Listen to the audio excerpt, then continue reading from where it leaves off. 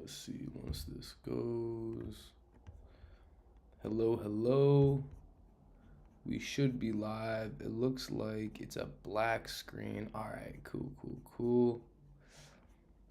I believe we should be live. Hopefully, my boy, one of my friends, Dylan Preda, usually hops in when I start streaming. But what is going on, everyone? We are back at it today with another live stream. Today, we are going to be batch editing a massage therapist brand, right? So reels for a massage therapist, and yeah, essentially, we are going to be breaking down my workflow on how I would go about really doing this for any brand, for any project that you shoot. It's important to kind of go into each edit having a plan beforehand, instead of just throwing everything on the timeline. It's good to be organized. It's good to work effectively so you can be efficient, right? So, you know, as a video editor, you want to create beautiful art. You want to be very creative, but you also want to deliver quickly to your clients. So today is a week since I shot that. So I always like to have a turnaround time of at least a week, depending on, what the project is, how big it is. But this one we shot for, I think, 8 to 12 reels.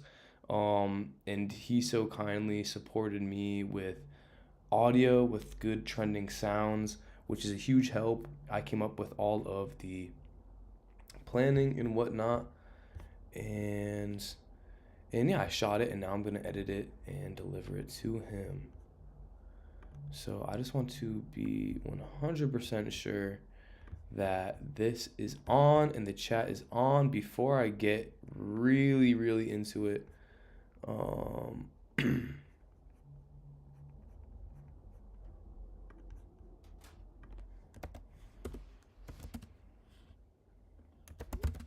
So I'm just gonna send a link to a couple of my peeps just to make sure that the chat's open and I am live, because I would hate to, start and not. And I do understand that it's 11:50 on a Tuesday, so people are working, So I'm just gonna give them a little time to do that. But in the meantime, I have YouTube opened up, and all right, thank you, Omar. You are that guy. You are that guy. God bless your soul, bro.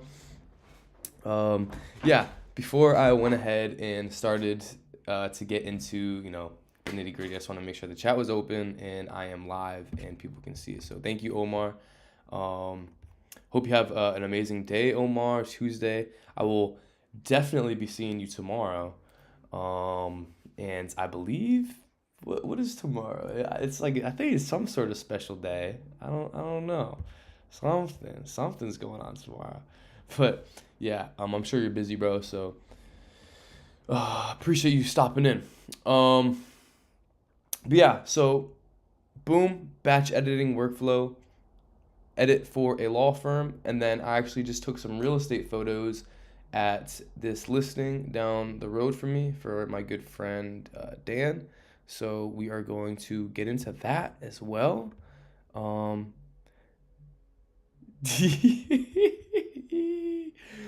yeah, boy. Let's see the real estate photos. Yeah, bro. I haven't even dumped them yet. I guess that'd be a good way to start it. Yeah, I'll dump them. I do have some other stuff I have to edit, but I will dump that off right now just so I can show you. So yeah, so we're gonna be going through my editing workflow for how to do an entire batch of reels, which I think will be super beneficial for anyone who wants to enhance their workflow, work more efficiently, because I found it to be the best way for me after working for years, and then a reel, and then we got these real estate photos. So now how I shoot my real estate photos is in high dynamic range, so it's shot in brackets. So here we go. I'm just gonna go ahead and open up. So whenever you shoot, you know, depending on what camera you shot on, Sony, Nikon, Canon, you're gonna go ahead and excuse the twerk folder there. Whenever you boom boom boom boom boom, what you gonna call it? I'm trying to think of what to call the folder.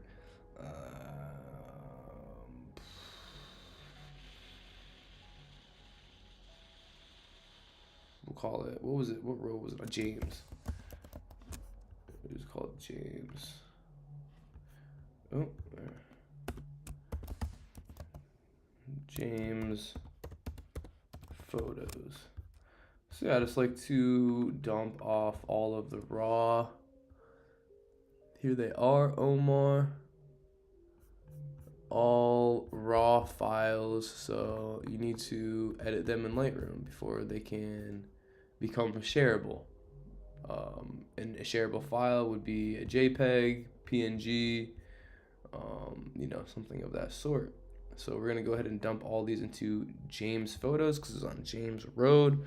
Dude, the property looked pretty nice on the inside. You know, once you get inside, it's nice. You know, looking at it from the outside, not so much. You know, not to hate on it, but a lot of potential. A lot of potential.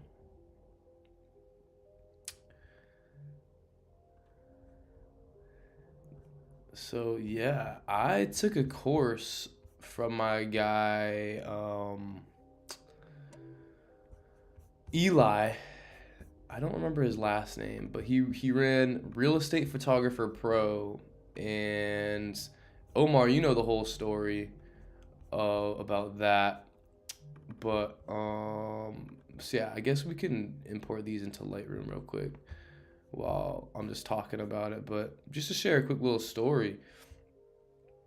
Yeah, I was actually traveling the U.S. on a converted school bus with three of my best friends. Shout out Dylan, Luke, and Joey.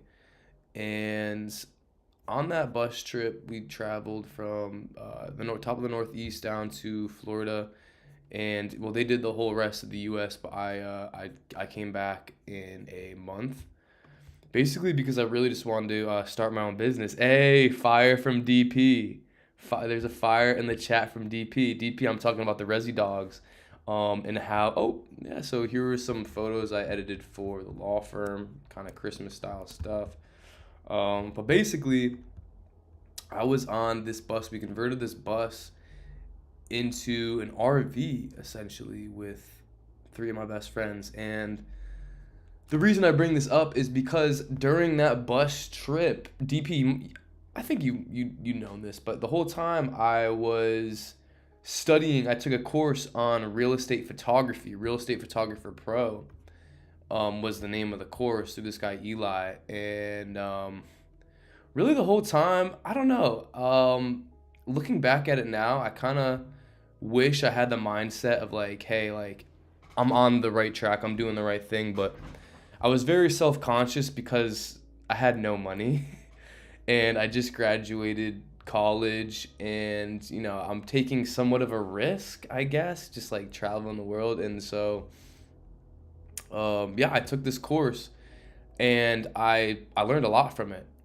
And not to say my photos are phenomenal, but I think I learned the sauce on how to take photos. But you know, I'm way more of a video shooting, editing guy than I am photographer for sure. So just to get these photos, you want to go to add photos. We go to browse, boom. I'm gonna go to James Photos and then just import all of these. Boop. And then there you go, add items. And so now what this does, what I learned from good old, here, I'll even pull it up, Real Estate Photographer Pro. If you just type in rep, Real Estate Photographer Pro. Yep. So you type in rep, Rep Sports comes up, but the next link down is Real Estate Photographer Pro. So this is what I took. It was a great course. Shout out my guy Eli. I was working as an assistant video editor, and like I saw this course get popping on my feed because I thought real estate photography was a good niche to get into, especially living in where I was, Connecticut. And so yeah, I took this whole course, and honestly, it was great. A lot of great resources. 10 out of 10. I haven't taken like too many courses or had too many mentors, but this guy was definitely dope. So yeah, took that on the bus trip, and when I left the bus, when I came back home, I put all my efforts into it, and I did photos for all my family members, like free photos, tried to make my portfolio, cold called agents, and nothing worked out. Like nothing went my way. And then to kind of link the story back, I finally was like, you know what? Maybe photos isn't my thing, you know. Everyone, oh sorry, we already have an in-house photographer. Oh sorry, we have this, but you know, we'll think about you next time. Never got called. I got taken up on a couple free ones, but they never called back. I don't know because they sucked or what. But I saw Omar Real Estate, Omar Montalvo. I saw Eric Sousa, you know, doing the videos in West Hartford, and they're the only ones, because you see real estate personal branding style stuff like all the time, but in Connecticut it's pretty rare, you know, or they don't have a real good system for it, or they're not like as creative. But I saw what they were doing, I was inspired, and I hit up Eric, and you know, it didn't happen the first call, but I was hounding him just because I really felt like I could match with his vibe. And I think that's important in business, is like working with people who you genuinely want to work with. You know, like when you work with someone you don't want to work with and they don't have a big budget, that's when it sucks, because they're going to give you so many revisions, you're not going to vibe with them. But when, like, not to say like I targeted the Bergio Sousa team because they're doing high volume, and you know, but like I genuinely saw, like, for lack of a better term, that they were cool. You know what I mean? Like I wouldn't mind like just hanging out with them, right? So yeah, I offered to do a video for them, did a video. First video kind of sucks. Like it wasn't bad, but it was a little shaky, you know. It was on my A7 III, but just consistent. Got more opportunities. Just so thankful for Eric and Omar and Dan and, you know, everyone over there. So not to get all, you know, emotional and sappy, but yeah, that's it, man. That's it. Did the real estate photography course, and let me bring up Lightroom again. So basically, how to shoot real estate photos is, instead of just taking one photo like this, like perfectly exposed, you shoot one perfectly exposed on the meter, and then 3 exposures under, and then 3 exposures over. And then in Lightroom or any photo editing software, you go to photo merge, HDR merge, and then it blends all the different exposures together, so you get a more high dynamic range of a photo other than just shooting at one stop.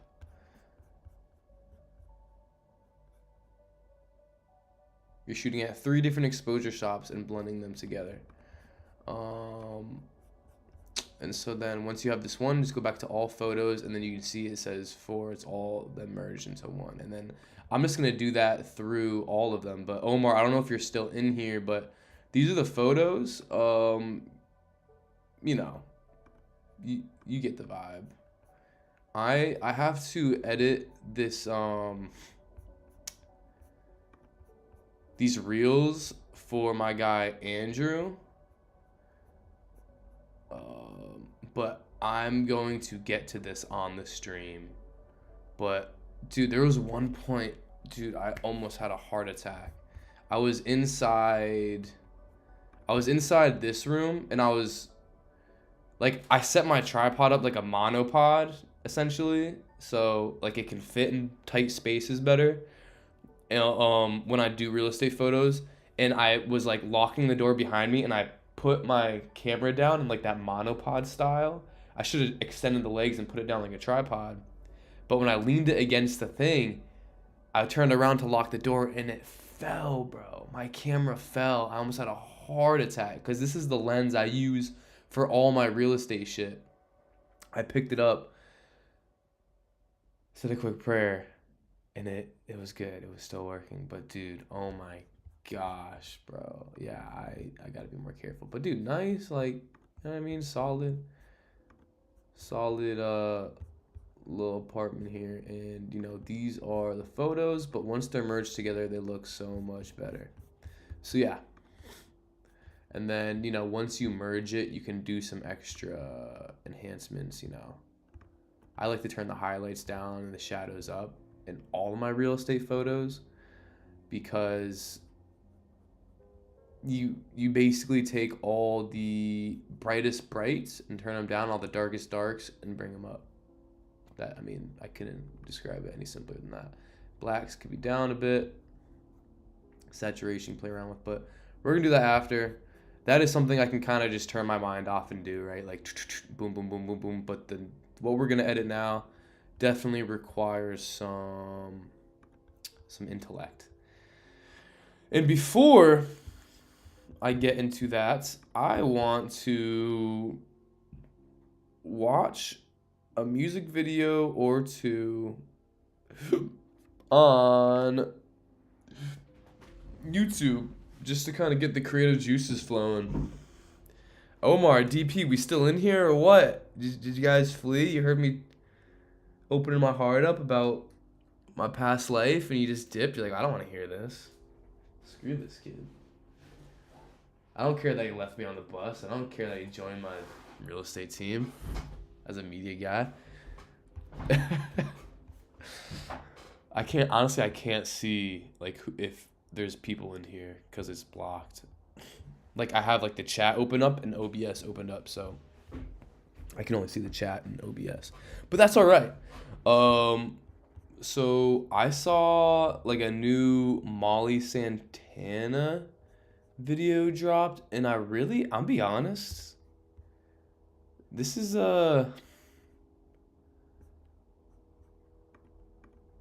maybe an unpopular opinion. I don't really mess with Molly Santana's music, but I think her visuals are dope. So let's go ahead and check it out. I'm gonna turn the volume down so we can just see the visuals. All right. So already super fast cuts. Looks like she's in Tokyo. Yeah, it's definitely Tokyo. Like, why did she do her teeth black?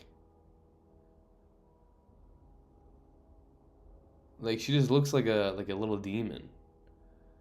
Like she made her teeth black and she like wears braces sometimes. Yeah, she definitely has the Tokyo, Japan aesthetic. Alright.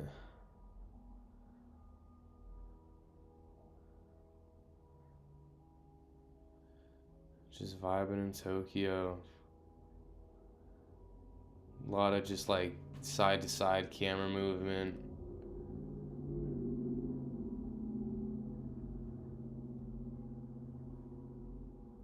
This kind of feels like a Hero Asian Man video, but not as good. Cause Hero would at least like spaz on the effects. But I can't hear the song, so I can't speak. She's just vibing in Japan. Little low shutter effect. Like sweet color grade for sure. Yeah, I don't know. I feel like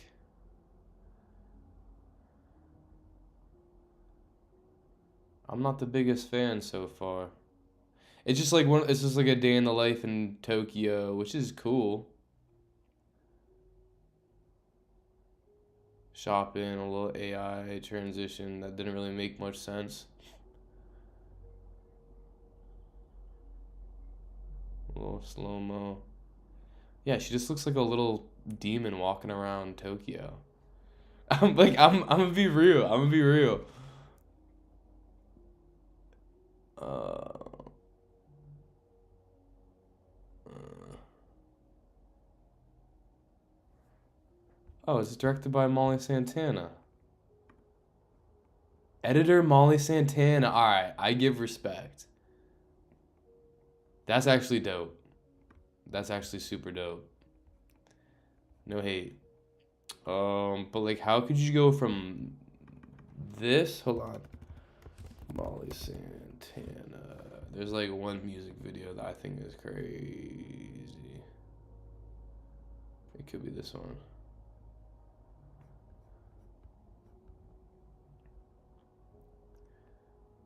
I like this one.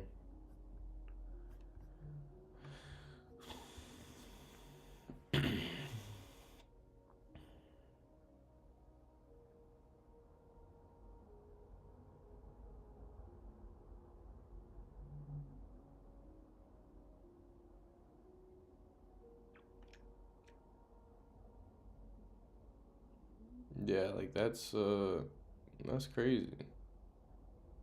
This is Sage directed by Sage Wolf. And he just spazzes. You got like some Spider-Man Venom. Yeah.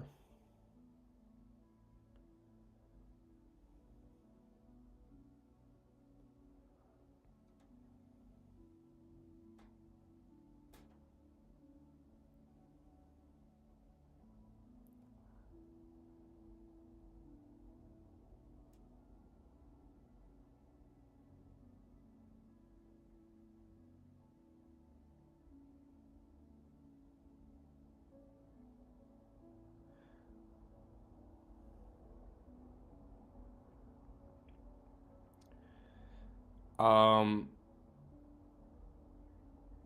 I think BK the Rula is better. That's just my opinion. That's just my opinion. And again, I'm watching the music video with the music off, so I definitely can't get the full mm, review.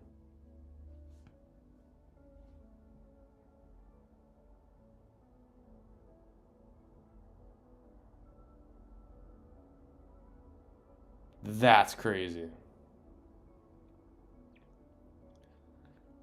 Yeah, that's nuts. I really truly wonder how Sage Wolf gets those visuals. I like if I were to guess, it's either AI or he's putting attaching a 360 camera on his drone. Cause that's crazy. Yeah. Yeah, just kind of repeating some of the same shots. Dope. All right. Awesome.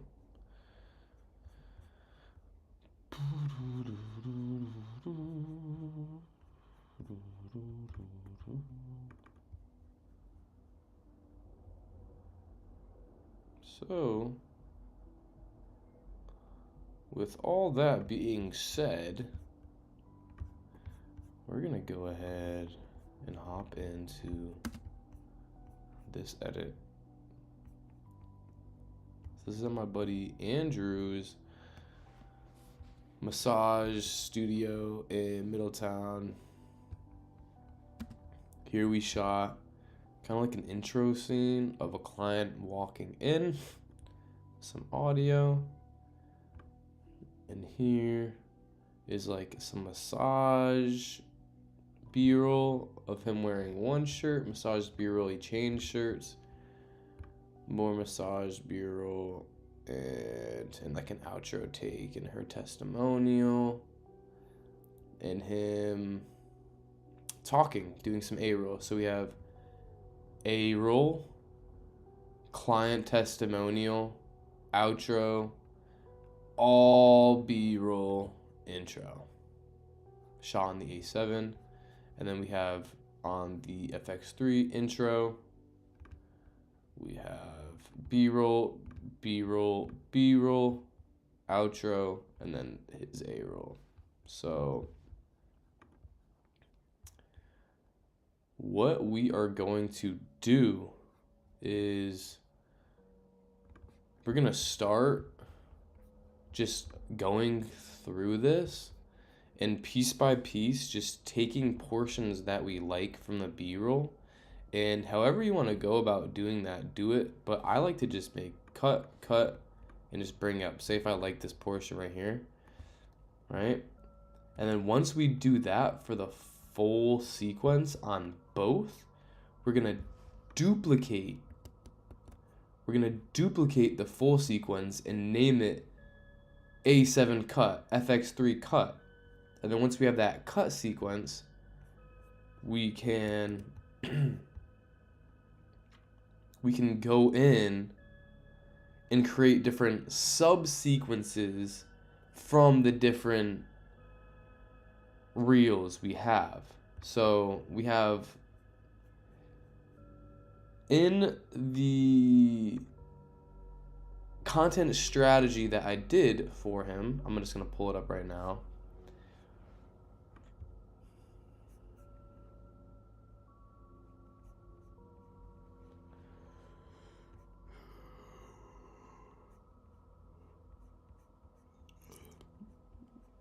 Which is essentially like the agreement or the contract, but we have 8 to 12 reels.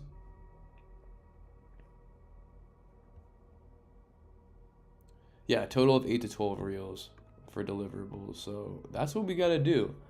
And we're not going to polish them all. If you watched my previous batch editing workflow video for the law firm, you know, we're not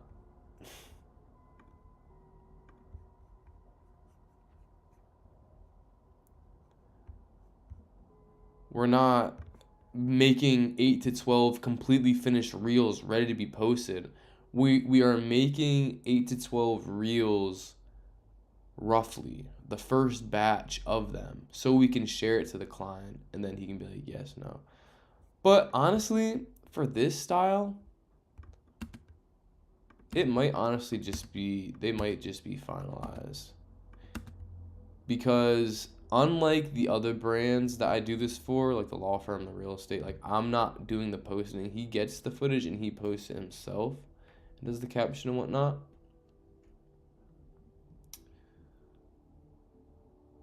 Oh, he's feeling it there. My guy, Andrew.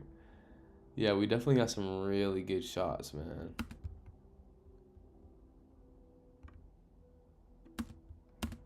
And so sequence settings. So we want to make sure this is in 1080, 1920, and 24 frames per second. Okay. You want to make sure you do this first when you have your full sequence. So when you make those subsequences, it's already in that, so you don't have to do it for each subsequence you make. That gets annoying. Let's check out this one. I think I already reframed it. Yep. All right. Awesome. So we're gonna get absolutely cracking on this. So there is some dialogue throughout.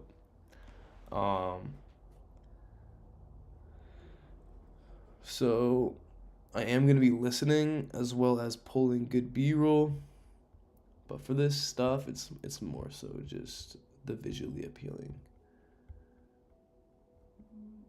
B-roll pulls. So what we're going to do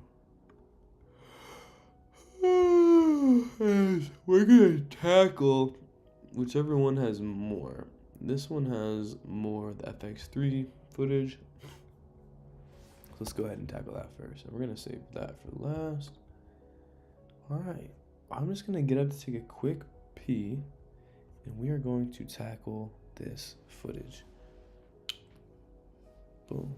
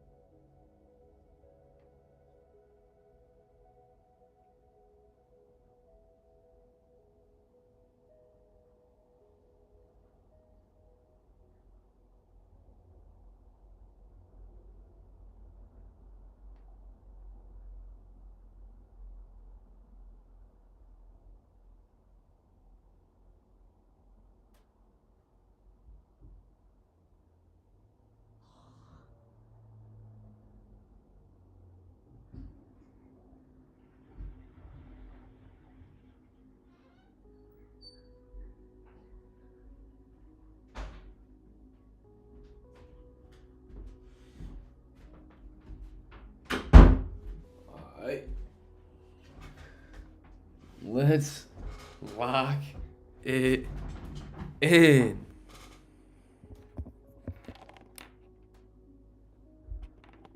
All right.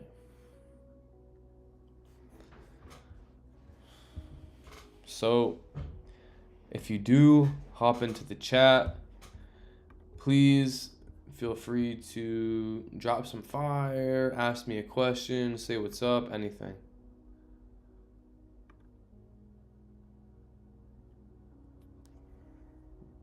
All right. Continuously wake up with bloody noses. It's not fun.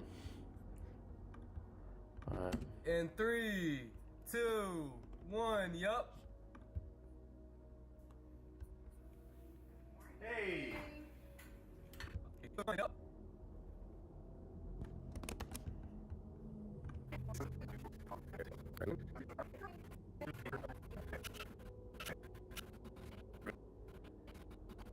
This is all gonna be cut up, but I like the whole thing, so boop.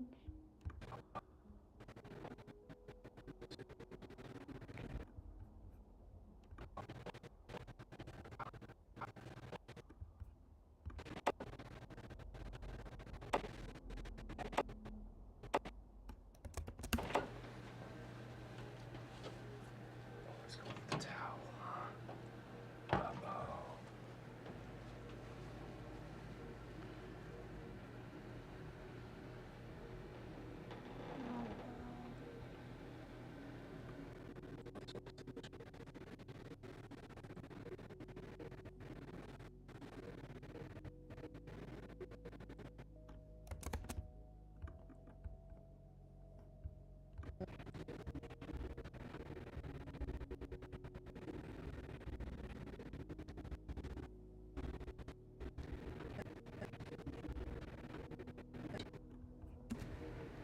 Too hot? Good? Okay.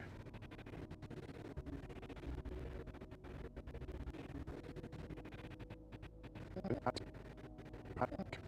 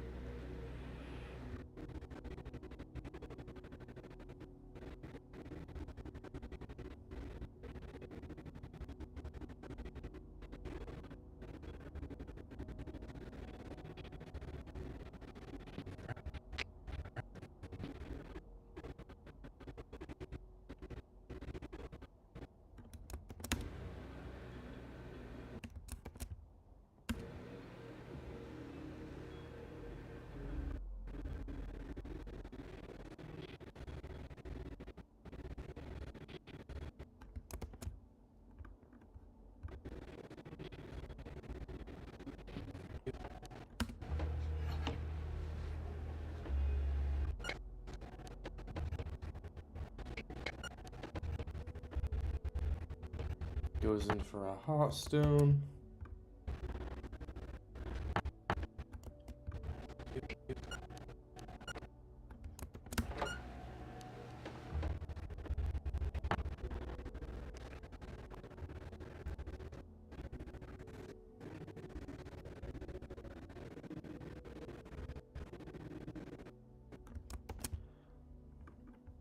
I mean, that whole thing is good. So boom, it's the close, and then applying the lotion onto the thing, I think is good. Boom.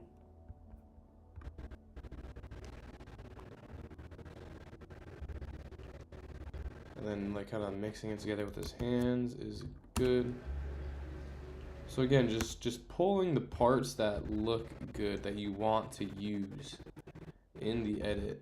This is like the biggest part of it. And then once you have all these parts, you delete what's underneath, you stitch it together, you throw music under it, and then you make an edit and you tell a story, right?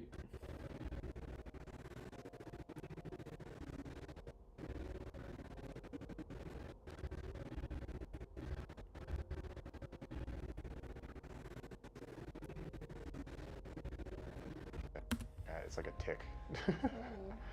But I squint when I'm massaging. So you might catch some. That's alright.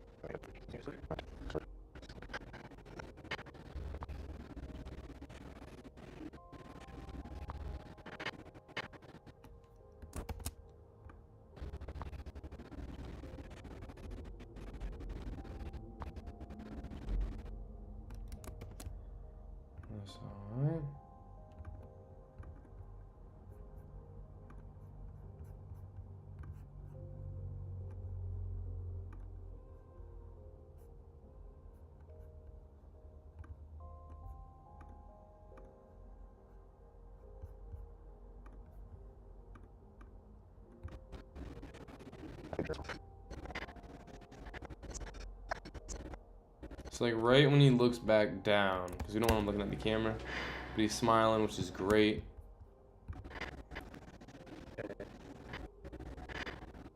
Like right there before it starts getting out of frame. Boom.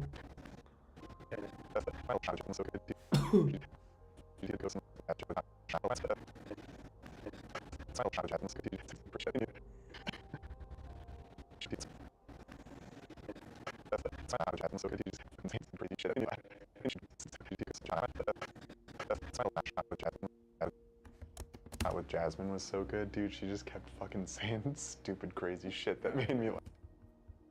Crazy shit that made me saying stupid shit. She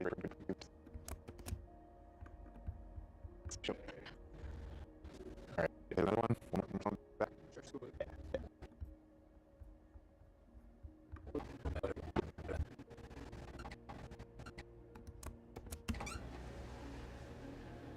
Oh yeah, it's a much better angle. Yeah, that's what I'm saying. That's Yeah, that's what I'm saying.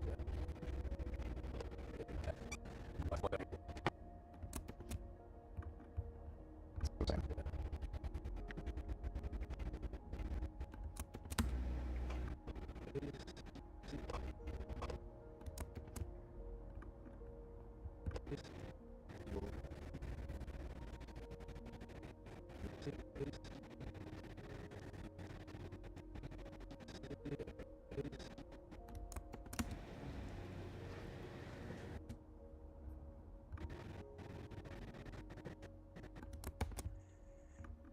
I'm forgetting if I shot these in 60, so to check, I'm just going to take this clip, hit boom, go to 40, optical flow.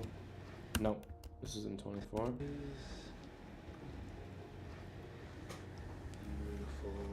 But it was in a 60 timeline when I imported, so this first clip has to be in 60. So if I were to go here for this, 2, 1, yeah. yup. Yeah. So this first shot was in slow-mo because I figured I might want to have this in slow-mo.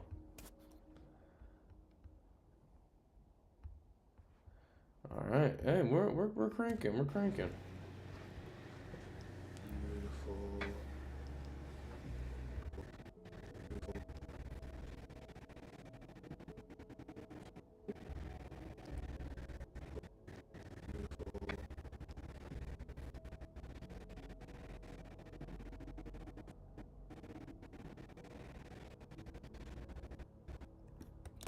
Yeah, I feel like that stone.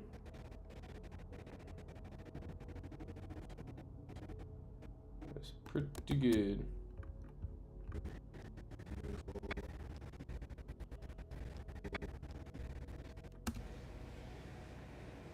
Yeah.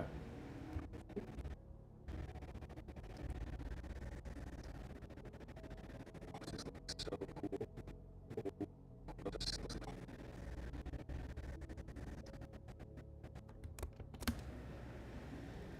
Oh, dude, this looks so cool because it's so wide and I'm so close.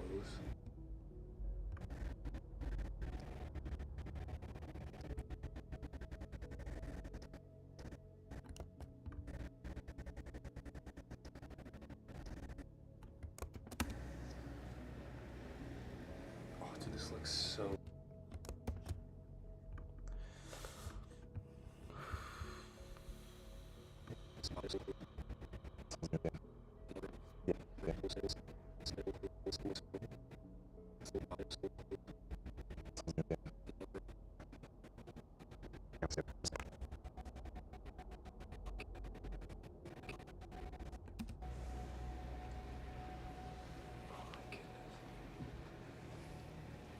Look how red her back is turning. It's so good.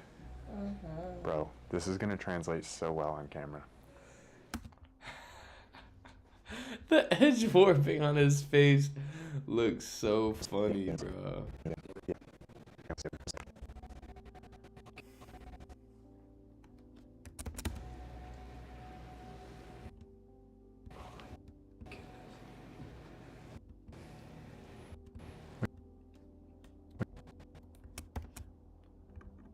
Boom, boom. Wide, I'm so close. It's all zoomed in. Yeah, you know what I mean? Yeah. I can't wait to see it, man. I'm so pumped. It's so good. This is gonna take so long.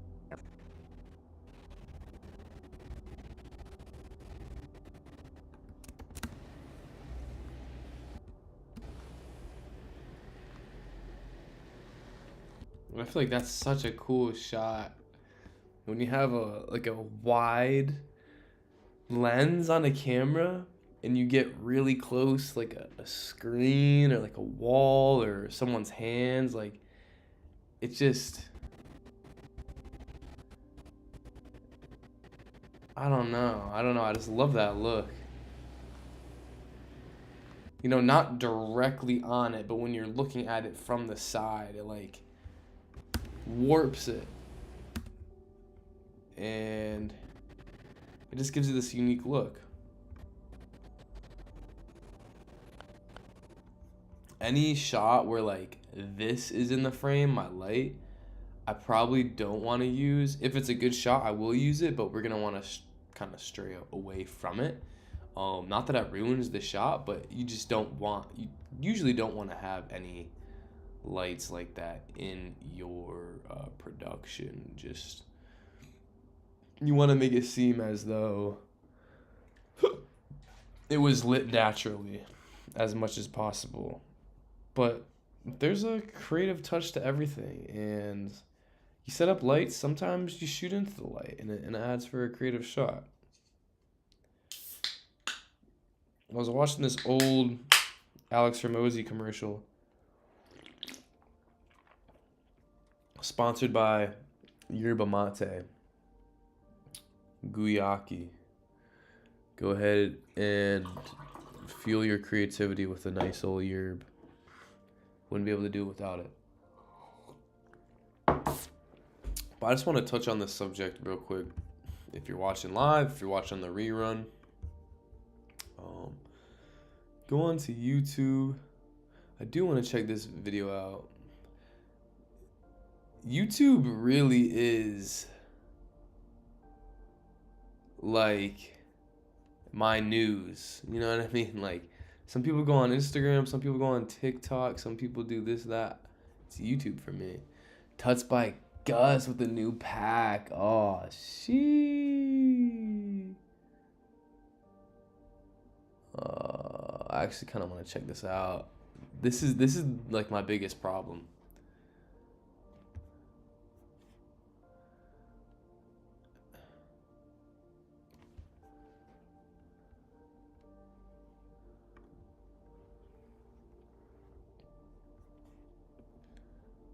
Mixed media pack.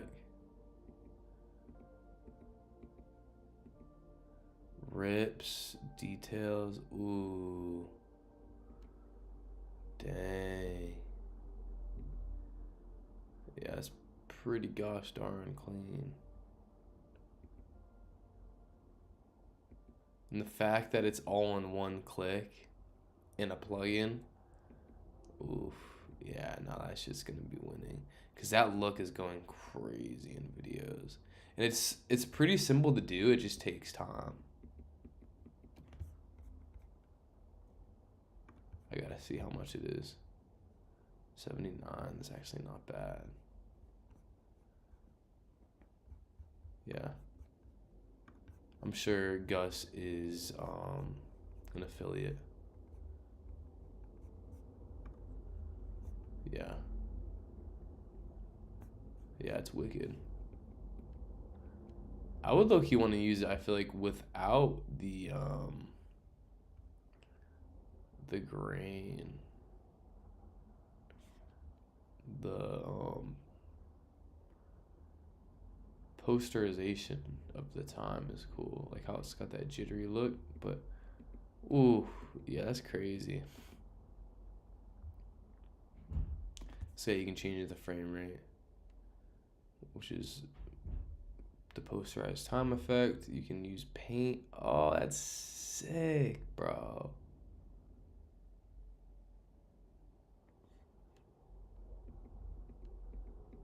Yeah, this dude's absolutely crushing it. Gus is crushing it, but the guy who created the plugin is crushing it. And Gus is just on top of it, bro.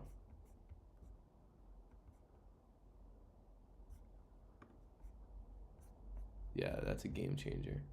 But anyways, what I wanted to show y'all is old Alex Hermosi commercial. I just saw it the other day. It popped up on my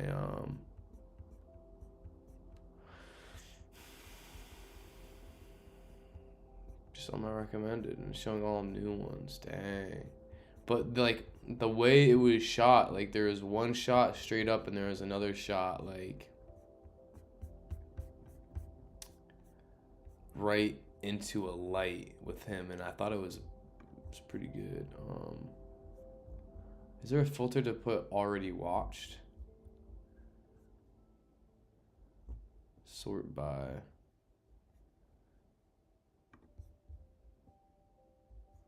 It's probably a gym launch.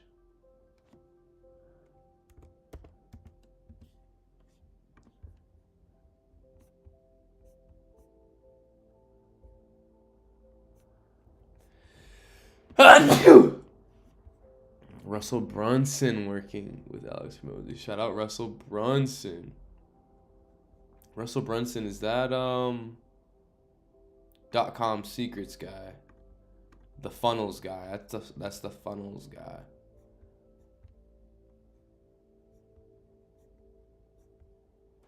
Dang, I wish I had it.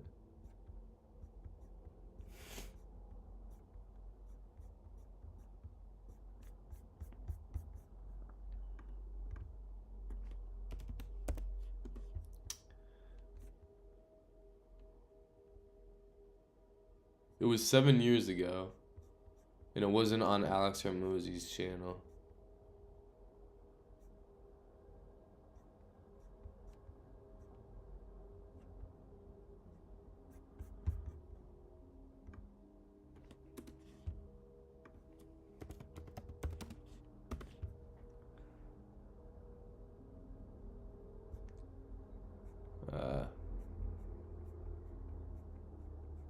It didn't even have like Alex Hormozzi's name attached to the video.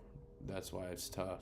But basically they're shooting him straight on, and then another camera was like over here and the light was right here.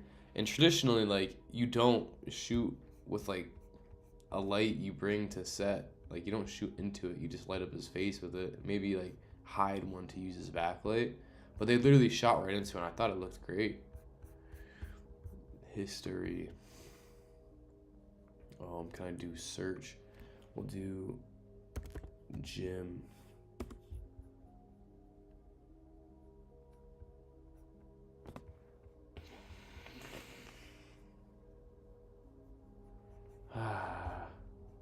It's all shorts.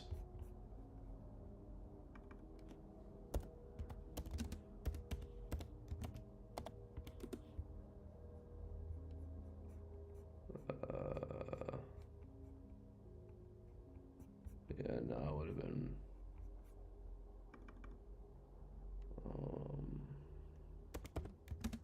gym launch.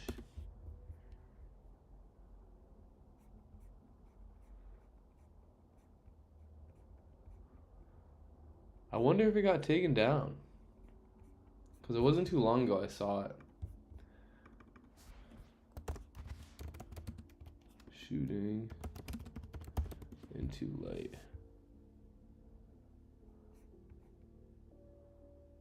Yeah.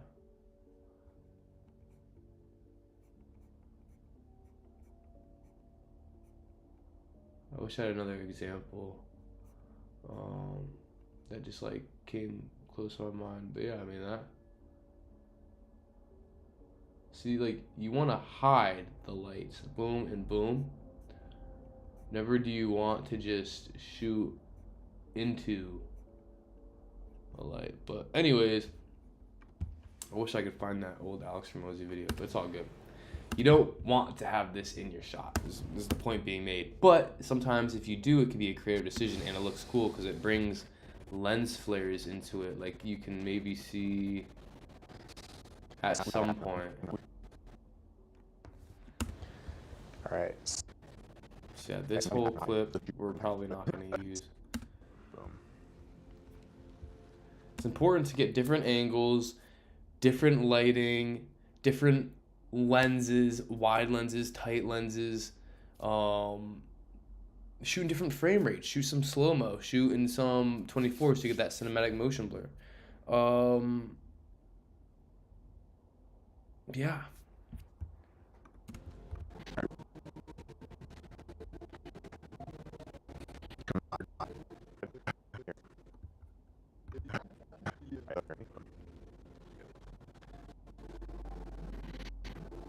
So yeah, like right when his arm gets in focus right there. Oh. Someone's at my door, so 1 second.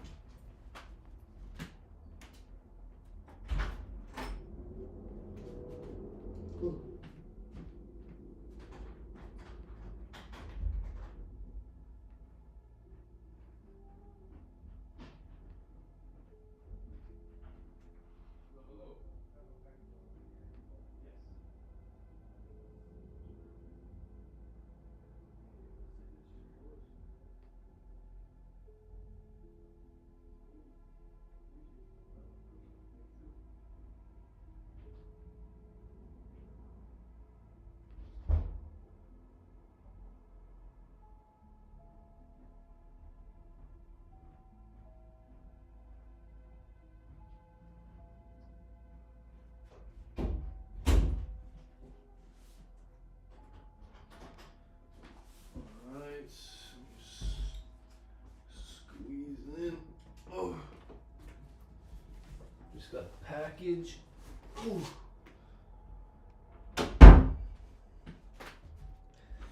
All right. Ooh, we are back. We are back. That was the Amazon guy just delivering a package. Of course, when I'm streaming, well, that's completely fine. Let me see here. All right. Boom, boom, boom. So now that we've got... Alright, so we're not going to use that because the light... You know, we want to think of, like, what shots is someone going to see and in their head be like, damn, I need a massage. Like, ooh, and, like, start feeling their knots. Because when I was editing the last project for him, all I could think about was, like, dang, I need a massage. Like, I might just, like, hit Andrew up, right? I swear I'm not trying to be like, oh, like the video was good and I had to do it, but seriously. And maybe it's because I'm editing it and like watching it over and over and over, but I just remember seeing this and being like, damn, I need that. I think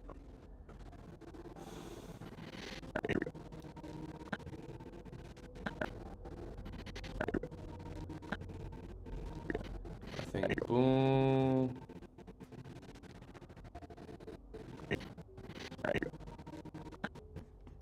And then, like, once that motion stops of moving back, like before we start to move forward again, I think is good.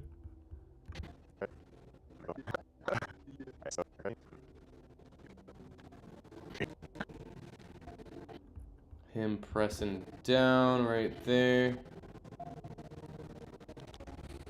Probably use that facial expression to kind of show he's using a lot of force for those deep tissue preference people. Show a lot of weird face on video. Out your face. I was just telling them, like, it's good to make those faces because it looks like he's, going hard.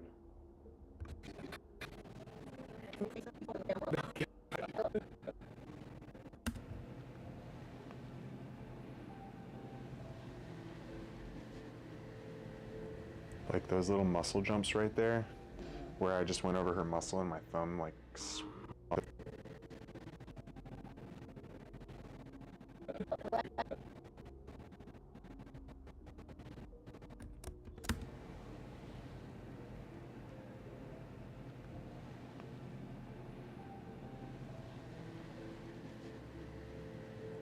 Like those little muscle jumps right there. Those little muscle jumps right there. Where I just went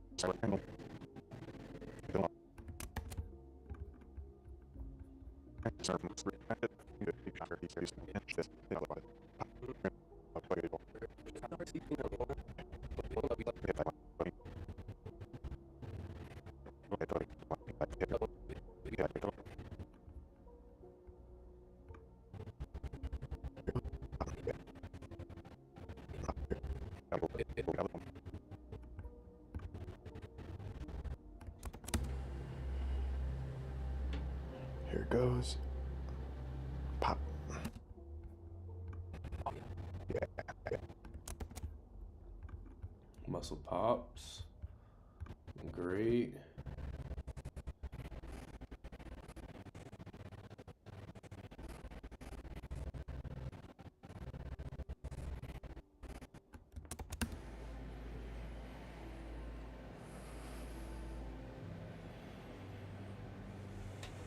Yeah, so it's like a mixture in my mind of like satisfying, tranquil, and like kind of like almost like FOMO editing shots.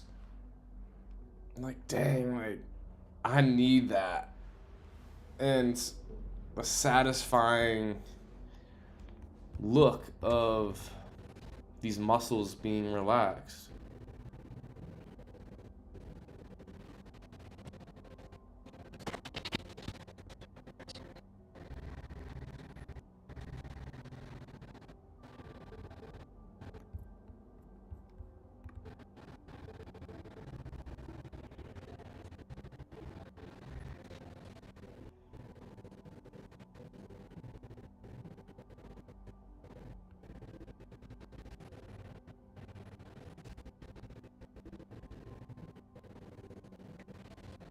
Yeah, I fixed his mic.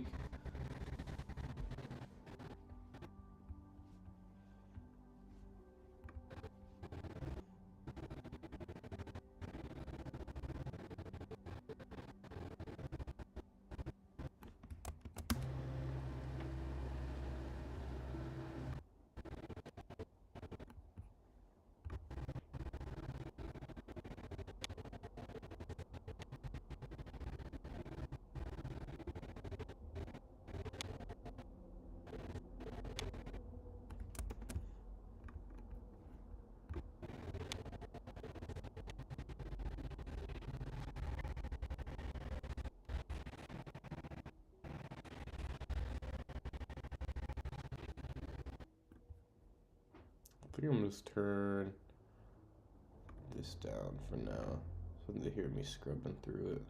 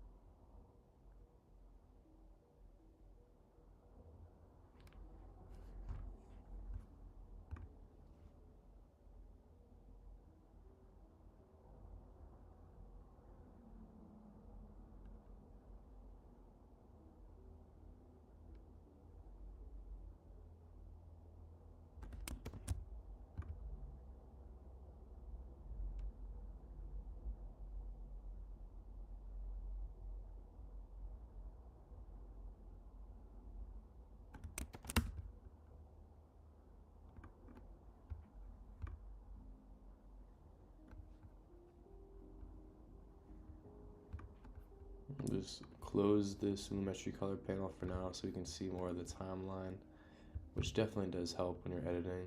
When you can see more, it allows you to fine-tune scrub more.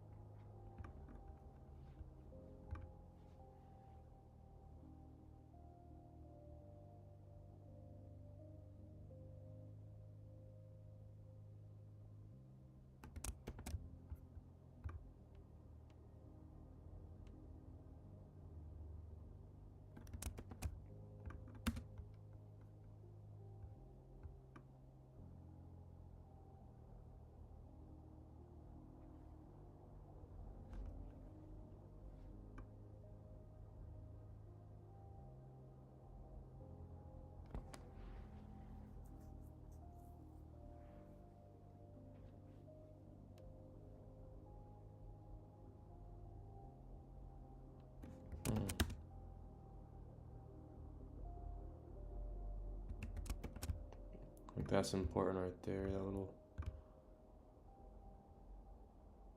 I don't even know what you call it, but little pop.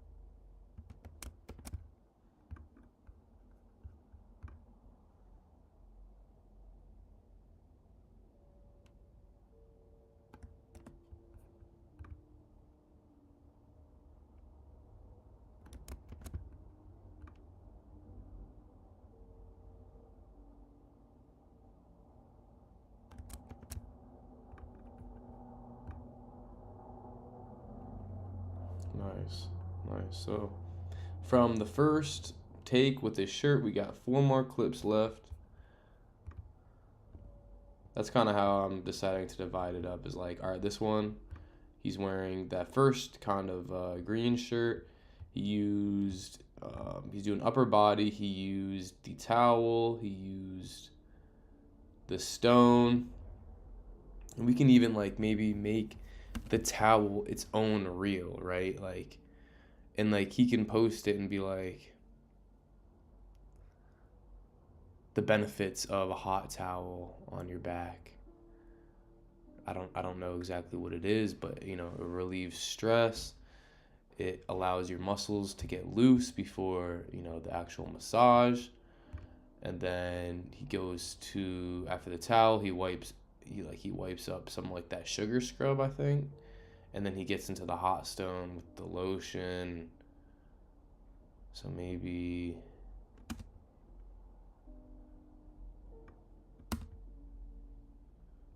that.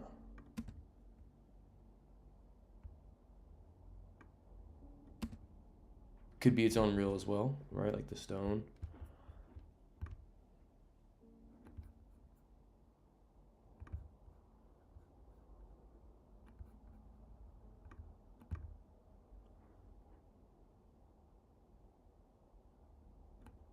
Oh my goodness. Like, literally watching this is just making me, like, feel sore, if that makes sense. Like, oh, I could so use this pressure on my arm. Just, oh.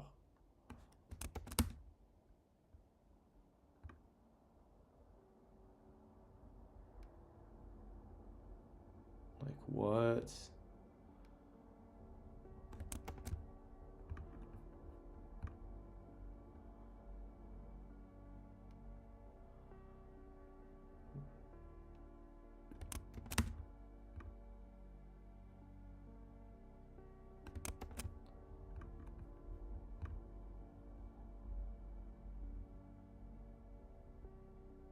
This angle might be a little bit better because it doesn't show the light as much. So I'm just gonna find right before I dolly out.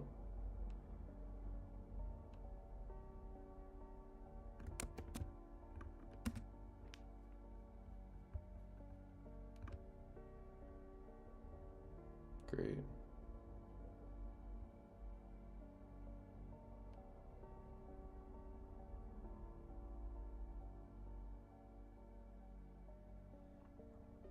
And I say this like every time I'm editing and I'm live, is the great thing about shooting in 4K and then editing in a 1080 timeline is I can zoom in 2 times without losing quality, right? So say if I messed up the framing a bit, like here you can see the tripod stand, I could just punch it in to crop it out, right? But that'll come after this first pass is done of just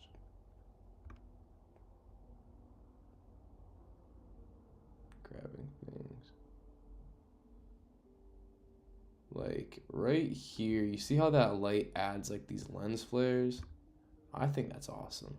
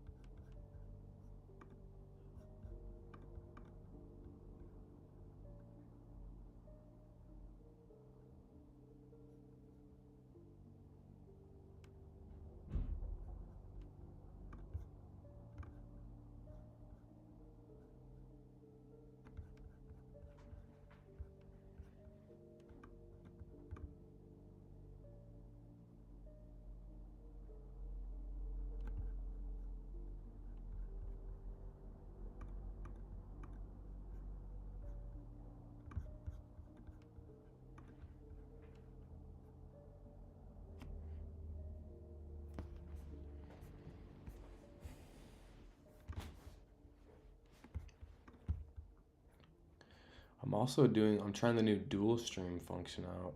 It automatically generates a vertical cropped version for the shorts feed. So when you're scrolling on shorts, you'll come across my live stream and you can click on it. So that'd be really cool to see if somebody joins through shorts.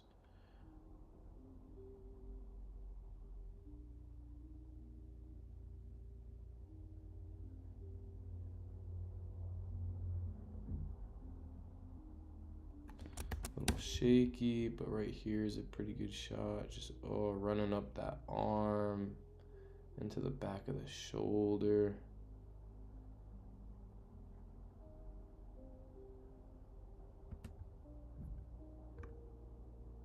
And then back down.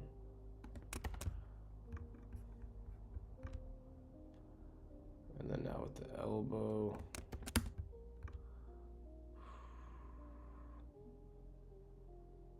And we'll probably cut it right when that lens flare pops in.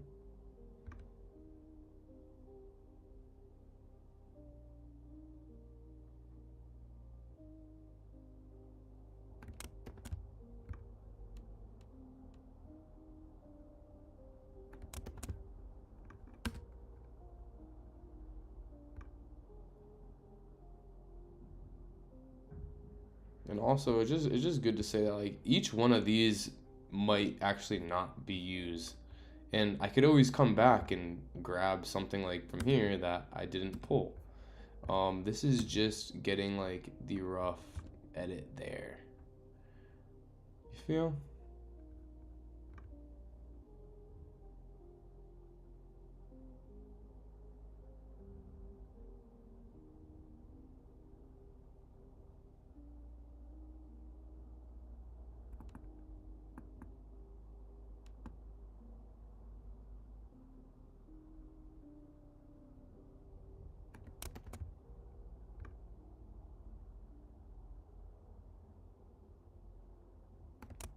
Just a little portion right there.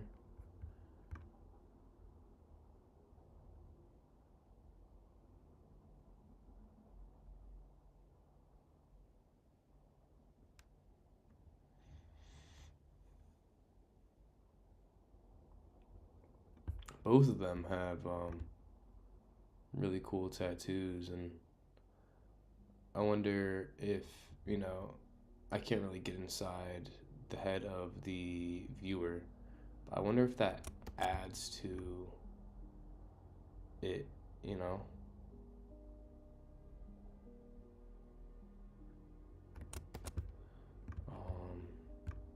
I don't know. I don't know, just the art of it. Maybe like people with tattoos are a bit more chill in a sense. Maybe people with tattoos are better at giving massages, like subconsciously. I don't know. I don't know. I feel like people with tattoos kind of are known for kind of, for lack of a better term, like sell their lives to something, right? Like an artist or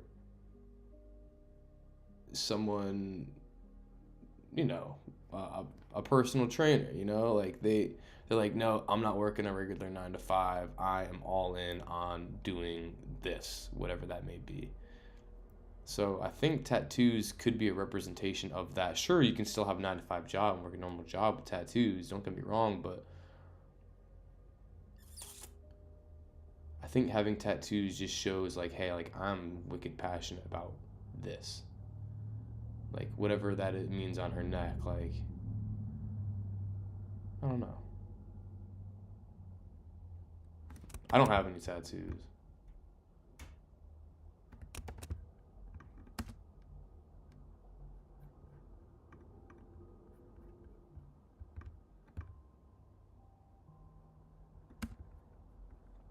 All right, so here is reel number 2, I guess. Different shirt, meaning you know, different kind of vibe. And I believe, yeah, she took her hair down. So in this one, it was up in a bun, and then this one she took her hair down. So it's this looks a little different, but you know, nothing crazy. All right, so yeah, we had a shot of him walking in. So yeah, we'll just grab this, doot doot doot, and then he's in there, shuts the door, boom, and then Liam comes in.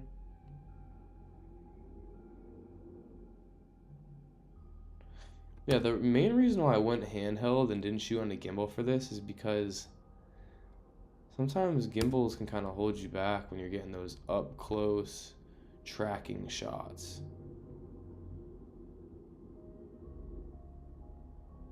I feel.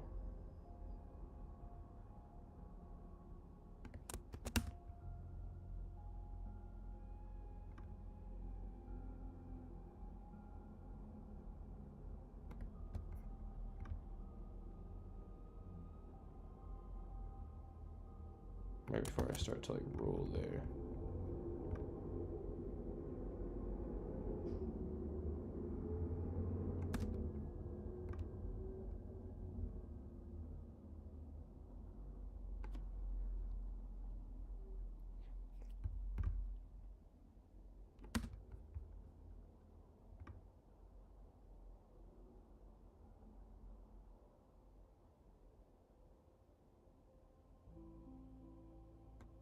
I think that's all great right there, and then maybe we'll stop it right when it gets to kind of his perspective here. That wide lens just looks so cool.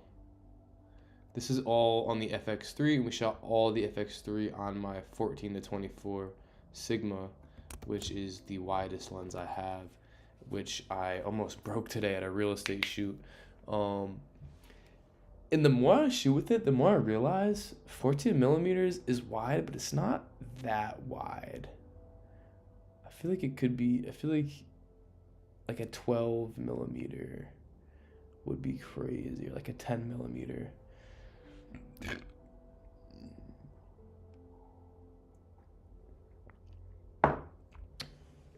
The camera you're on right now, I think is like a 24 to like a 200. It's got like super zoom on it. It's a camcorder that I have a dummy battery for, so that's why I use it for my live streams.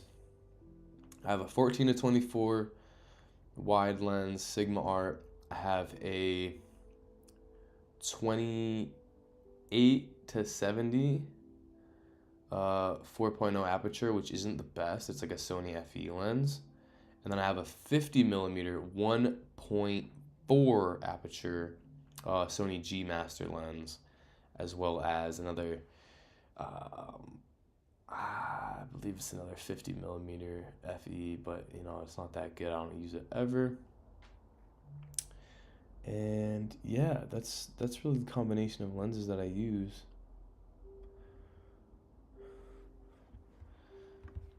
So, you know, my 14-24 is my go-to for real estate because it's wide. If I want to get a talking point where I don't want to warp the edges and I want it to look more realistic on like a human, I'll just punch it all the way in the 24 and I still get that nice wide look without it being too like unrealistic.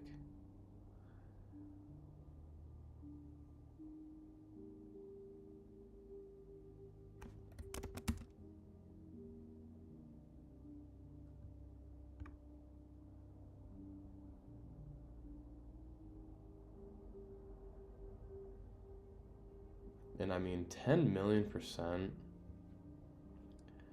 Audio really, really, truly is 50%. I would say 60% of your video.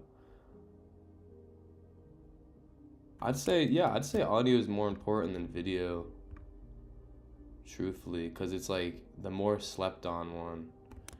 And good audio really goes a long way. And this guy, Andrew, you know, took time out of his day to send me trending audios on Instagram already. So I already have a folder of a whole bunch of sounds that he sent me, which is just helps the process so much. So once I'm done doing this, I'm going to create separate sequences for all of them and then add music to them,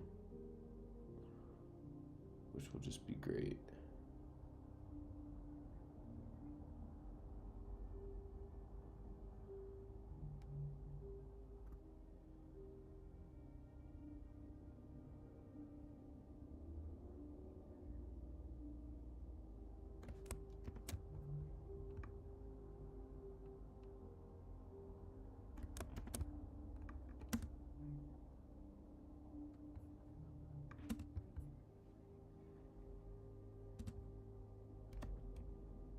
I like how he starts out a little blurry and then it fades in.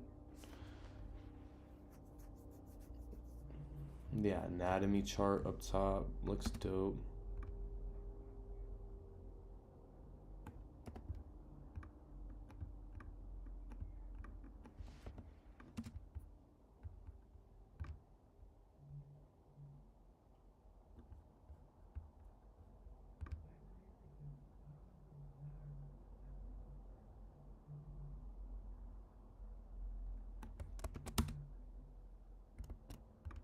pretty shaky there.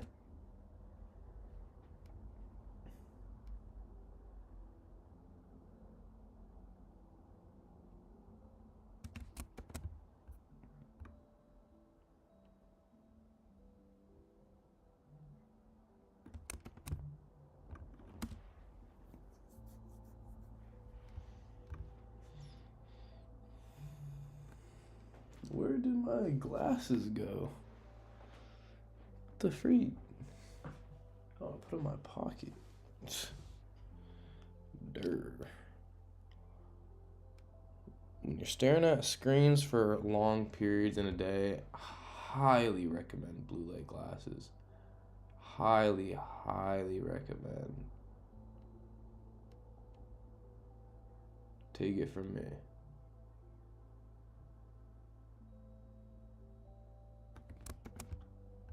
Someone who has stared at screens his whole life for super long periods of times.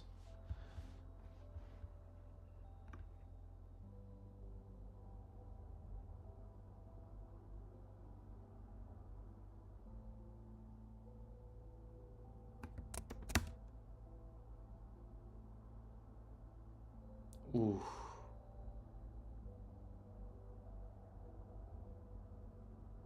Like that looks awesome.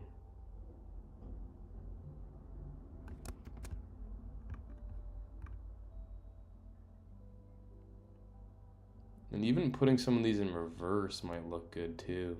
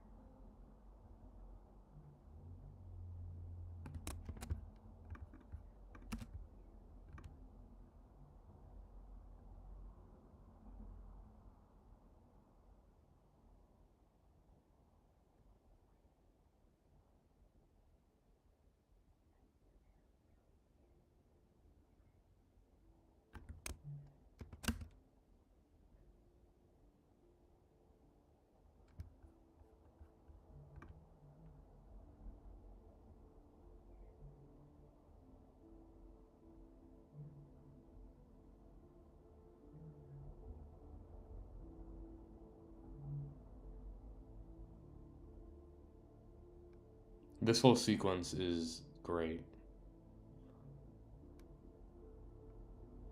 Yeah. I think this right here is a whole reel in itself.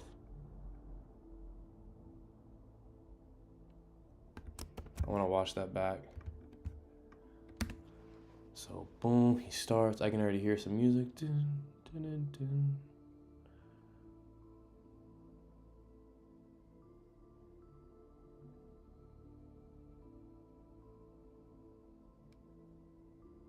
Oh, just that elbow digging into the back of your shoulder. Oh, it's gotta relieve so much. Then he gets right underneath. The knuckles on the top, following down with the. Oh, and then the. Ooh, and then he switches it back. Yeah, that's nasty. He was in flow state here. Just boom, boom. Yup. Yeah, that whole thing, that whole take is a reel right there. I will mark this just a different color just so we know. Great. We're still in the red, so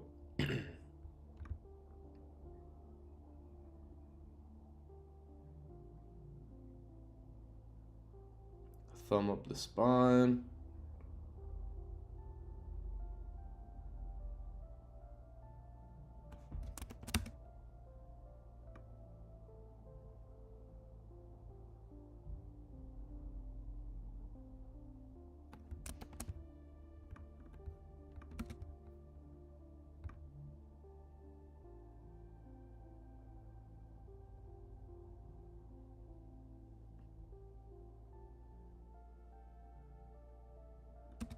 He's talking, so. You can literally say anything. Target that. Honestly, you should just say, like, what you would want to say to me if you wanted to get what you want out of the massage. Gotcha. You know what I mean? Just like sit.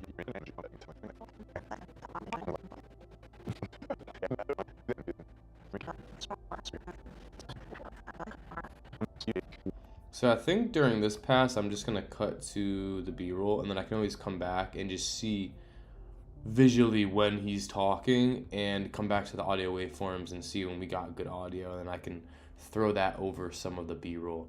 But keep in mind, we got him talking. See for treatment. So when you come in to meet me, I want to get to know you.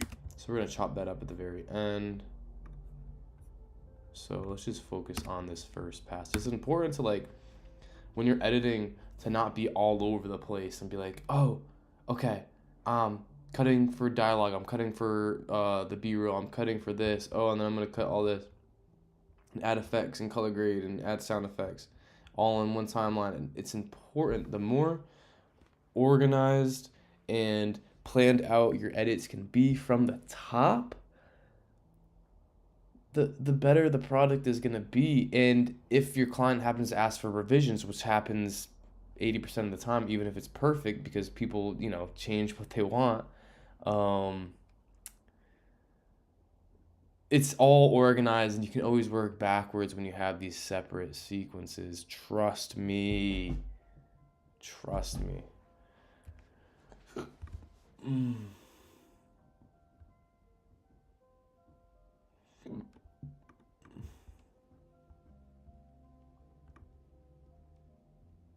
We're not editing a video. We are building a story project.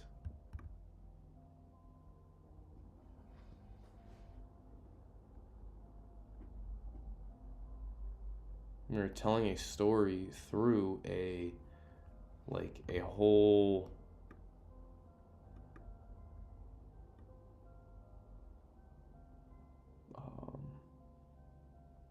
I'm trying to think of a better word for, like, project, like a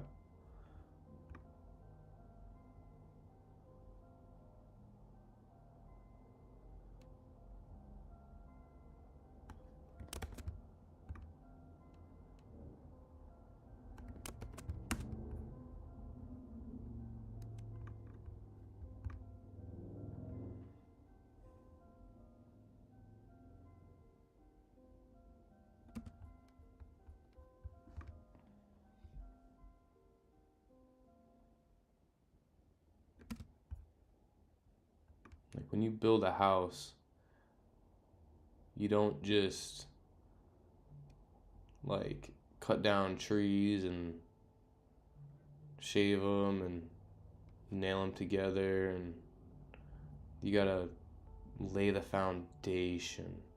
You gotta come up with a blueprint and understand that there's certain steps that need to go down. You need to measure the land, you need to plan out each room, and same thing as editing a video.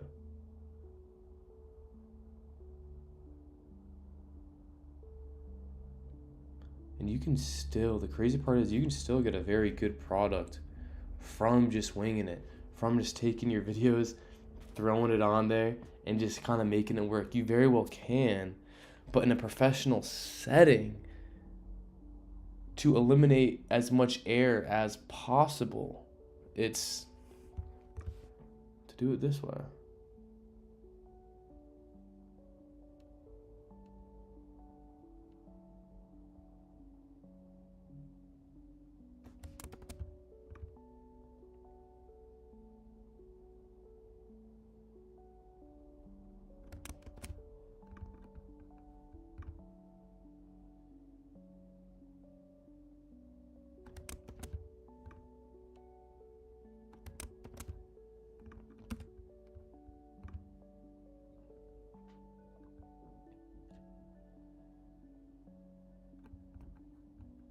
That's essentially what we're doing, is we're giving this project the absolute best chance it has from how we shot it.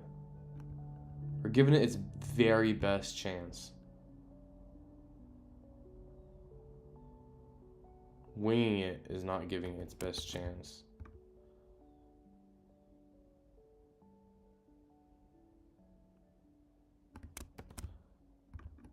When you have a paid client, it's your responsibility to make sure they get what they paid for so they can grow their business and express and communicate what they do.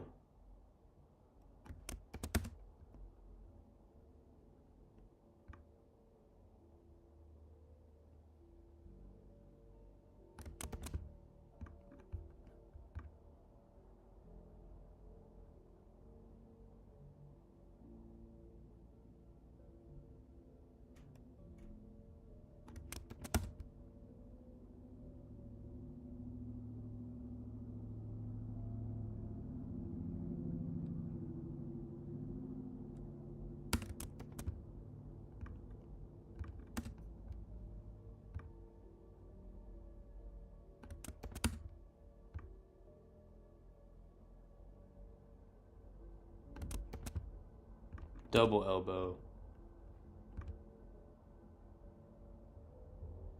I mean, I haven't gotten a massage from Andrew yet, but I would highly recommend Holmes.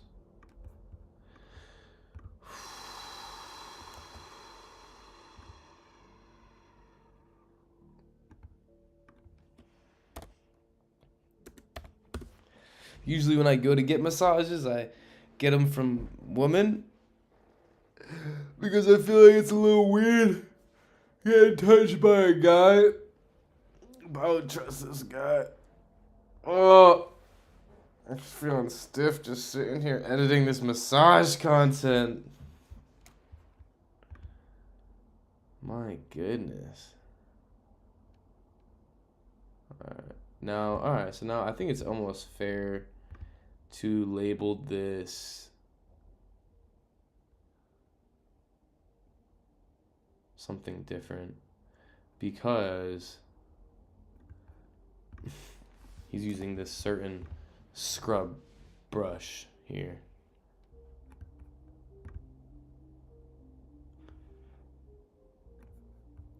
It's just a completely different sensation, a completely different texture than you're used to.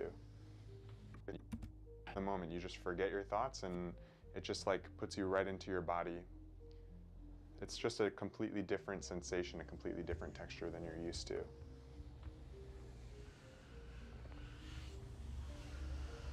Dope. And I love the noise on it too. Like, we're definitely gonna keep the audio in.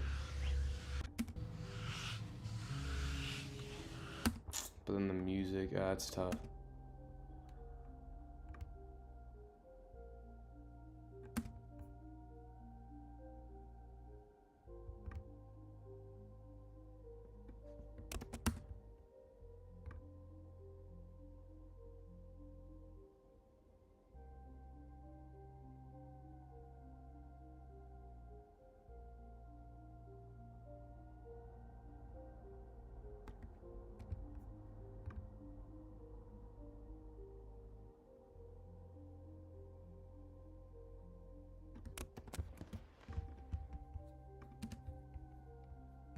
Yeah, so this could be a whole reel in itself as well.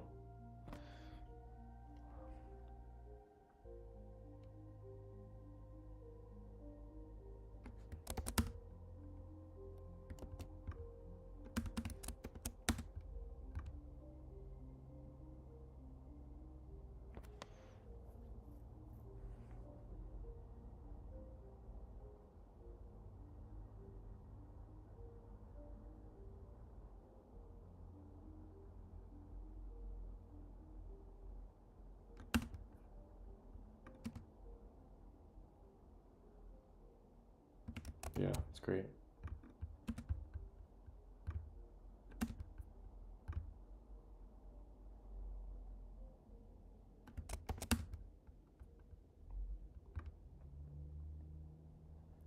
Grabs it, boom, cut. Let me zoom in, boom. He applies it.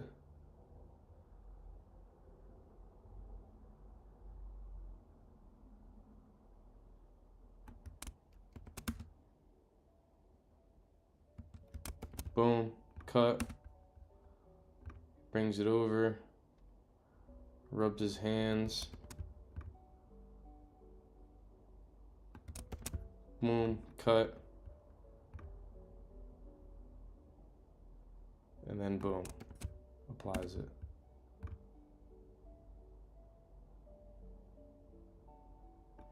Great. I wonder if Alex Hormozy ever gave a massage. That's dumb. Yeah, right before we get that light too much in frame. And if you didn't notice, we changed the light from blue to like an orange here.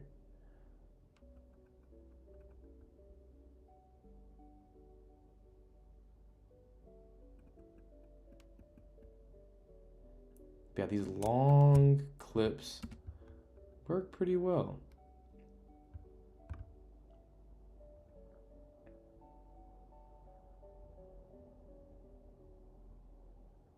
Oh yeah. Right there. Oh, that massage right on that Achilles. Oh, that's gotta feel like $1,000,000. I kind of a little shaky. Then to zoom in, I'll probably start it there. Oh.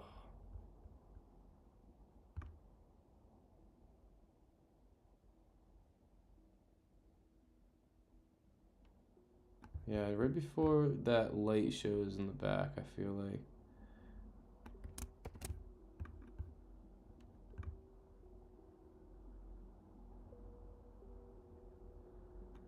Yeah, not the worst case for us to show it, but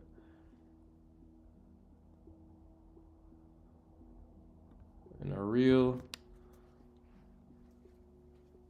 production, real 3-point lighting system, you don't show the light.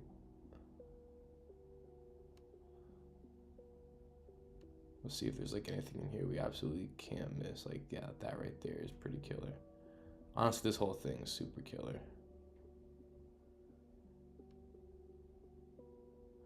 Right before he moves like that. We'll go.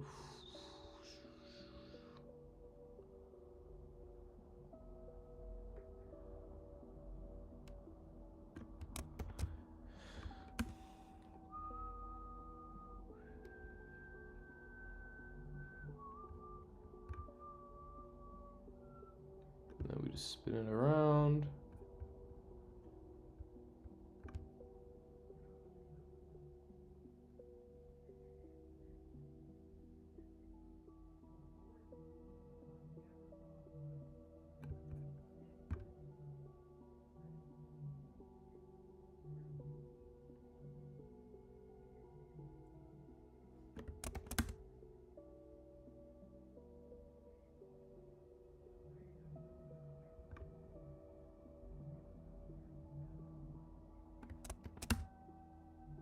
Oh yeah.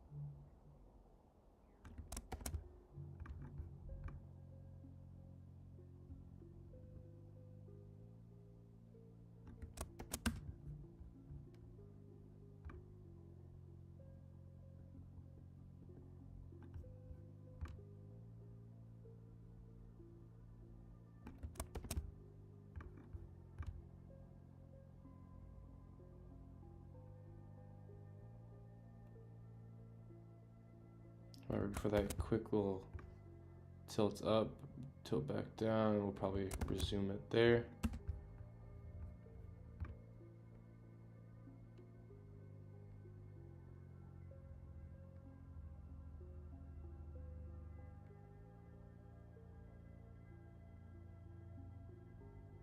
before he kind of starts talking.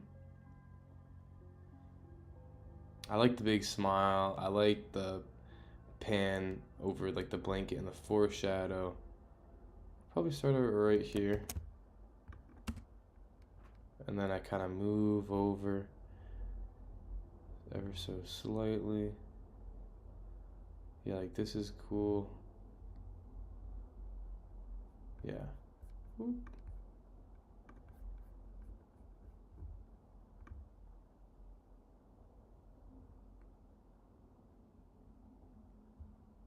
I feel like there's a part that we could cut out. Yeah, like right there when he's talking. So boom.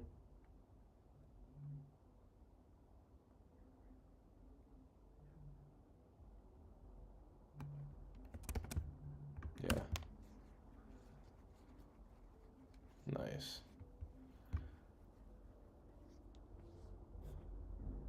Just kind of using his weight here. Putting pressure on that hamstring.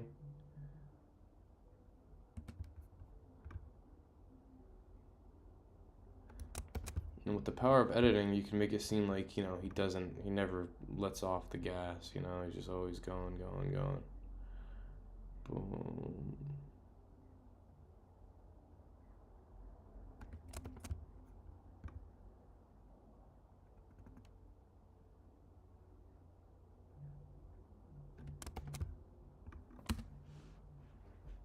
Great.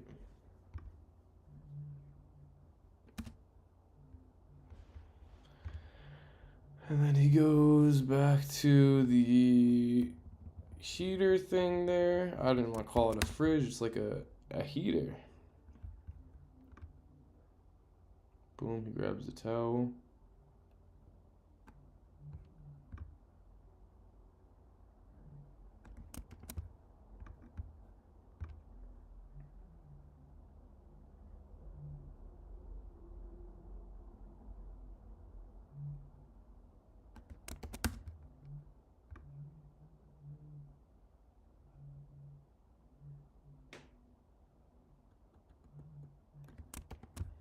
Like that.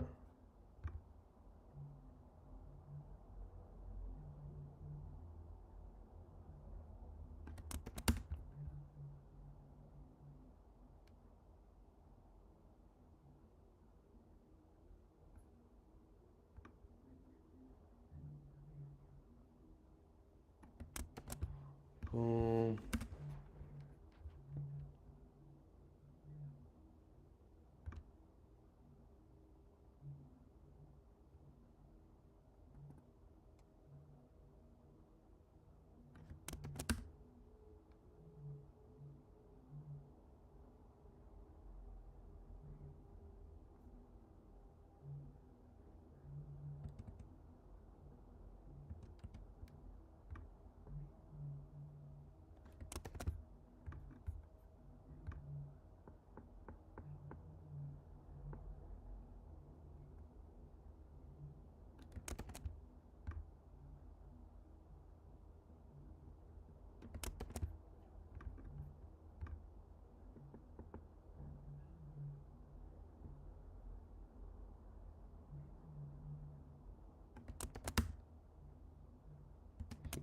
I didn't even notice that lens flare through the window. That was dope.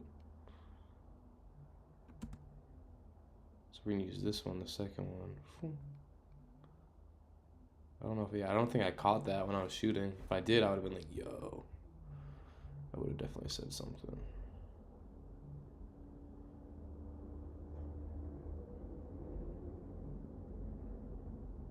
And here he had the idea to apply it and then rub it off with the towel, so that's why we did it a second time.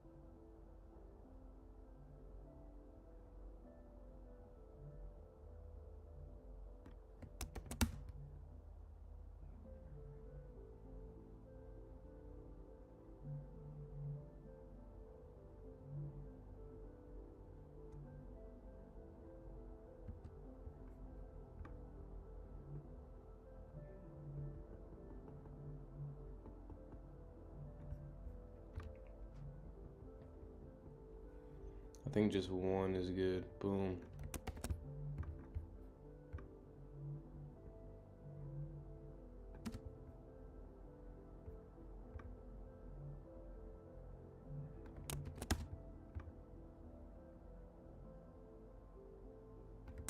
We kind of already have shots just like that, but I don't think it hurts to add extras for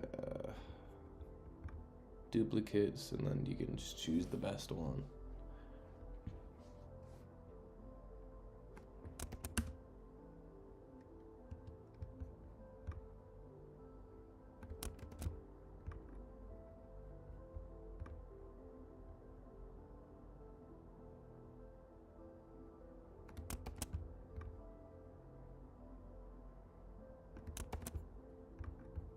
Okay, so now we're on the blue, so he changed his shirt.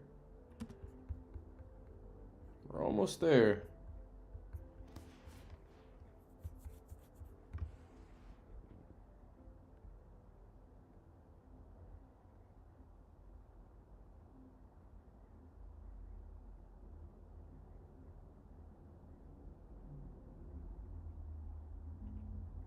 So he's not even using the hot stone that much. He's more so just using the hot stone to warm his hands up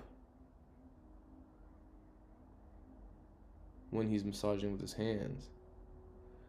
He was explaining that sometimes clients will ask him like, hey, like, how do you get your hands so warm? It's because he just uses the hot stone. Brilliant. Take notes, per massage therapist.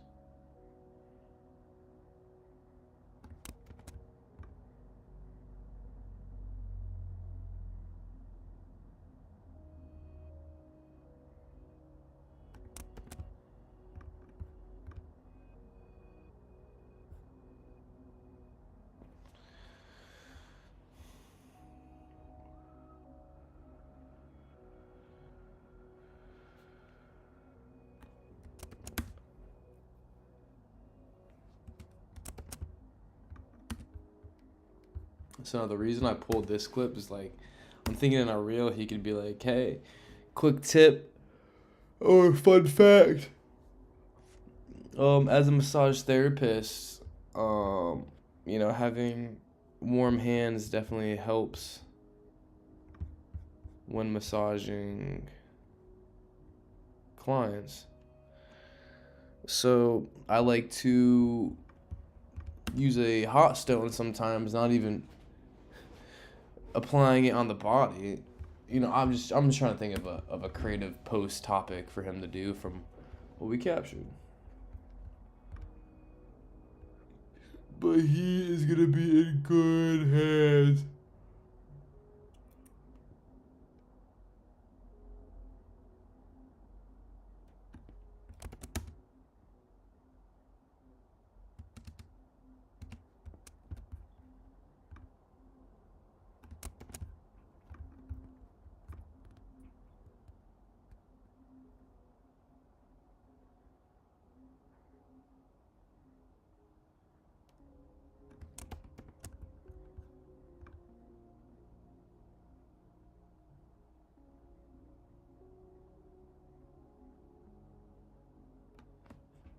Just a little bit before that, I'm thinking like right there.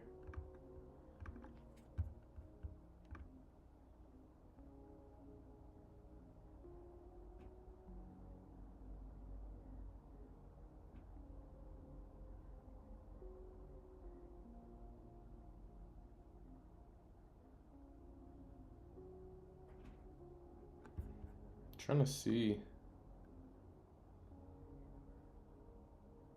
Oh, you can add a stream marker. That's pretty cool.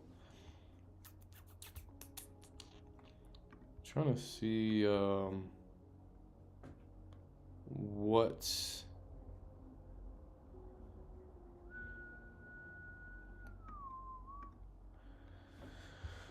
that vertical crop version looks like in YouTube Shorts of my live stream. I'd be very curious to see what that looks like.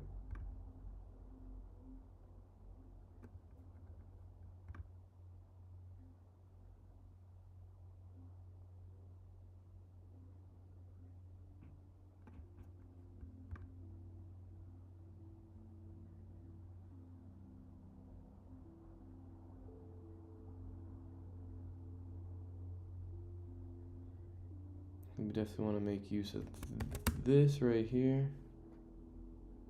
Boom. Probably good right there. Maybe another shot from here.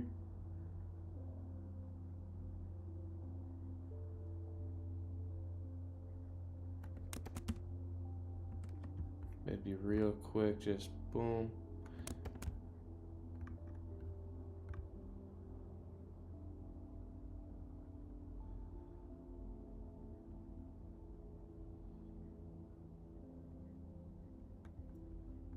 Definitely something right there.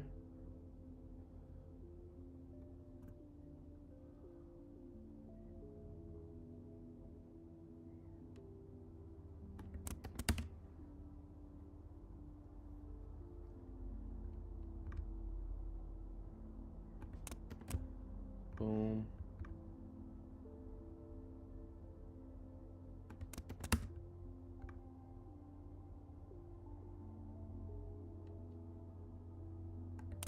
Boom.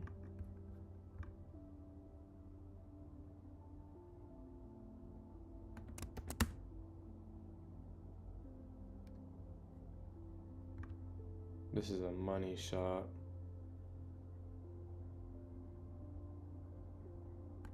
I think that's what other people want to see. Starting all the way from the foot. Ooh. And then even that.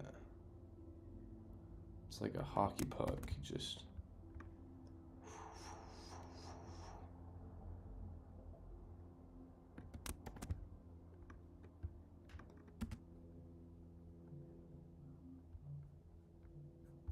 I think starting it a little bit later would help, like right there.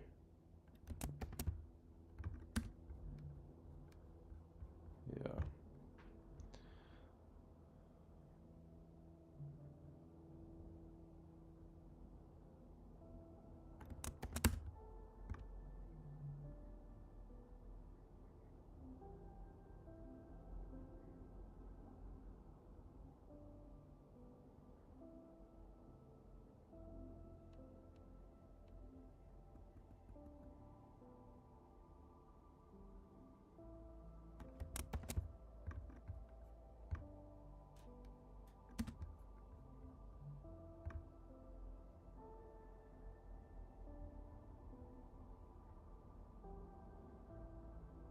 Moving the light. Let's see how much we have left. All right, so we're almost there. Got around like 9 to 10 clips left. We're chopping away here, stream. Chat. We are chopping away. And then back to the upper body here.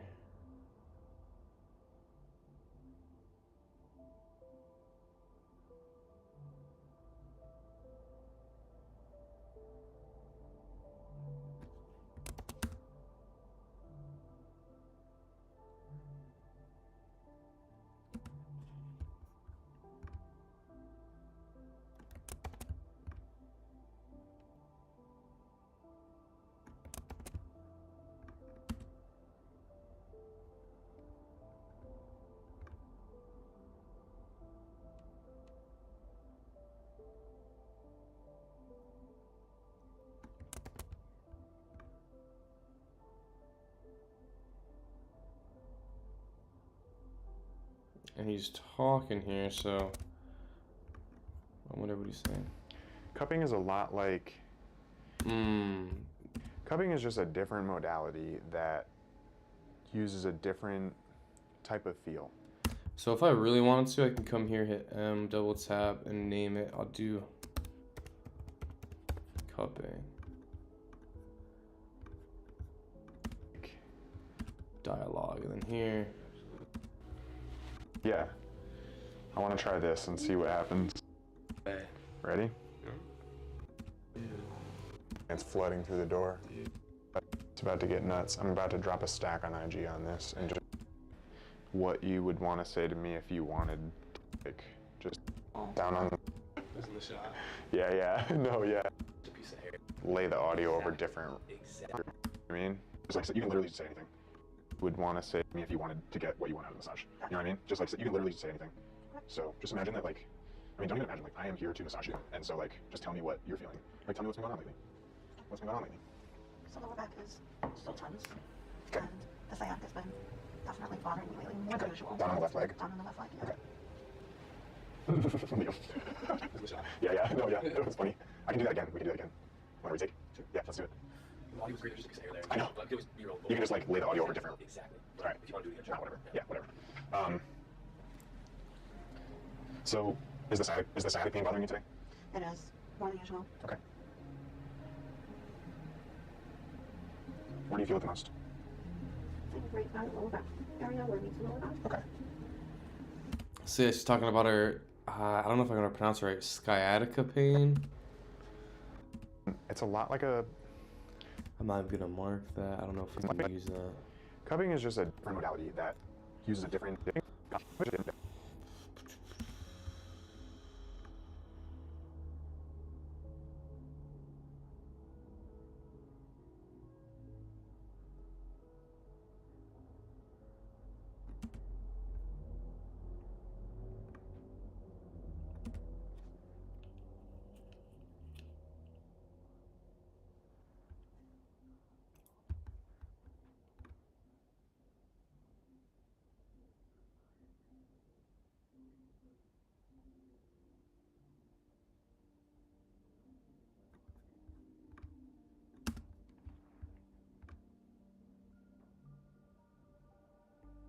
So yeah, he's talking a lot here. So it's not going to really make... Oh. It's not going to really make good use, or, you know, the best use of B-roll around these parts, unfortunately. Is it supposed to go like that? Yeah. Boop.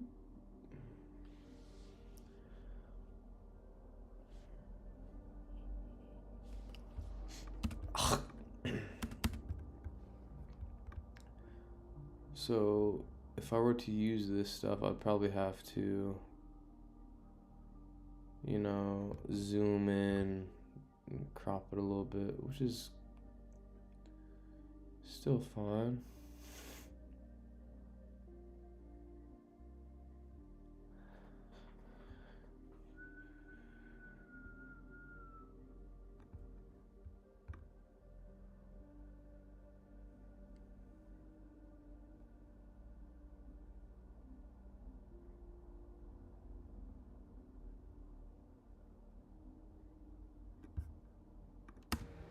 Yodeling.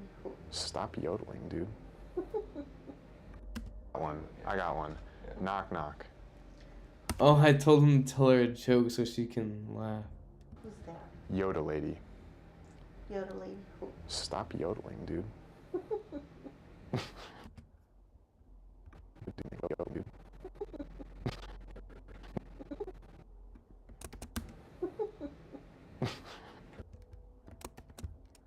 Yeah, we can use that for a little smile.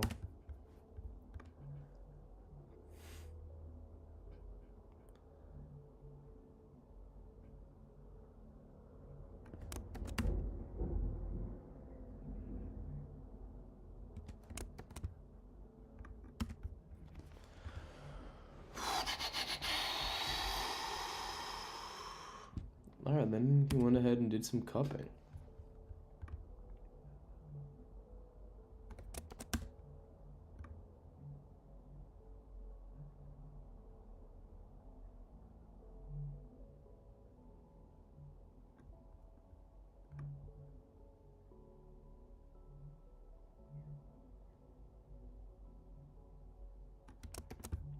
Perfect. Boom.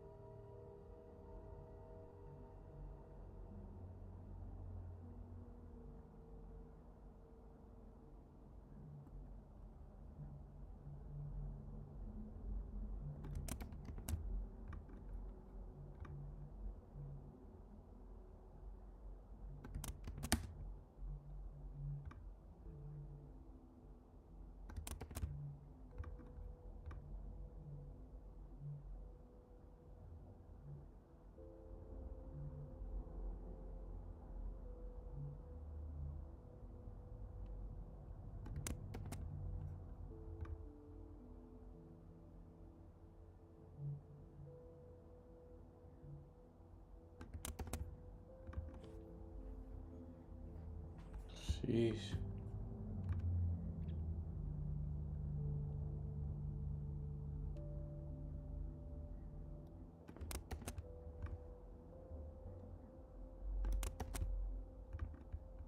Uncupping.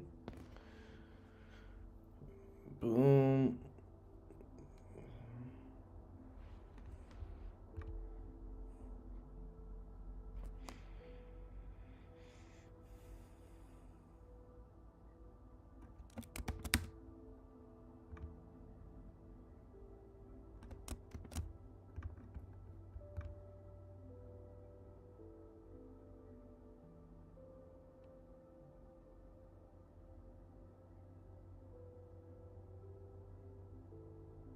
Yeah, and then we played with the sun here.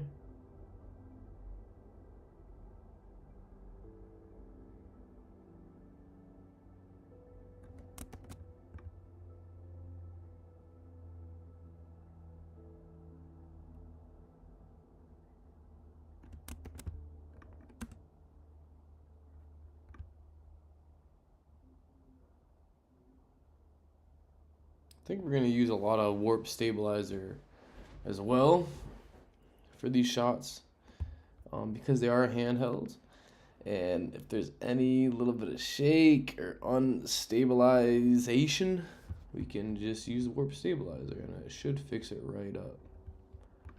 But we are cranking through this beautifully.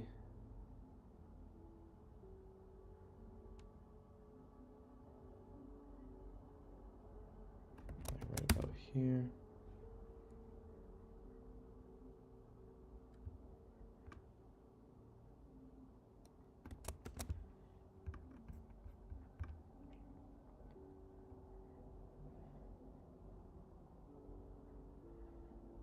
Yeah, I'm really liking those shots. I came around here.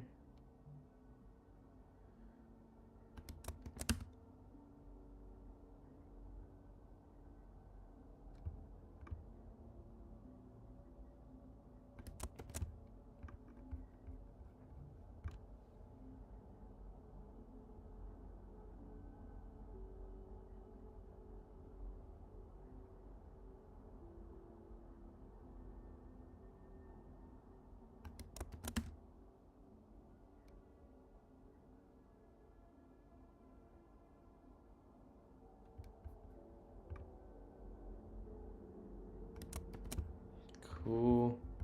Is there anything in here?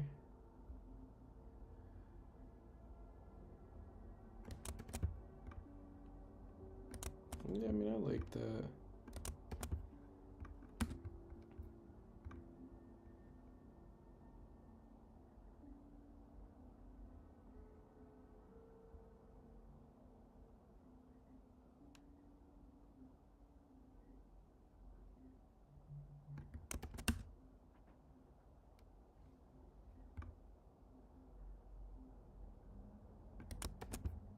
I guess we'll keep that too.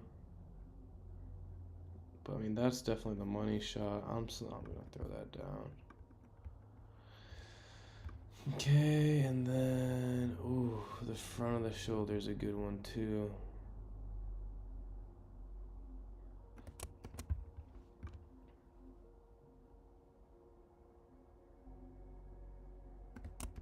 That's a cool kind of focus pull there. Boom, to there, love that. And then he takes her arm. Yep, right here. Oh. Every time the massage therapist does that, I'm like, thank God. So yeah, from here. So, probably cut it, and then we'll probably bring it back, like right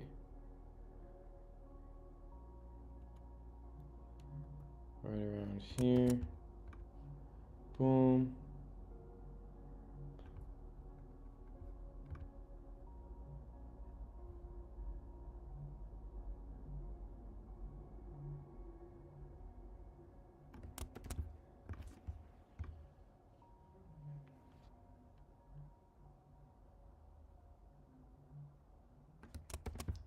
cut it right when the sun peeks in there. You don't need too much of it.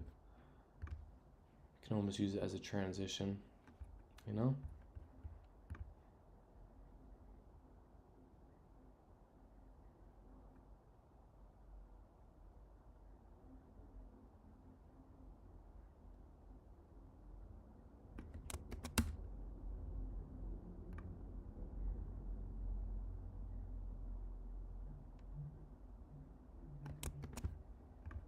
Cool.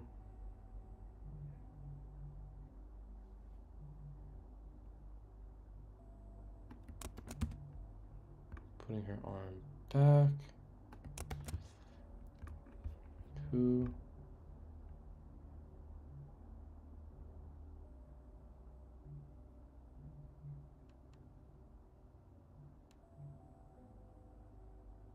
I think this is important right here.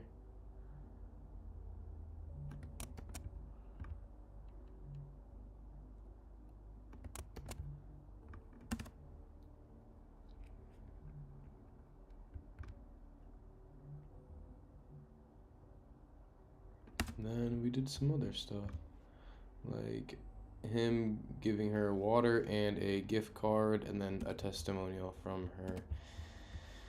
And we are going to cut up the A7 B-roll now.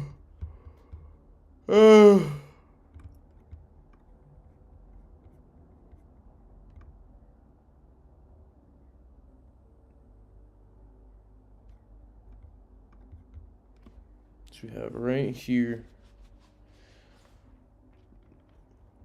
So, what time is it? 2:02. So yeah, we're just gonna cut this up just how we did before. Now this lens isn't as wide, it's a little bit tighter. So I'd say these are a little bit more of like the detail shots. It doesn't have as low as an aperture, so yeah.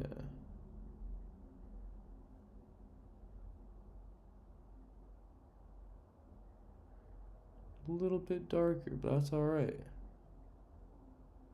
There's the testimonial. So yeah, we're just gonna crush through this. I'm gonna step away for a quick second, take a Waz, and I'll be right back, and we'll get to cutting that up. I wish I had like a screen to show like, oh, we're on break, but I'll be right back. Peace.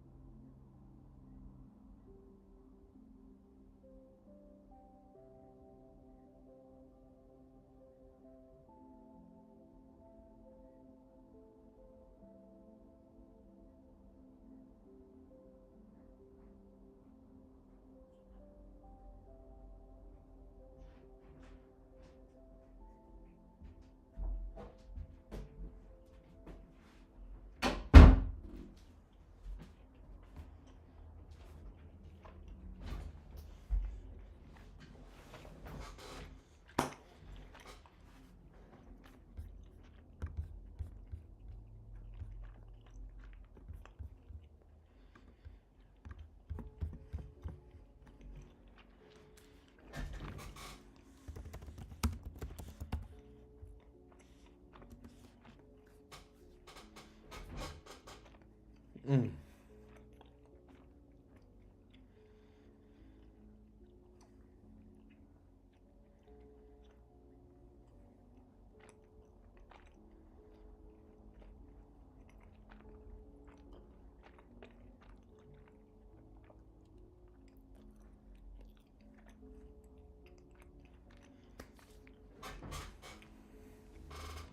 Oh God. Well,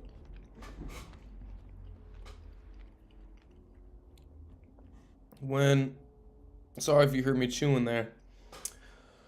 So my girl and I walk into Stu Leonard's, and we're looking for steak because she wants to do like this steak thing that she saw on, I think it was TikTok.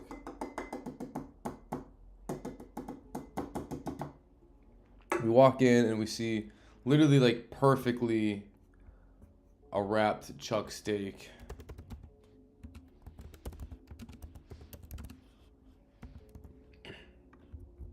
I don't know if we can get an image of it. Yeah. Boom, it looked just like this. And we're like, oh, like, yeah, we want steak tips. And like, it was a pretty good deal. Yeah, it was a slow cook. It didn't say slow cook on it though. Yeah, that's what it looked like. And it didn't say. I don't think it said stew meat either. It just said chuck steak. Yeah, something like this, like tenderloin, chuck. Basically, all I'm trying to say is we got the wrong steak.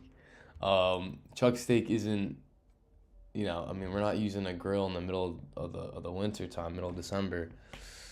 I don't think it's winter yet, but it's almost as cold.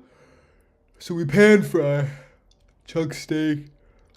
And long story short, it's just very chewy. Don't get me wrong, it's still good, but she refused to eat it, so there's just a whole bunch of chuck steak in the fridge, and I've just been kind of piecing at it. I just kind of think of it as beef jerky. She seasoned it terrifically. It has that nice flavor, that nice marinade juice and whatnot. And it tastes great. It's just you're chewing it for a good time. That's why I came here. I was chewing, but it's the shoulder of the cow, and it's good for like a pot roast or a stew. We didn't know that. It looked great how it was packaged, just like this. And I was like, oh, say less, and I'll save us time. You don't gotta cut it up, cut all the fat, whatever. Wrong decision. Make sure you guys know your types of steaks. I think that's just a part of like growing up, is like understanding there's different types of steaks, there's different ways you can cook it. There's different types of coffees, there's like Americano, espresso, Colombian, Guatemalan. I'm like, what? Just give me a coffee. What? I just want a steak. Like, you know what I mean? It's like, there's things you gotta learn, different ways to cook, different ways to do these things. So, yeah, I've never been a cook. I've always, gotten my meals made for me from my dad. So, yeah. I feel like editing and cooking kind of go hand in hand, but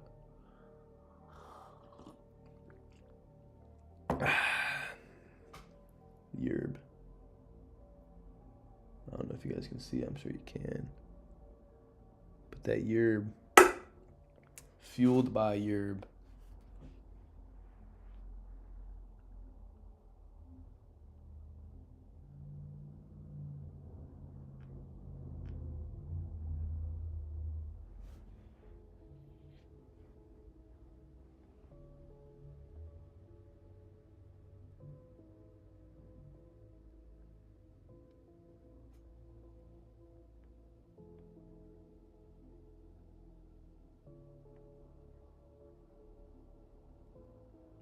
Whoa.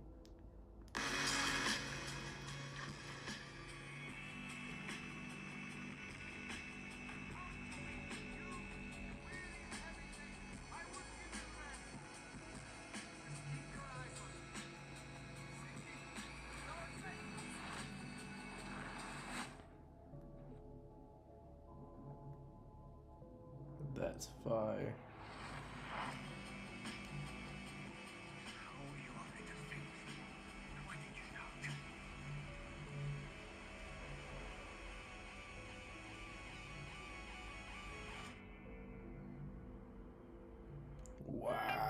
if that's AI, that's nuts.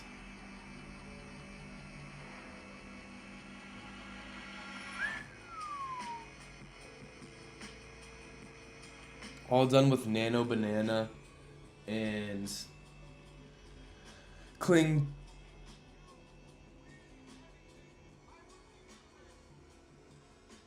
It's a visual of Jesus walking on water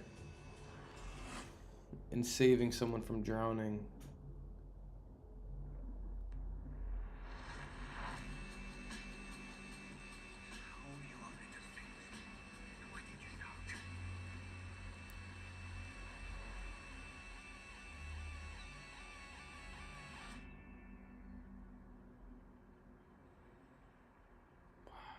So yeah, it's actual scripture story. I gotta read the Bible more.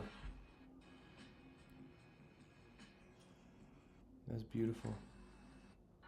Someone commented AI with a thumbs down. That's not a thumbs down, brother. That is a double thumbs up.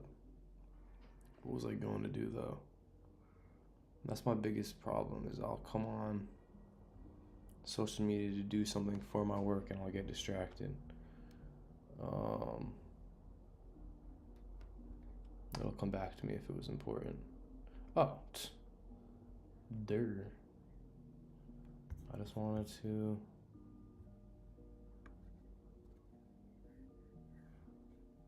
throw this on my story. Have some people pop in.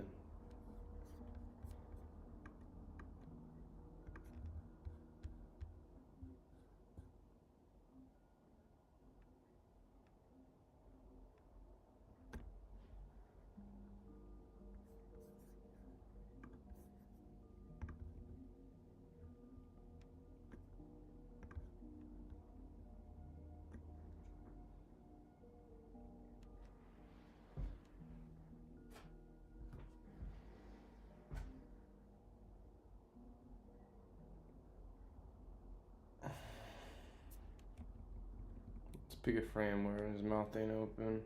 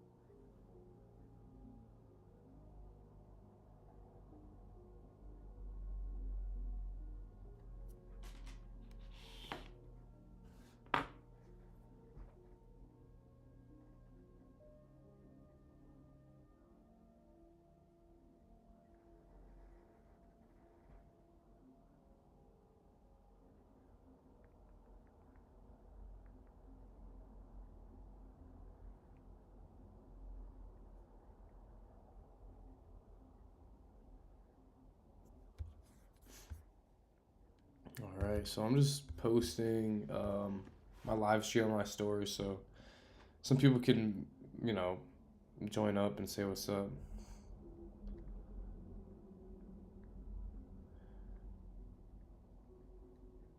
But yeah, no, nothing too like super interesting today. Just, some good old batch editing reels for a client.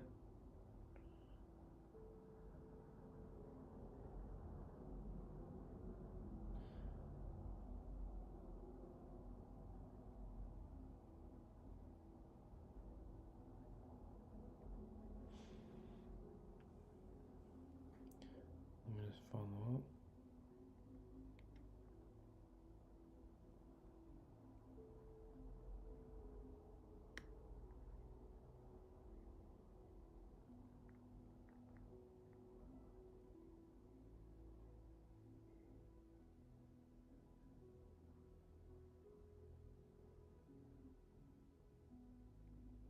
All right. We are good to go. It's important that when you're working, you take your phone and you throw it. You throw that shit out the window, bruh. Nah, do not disturb works. But no, and be sure to follow up with people and respond to your friends and family. But when you're locked in, you're locked in. All right, so hey, cheers. We're gonna drink some more of this. We're gonna cut up the B-roll to this one, and then we're gonna make some subsequences.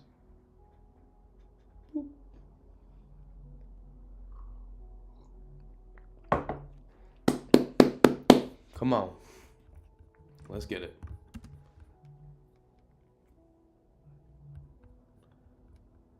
So here we just did like a little intro of her walking into the commercial building. So shout out to Andrew. If you want to get a massage by him, one, he's freaking awesome as a person. Two, he's great at giving massages. From what I've seen, I've never, received a massage. And he lives in this space where he has his clients come, which is very cool, very interesting setup. Yeah, so this is like a commercial building / like residential building in Middletown, Connecticut. So he's just got the vibe set up. So we're just gonna edit this kind of intro clip. So I had her come in from his perspective, like, boom. And then he gets up.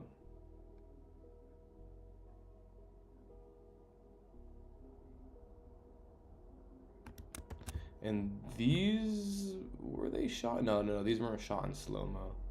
These were all in 24. I usually don't go anything over 24 frames per second with my A7 III because you can only shoot 4K in 24 on your A7 III. So I wouldn't want to hinder my quality by boosting up to 60 or 120.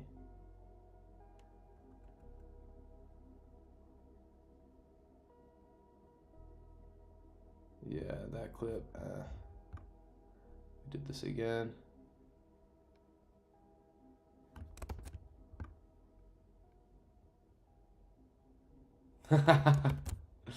He's a really funny guy too.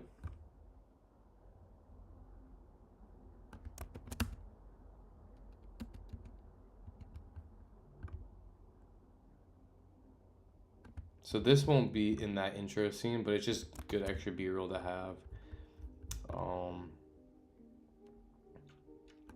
So yeah, just to go back to give you guys some more insight on this project, I did a whole content strategy for him.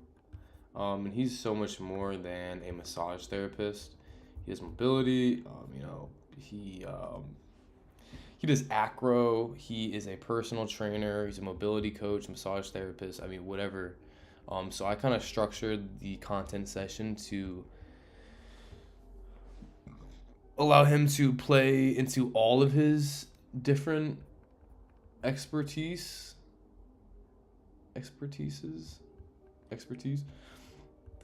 So I did different content pillars you know, so we did massage storytelling content of, you know, him getting a client, intro, greeting, doing all that, talking during the recovery, over all this stuff.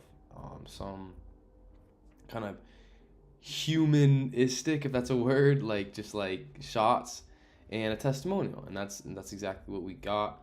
So I came up with some content ideations with some like rough scripts, some bulleted scripts that we banged out, and that's what you're gonna see at the end here is just him kind of just like talking them out, whatever he felt he wanted to do, and yeah, testimonial. And then 8 to 12 reels, deliverables, photo content, 20, 30 edited stills, right? So we're not taking photos. I did the first shoot with them. I took actual photos, but we're doing stills. So I'll take from the B-roll and I will take stills, you know, which is very simple to do inside of Premiere. And yeah, just some additional assets. I put this in here in case she wasn't willing to give a testimony, but she did, so it's not essential. And yeah, pricing, shoot schedule, just so it's all in one thing. And that's not like set in stone needs to happen. It's just kind of like a rough guideline that we can use as structure for our shoot day, so we both know what we're getting out of it. Boom, this is a cool shot, so boom, boom, around the corner. I like that a lot. So we're gonna blend all this together.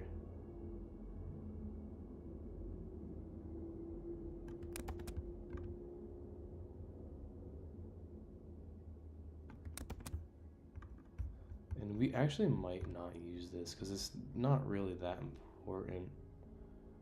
But they really insist, or he really. So like anything that we shoot during this time is game, it's fair game. So basically the body scrub is, we're gonna start with a dry brush. We're gonna dry brush your skin.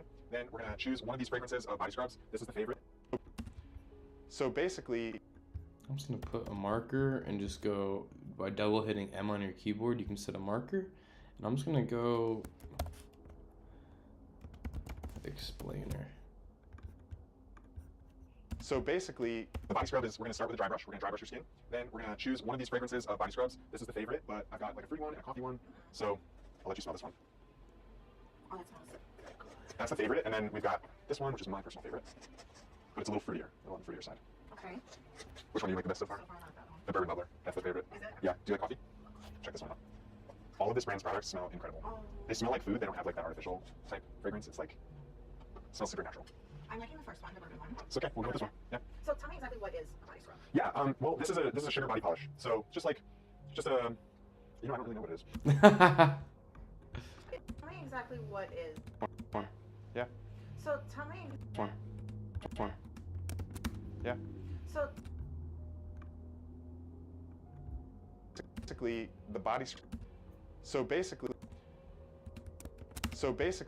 the body scrub is, we're gonna start with a dry brush. We're gonna dry brush your skin. It smells super natural. I'm liking a body scrub. Yeah. Well, this is a sugar body polish. So just a, you know, I don't really know what it is. It's just this stuff is basically just sugar, oil, and whatever fragrance they put in there. But this brand's products are just amazing, and they do a lot of skincare products. So it's like, I don't want to say it's all natural because it definitely isn't. But well, it says it's 94.5% natural. That's fine. So. I was like, what does a body scrub entail? Yeah, right, so- That's what I'm sorry. Yeah, that's all right. It takes this. This is like an exfoliant. So when you rub this on your skin, it takes. Entail. Yeah, right. So. I was like, what? That's fine. What So- I meant was like, what does a body scrub entail? Oh. I was like, what does a body scrub entail? Like, Yeah, right. So. That's fine. I'm sorry. Yeah, that's all right. It takes this. This is like an exfoliant. So when you rub this on your skin, it takes some of the top layer of like the dead skin cells off and leaves your skin feeling smoother, and it smells really good. But my favorite thing about it is that it is super relaxing. I love the sensation. It's like a really novel sensation. It's a totally different type of massage, and I find that like when I'm sore, I wake up feeling super relaxed from this type of a session. So that's why I started offering them. The first time I had a body scrub, I was hooked. So. Nice. The first time I had a body scrub, I was hooked. So. I was hooked. Nice, So- nice. So yeah, I'll just use this as like explainer. Body scrub. So basically, So wait, let's keep. So we're gonna put the body polish on and we're gonna take it off with these hot towels, and then afterwards we'll go through with the hot stones, and it's gonna be a whole process. It's very segmented, very structured. You don't really have to do. So we're gonna put the body polish on and we're gonna take it off with these hot towels, and then afterwards we'll go through with the hot stones, and it's gonna be a whole process. It's very segmented, very structured. You don't really have to do anything, and that's why it's so relaxing. Nice. I'm so excited. Yeah. So yeah, we can just get into it. We can do it. We can do the thing. He's We're hilarious. gonna put the body polish on and we're gonna take it off with these hot towels. So yeah, this could be like We're gonna put the body polish on and we're gonna take it off with these hot towels, and then afterwards we'll go through with the hot stones, and it's gonna be a whole process. It's very segmented, very structured. You don't really have to do anything, and that's why it's so relaxing. nice, nice, nice. Yeah. So this is all A-roll. Nice. And then in the actual shots of him doing the hot stones, doing that, we can throw over this and we can cut any audio out that we don't like and just kind of direct. Yeah, we can just get into it. He's- I will step out of the room. You're gonna hop between these sheets. So that's what we're gonna do today. So I will step out of the room. What we're gonna do today. So that's what we're gonna do today. So I will step out of the room. You're gonna hop between these sheets here, and you can keep on as much clothes as you want. You can take off as much clothes as you want. The table is heated, if that's okay. Let me know if it's too hot or too cold in here. I'm gonna shut the door, let you do your thing, and I'll come back in a minute. Sound good? Okay, thanks.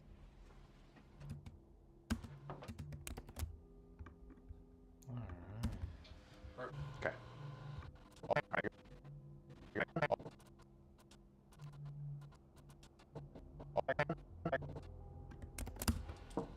All set, Cassandra? All right, here we go.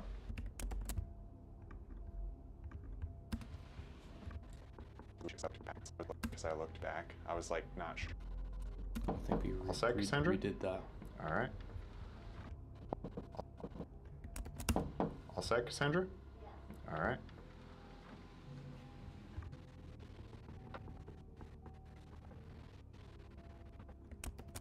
Yeah. This one could be, in the yellow as well.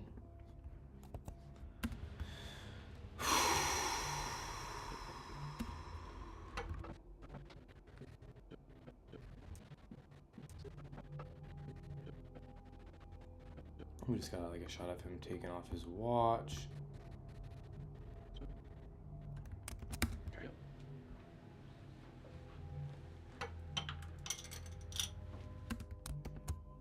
Because why not? We might not even use it.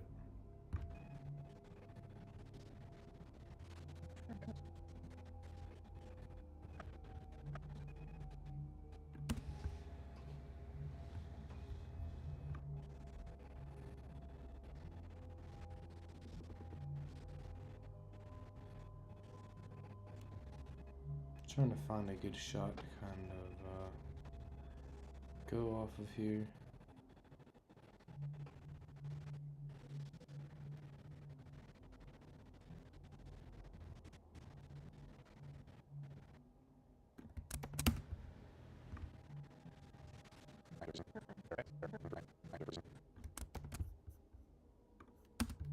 Let's mute the sound. I don't think we're gonna need any of this audio, so. Oh, he went right for that scrub.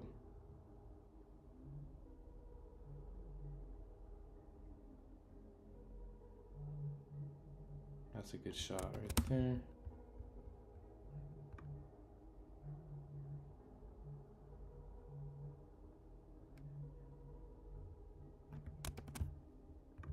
Cool.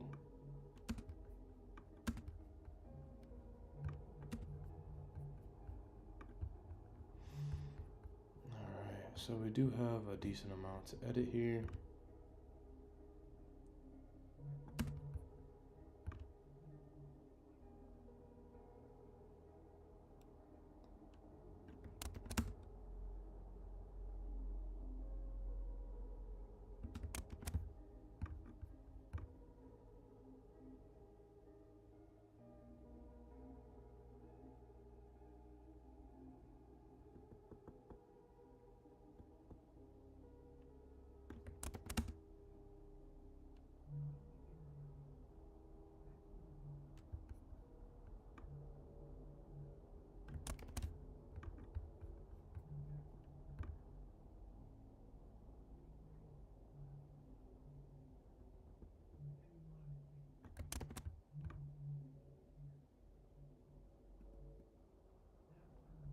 I actually have my camera on auto ISO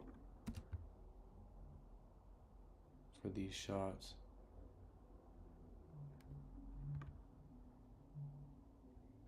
Which I normally don't do. But you can kind of see it.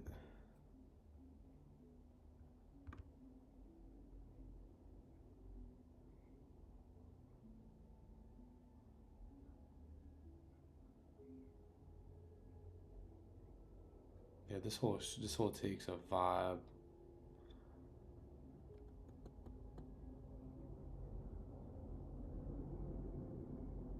Up to like right there. I think this whole sequence is dope. Could be its own reel. So like from like right here where he's pulling back.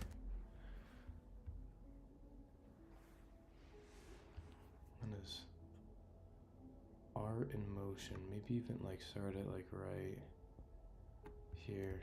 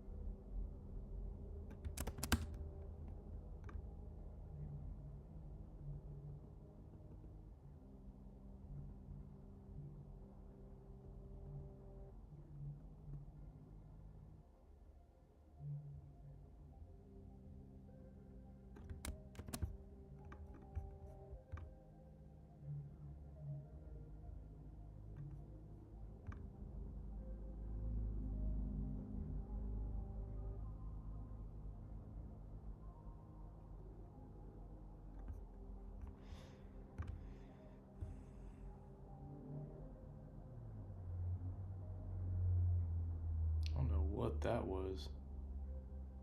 It's a crazy lens flare from the sun in the window.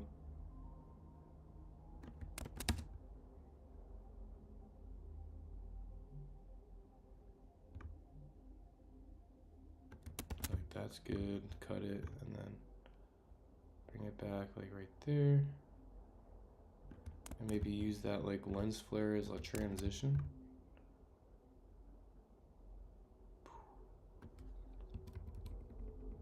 Yeah.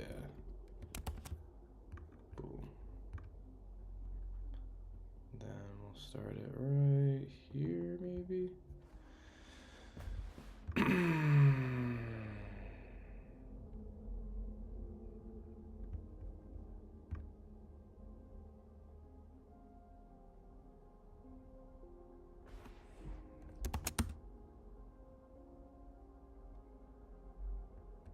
Yeah.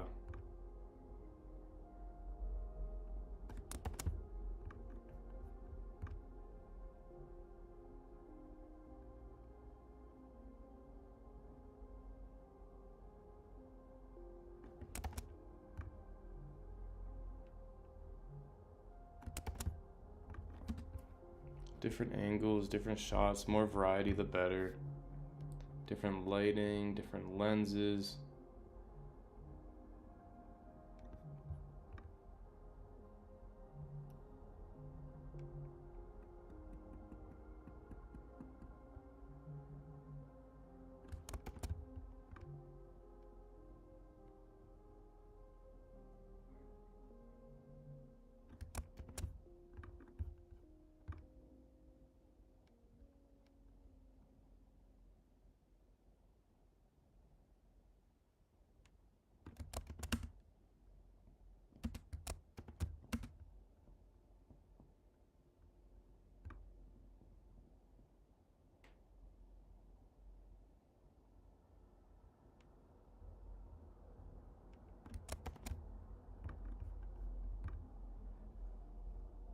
I think the more I fiend for a massage watching this, the more I know it's good material.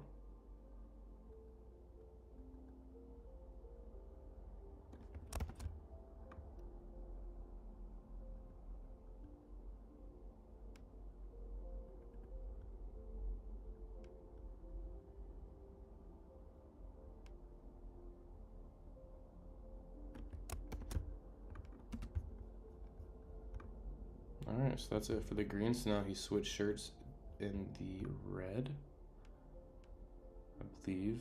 Yeah, it's green, and now it's like purple. But I was also switching cameras in between to get more tighter shots and to get more wider shots. Whew. But what's going on? This is the 10th live stream I've done, and we are editing some reels for my man Andrew Gonsalves, massage therapist, mobility coach, acro legend. Met him through my cousin's fitness brand, Set the Standard. I mean, he was a stand-up guy, you know.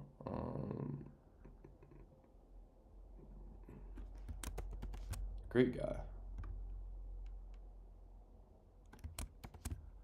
So yeah, we're doing some reels for him. Got some great footage here, and this is just the first pass. We're just going through all the footage and just picking out the best of the best, and then we're gonna condense it down, separate them into separate reels depending on things like the tools he used, the shirts he's wearing, right, his wardrobe, the body parts he's massaging, yeah, all things like that. We're gonna blend it together with the wide lens, which I was shooting on my FX3, and the tighter lens on my A7 III, and we're gonna add some music. We're gonna color grade them, and we should get around 8 to 12 reels total. He had given me 14 trending audio sounds on Instagram. So yeah, it's great. It's looking great. I'm just gonna take a second to eat a beautiful tangerine here.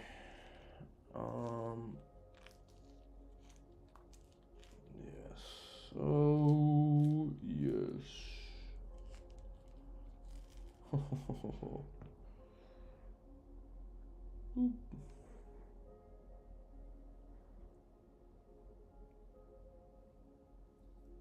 Man, oh man, what a world we live in today, huh? What a world. I can literally be sitting in my studio, in my apartment,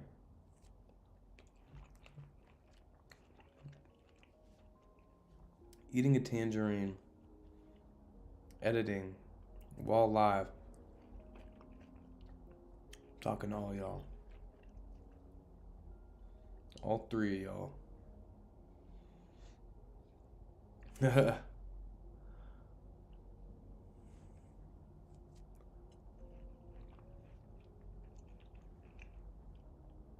Looks like, I mean, fairly enough, it is 2:42 on a Tuesday afternoon. So everyone's working.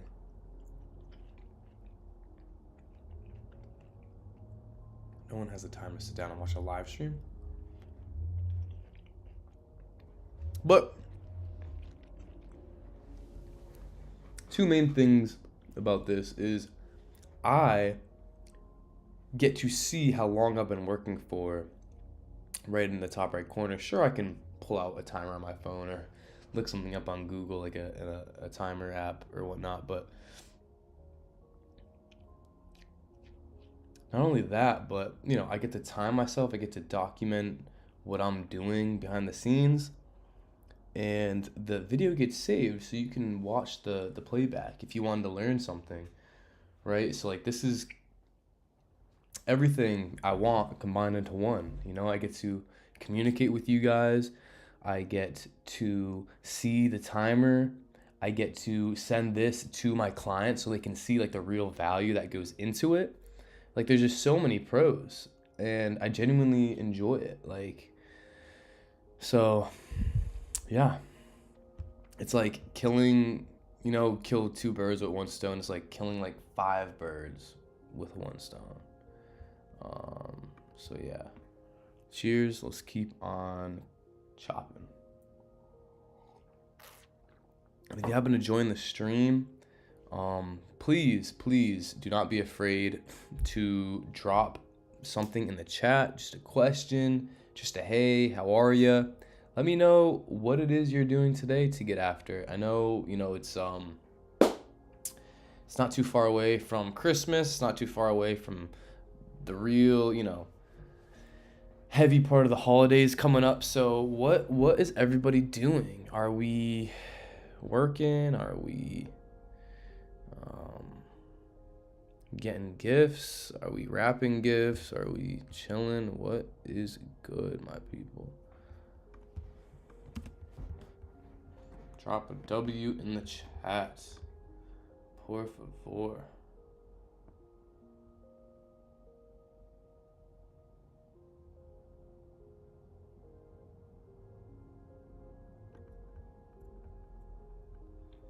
And just like a quick little tip, when I am doing this and I'm editing, I like to, the more zoomed in you are, the more fine-tuned scrubbing you can do. So if I were to be all the way out here, it's like, if I move my mouse a little bit, it's gonna go really fast. So the more zoomed in you can be, the better. I like to use this and just kind of, you can go in the middle here and you can make it so you can see this full clip in your timeline. This little bar here allows you to kind of be more precise with this. That's why I like to use it. And so yeah. So I know I just need to bang this whole chunk clip out until I can move on to the next one.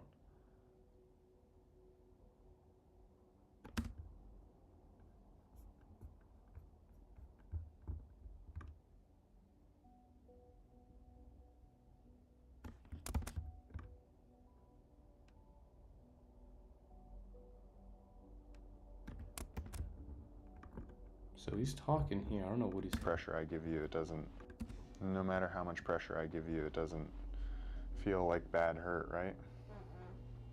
I know. No, massage doesn't have to hurt. It's supposed to feel relieving and good.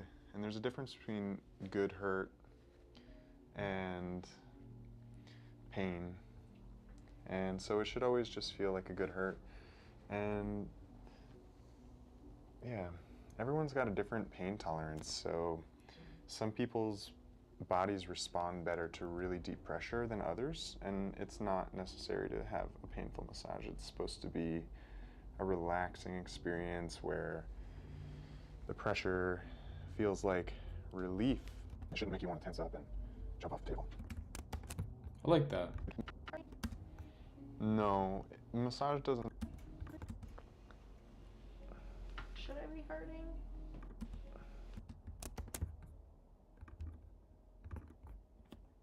So just double tapping on my keyboard, I can mark this as should it be hurting?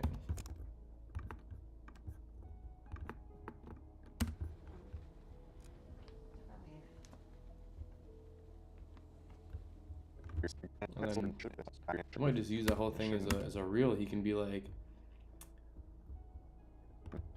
Supposed to feel pain. During a content shoot last week, a moment was captured where the client asked if pain, if the hurt she was feeling during massage was usual, or if you should feel hurt, if you... Should I be hurting? Should I be hurting? Bodies respond, a relaxed, like... That's a great question. Relief. Like people have is like, when you go into a massage, should it hurt for it to be beneficial? and he explains it. So that's good right there. And then so now we're just continuing to pull B-roll.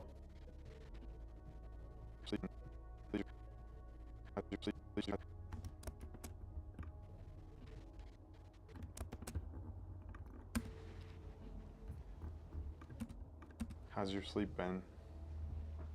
So great. You've been sleeping well? I've been sleeping so well. Okay. That last stretch did it. You're just working on. You're just working really hard. Okay. I've been sleeping well. Okay. That last did it. You're just working on. Just working really hard. Just working really hard.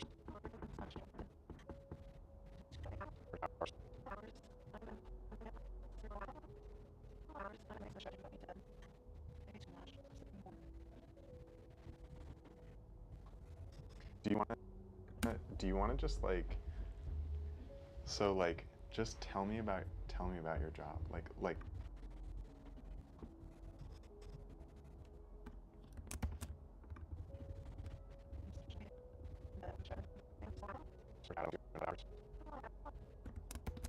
lot of hours. I am implementing some of the stretching that we did.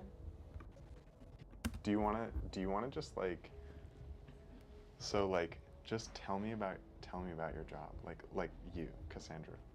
Just be you. Just tell me what work's been like. I know you've been working like a motherfucker. Work, okay. Tell me about it. Do I tell you what? Just tell me about it. Work, okay. Tell me about it. Do I tell you what you do?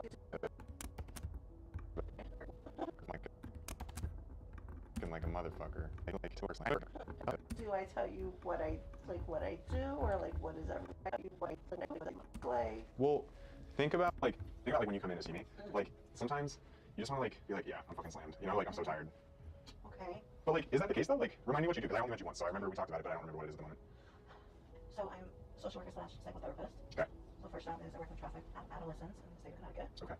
So CDH or no? no, it's a nonprofit organization with DCF. Okay. And then the second job is on a second therapist. So I just said.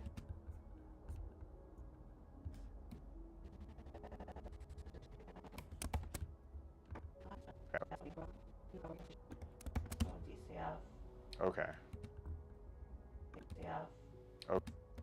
Okay. And then the second job is on a second therapist. So I just said. How many work weeks? I don't. Yeah, I don't think the dialogue here is too good for real, but just like the facial expressions and like the communication between them both adds for just a great feel, because it's portraying that they have a good connection, right? In any industry, you want to have a good connection with your client. I do private practice. Okay. So a lot of it. How many hours do you work a week? I don't want to put that on camera. I'm gonna say roughly between 35 to like 50. So. So.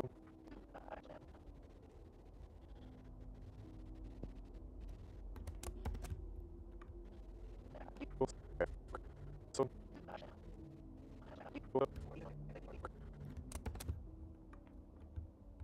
So.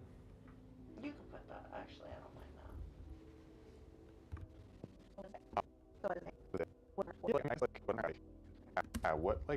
What I'm trying to figure out is like what do you basically like what you know, like what is like relaxation for in your life? What does it help you with? And that's kind of the idea of like what I'm trying to figure out. What, you know, like what is like what basically like what do you, what, you know, like what is like relaxation for in your life? What does it help you with? And that's kind of the idea of like what I'm trying to figure out with you. But it sounds like you just have like it sounds like you genuinely have like a little bit of like sciatica in your hip and low back. And I'm trying to figure out like maybe if I can link that to something. Like, are you driving a lot or sitting a lot? I do drive. That is majority of my job, obviously, like the sessions. You do telehealth too? I do a little telehealth every 4 in person. Okay, I see. At the same time, for the first job, I would say 85% of the job is driving, because I drive the whole state of Connecticut. Oh, I see. So I may have a client who's 2 hours away. I see. So you spend a lot of your time driving. I do spend a majority of my time driving. Well, there you go. So sitting in a car a lot can create a lot of stress on the low back. And that, you know, that amount of driving time accumulated definitely, I mean, I noticed that when I drive a lot, it definitely tends to irritate my low back. So, you know, like that could be like a big contributor to why you're having those kinds of symptoms. And that helps me kind of understand where you're coming from so I can figure out some different types of strategies to help you deal with that and manage that pain. Do you like driving and like see clients? Is that what you prefer? Or do you plan to like add that into a different, like different ways when you're okay? I don't like driving. I don't have to for me, but I do like being free on the road. I see. I can't just sit in the Gotcha. I do So you don't think about it too? No. I see. Okay. So we'll come up with some strategies for moving around. You have a car, and while you're in the car, some different movements that you can do to like give yourself some relief. And yeah, I was literally just having the same conversation with Liam about pelvic tilting and how like the low back tends to get irritated when we sit in the car for a really long time. And that's real. As like, during 90-degree weather, I have the heated seats on because I feel like just that's relief for me. Okay. I think we're gonna move towards a body. I love it. I actually love it. As I was recording it, I'm like, this probably isn't gonna work, but listening to it now, that's honestly awesome. You prefer, or It's like, you're my client. I'm here to make you comfortable. All I want is for you to actually be comfortable in real life. Okay. This is very real life right now, Cassandra. I'm good. You're fine. Okay, cool.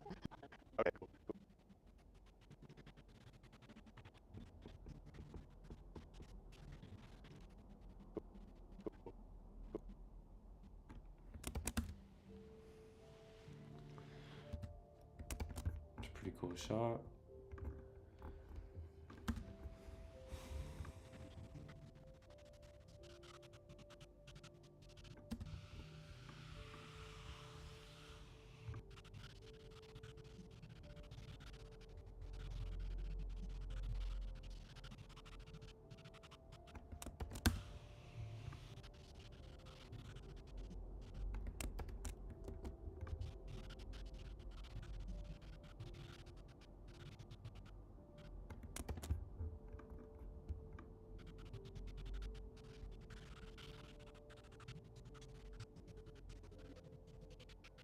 Yeah, the one thing I don't like about this is the auto ISO. I can see it's not the end of the world, but you can just tell I have auto ISO on the camera. You can see the exposure kind of fluctuating, which is interesting because I've never used that before.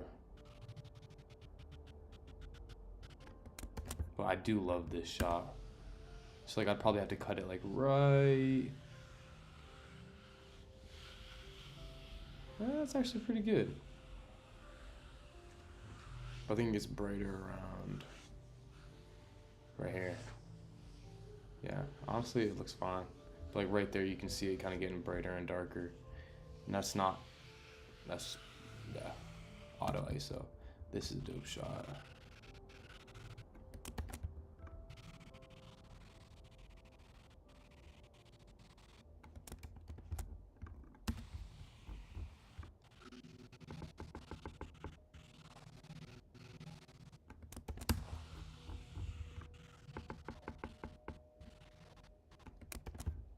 Very cool.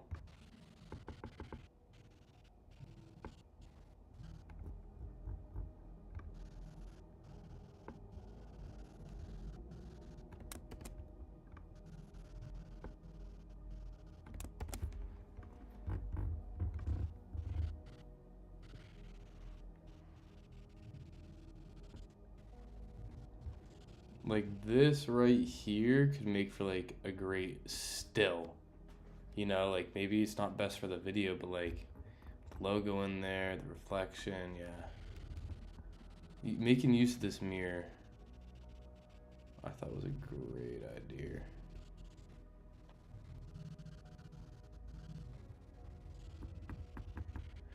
So yeah, we'll come back and grab stills. For us. Yep. Alright, let's go like this. So yeah, we already got a bunch of this on the wide lens, on the FX3, but this would be good just to mix in between, just for like a different kind of tighter look. Yeah. Switch it. Go for it.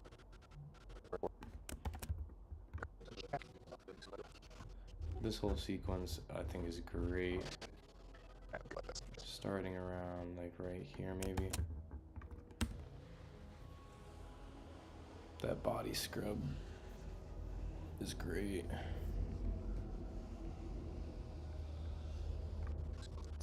Pick it up and squeeze it. Ready? Oh wow, so now we're already on this one, which was the last of it. Just like pick it up and squeeze it. Ready?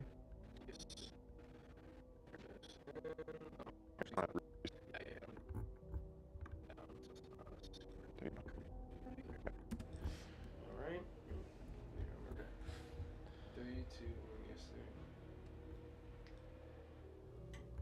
Blow this on.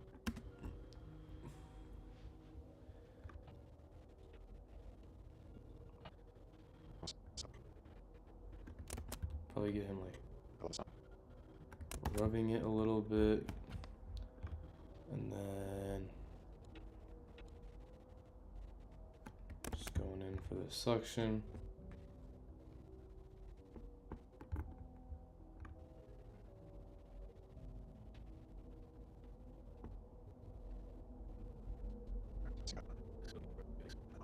Yeah, I think that's great. I think that whole sequence is great. Go. Sink on.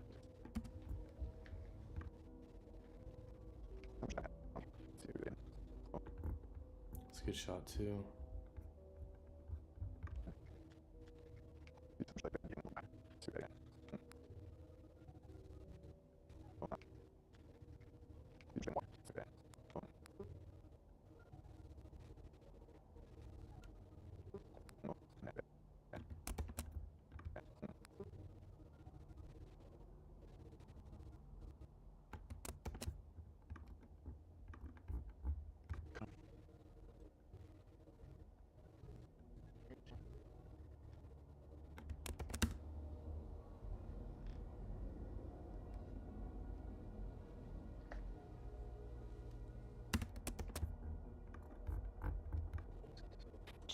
Just so much in it. Yeah, that's an orange really good. Yeah, that's really good. Get rid of that one. He redid that, so just boop, boop, boop.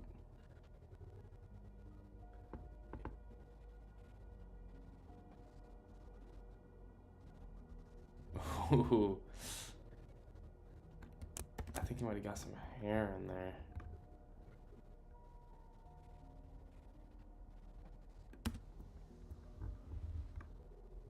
Which can't feel too good.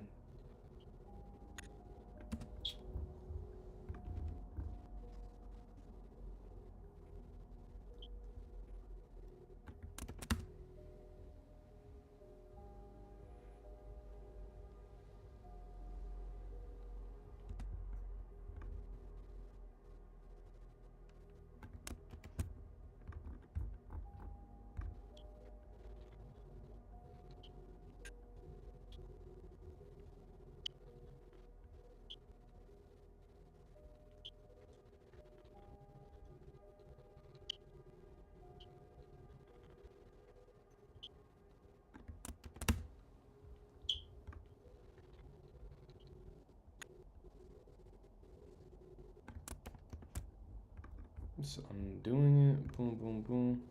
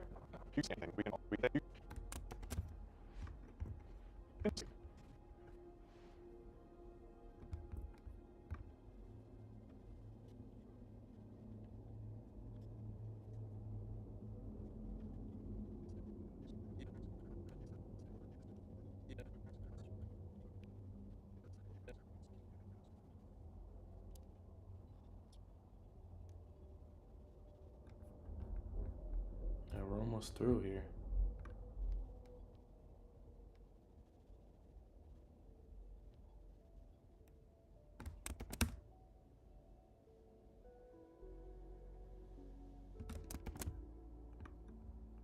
It's good. We got a lot of close-up massage stuff, so I think having like Andrew full bodies is good to incorporate as well. Let's see what we can pull from here.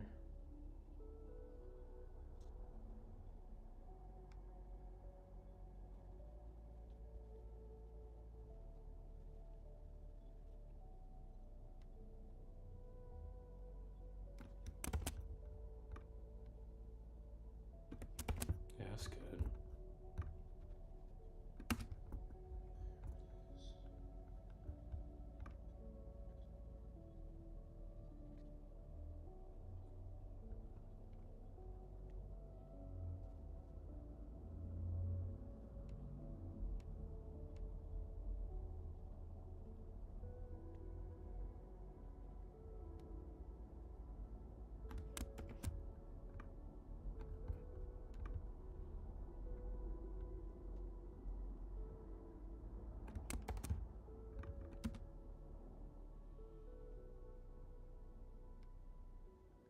Wow.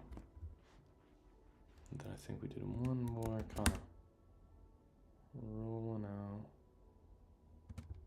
Nice.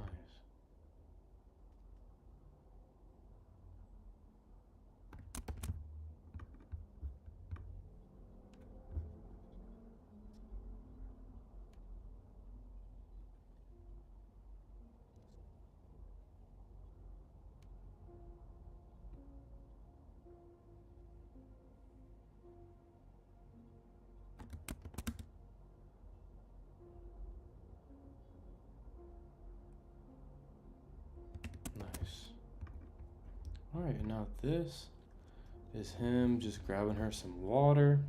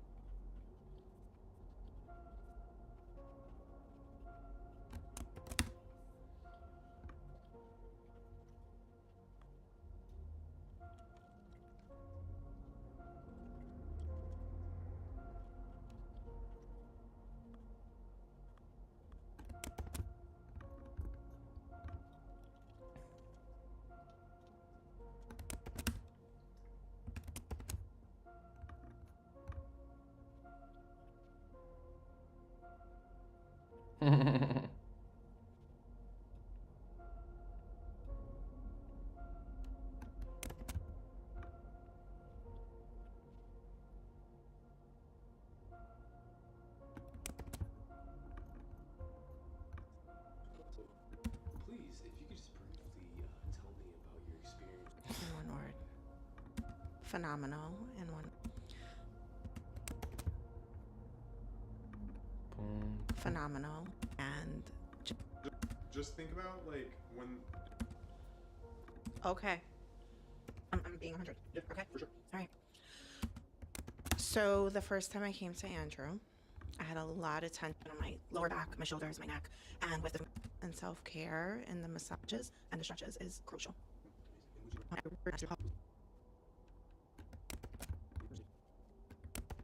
100%. Everyone, please. And he travels.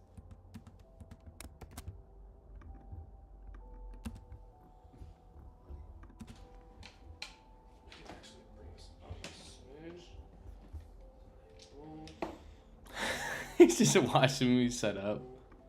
Look into the lens how you were before.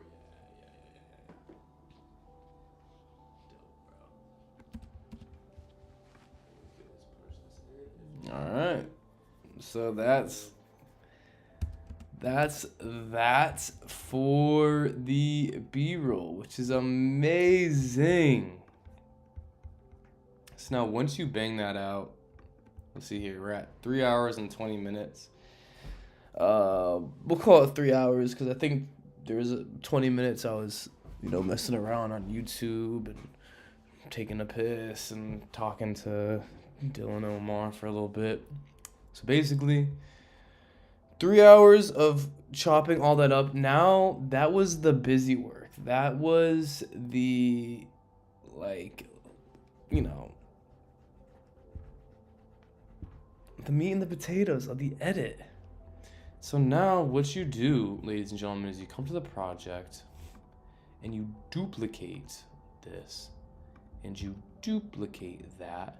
And I just like to rename it A73 cuts FX3 cuts.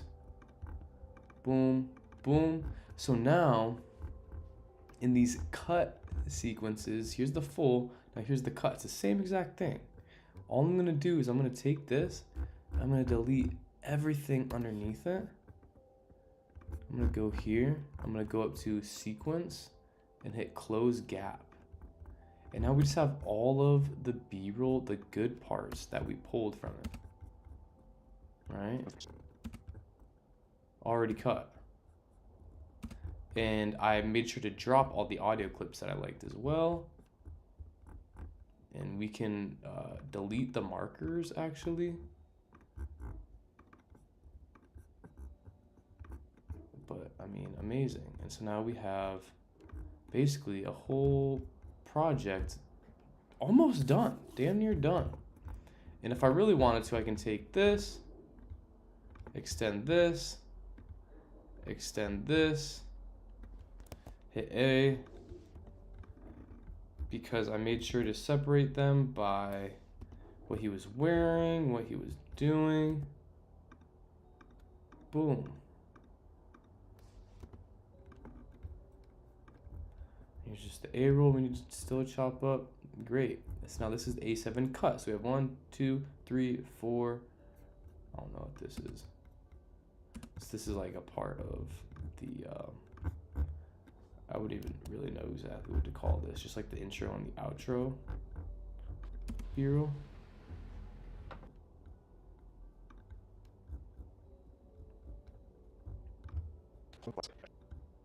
Yeah. And then, oh, it's just such a relief to now play with this rather than this. Understood? 1, 2, 3, 4, 5, like 6 reels. Not exactly, because we're gonna break like 3 out of here, maybe 2 out of here.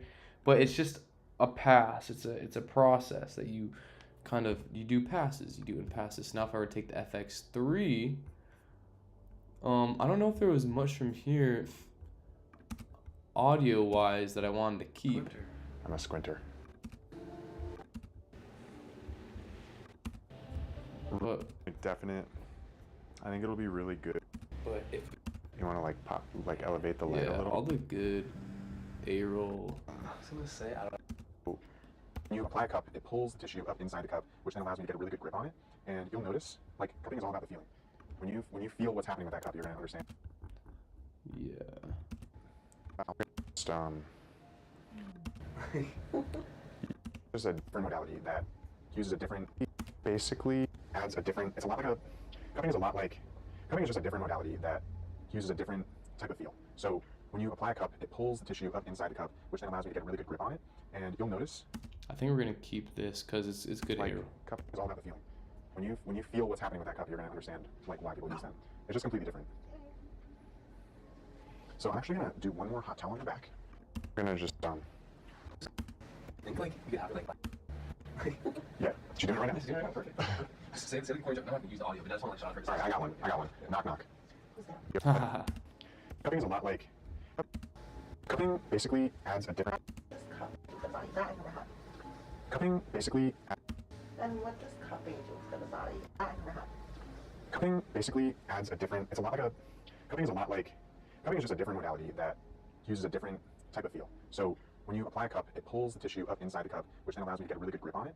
And you'll notice, like, cupping is all about the feeling. When you feel what's happening with that cup, you're gonna understand like why people use them. It's just completely different. Cupping is a lot like cupping is just a different modality that uses a different type of feel. So when you apply a cup, it pulls the tissue up inside the cup, which then allows me to get a really good grip on it. And you'll notice, like, cupping is all about the feeling. When you feel what's happening. Yeah, I don't think we're gonna use that. basically adds a for the body. That I've never had.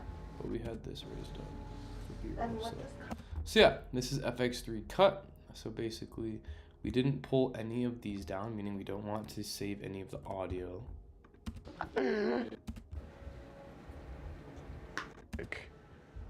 Like we did for some of these in the A7. So we're just gonna go ahead, shoop, delete all that, take all this, go to sequence, and then close gap. Great, and that just took it down to 18 minutes of footage rather than like the whole hour we had. So now this is a separate angle of the interview. And so now what I'm gonna do is I am going to take this, hit Shift U, which creates a new subsequence. I'm gonna open that up. I'm going to rename it interview. I'm going to go here. I'm going to drag this on top. I'm going to go and select all of them and hit synchronize. Audio track channel 1, and that should sync both of them up beautifully. Should hear a little boop, yep. That's a recording. I can just take this, drag it up, because I know I didn't, record anything there. Ready? We're rolling? We're doing it? All right. So the first thing that I want people to know. So the first thing that I want people to know when they come to see me is that massage is not about just your muscles. It's about you as a whole person.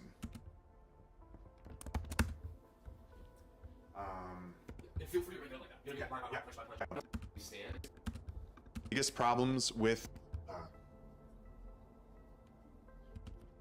one of the biggest problems when we try to solve the issue of back pain is thinking that it comes down to just one issue, one muscle, one movement, one ligament, one nerve,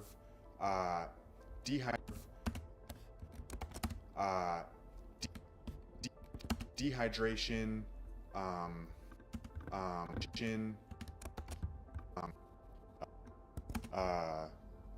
like just your pillow, just your sleep, just sleep, just and we tend to oversimplify it down into just one thing when really it's so many different factors put together. I think, is this one? So the first thing that I want people to know when they come to see me is that massage is not about just your muscles, it's about you as a whole person. One of the biggest problems when we try to solve the issue of back pain is thinking that it comes down to just one issue, one muscle, and to just so many different factors put together. Is this all like one reel that you've seen so far? No. No. So the first one. You could chop these up into different pieces. I mean, they could go together. Like think about it, logically. Like, I don't even remember what the first thing I said was, to be honest. Yeah, this is a good talking point. A lot of times we tend to focus on why. A lot of times we tend to focus on why our body hurts, why our muscles. Sometimes we tend to focus on why our body hurts, why our muscles hurt, why we're on why our body hurts, why our muscles hurt, why we're having pain. But a lot of times the really important thing to focus on is what we can do about it. And a lot of times being able to take action and take control over our pain experience is what we really need, rather than to understand and figure out why our body hurts. Why our bodies hurt. I think I'm gonna try to do that again. Yeah, cool. Like just in between, like, okay, that's cool. You do like that's yeah. Let me know. This is really traditionally how I do it. Usually I feed it to the person. You know, like, Right. What's this? I'll definitely say it. So if you just run the show, they just say. There was. A lot of times when we're in pain, we're trying to focus on. Sometimes we tend to focus on why our body hurts.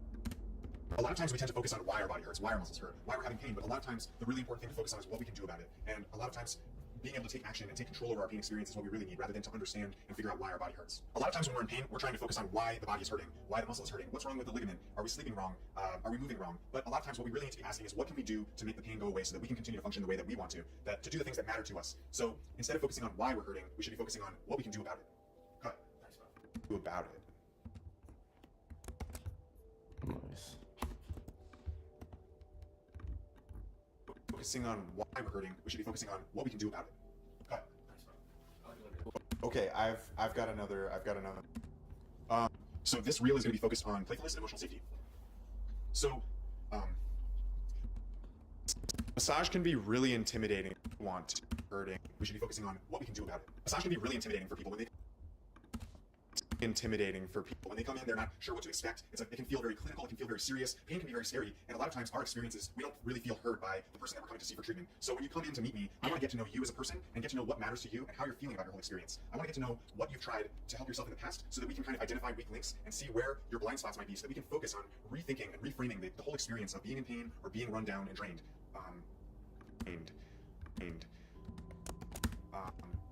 Pause on that, and I'm going to continue that with, we start things out by just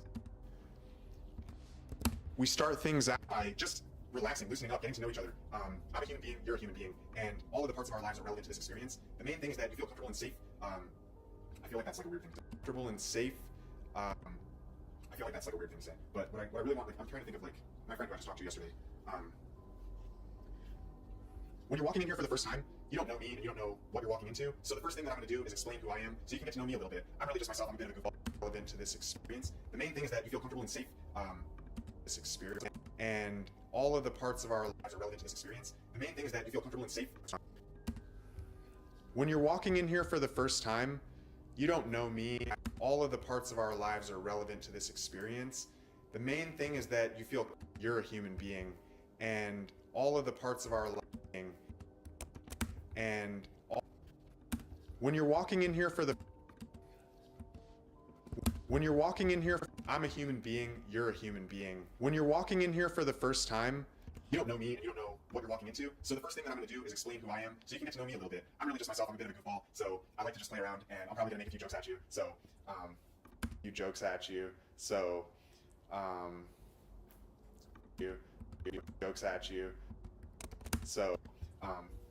just like, I feel like the power of laughter is really a powerful tool in massage, and a lot of people don't take the aspect of having a little bit of fun during a session seriously. I feel like people think that massage needs to be clinical and serious and scientific so that it's worth the money, so that you're getting your values worth. But in reality, it should just be a fun experience that gives you a break from everyday life and the stresses of it.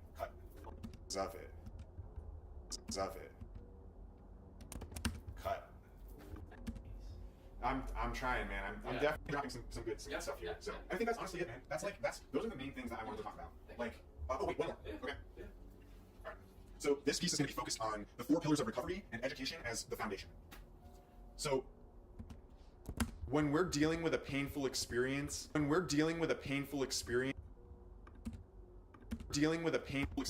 the main things that we do have control over are the 4 pillars of pain management: stress, sleep.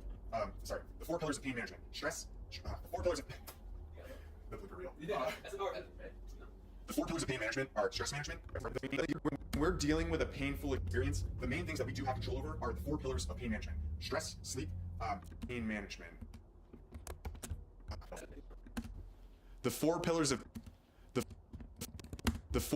pain management are stress the 4 pillars of pain management. The 4 pillars of pain management are stress management, load management, which means how you move your body, sleep, and nutrition. And the foundation of all of these pillars is education. It's so important to understand your body and to understand how it works. A little bit of physio education can go a very long way. Cut. Okay, that's pretty much what it is, man. That's great. So we're going to continue that with one more line. Yeah, I was gonna say, I'm going to drop the one liner. yeah, some sort of call to action. Here it goes. That's what it's about to be right now. I'm here to help you understand your body. So come in, let's have a chat, let's have a good massage, and let's see what we can do about your situation and how to reach your goals.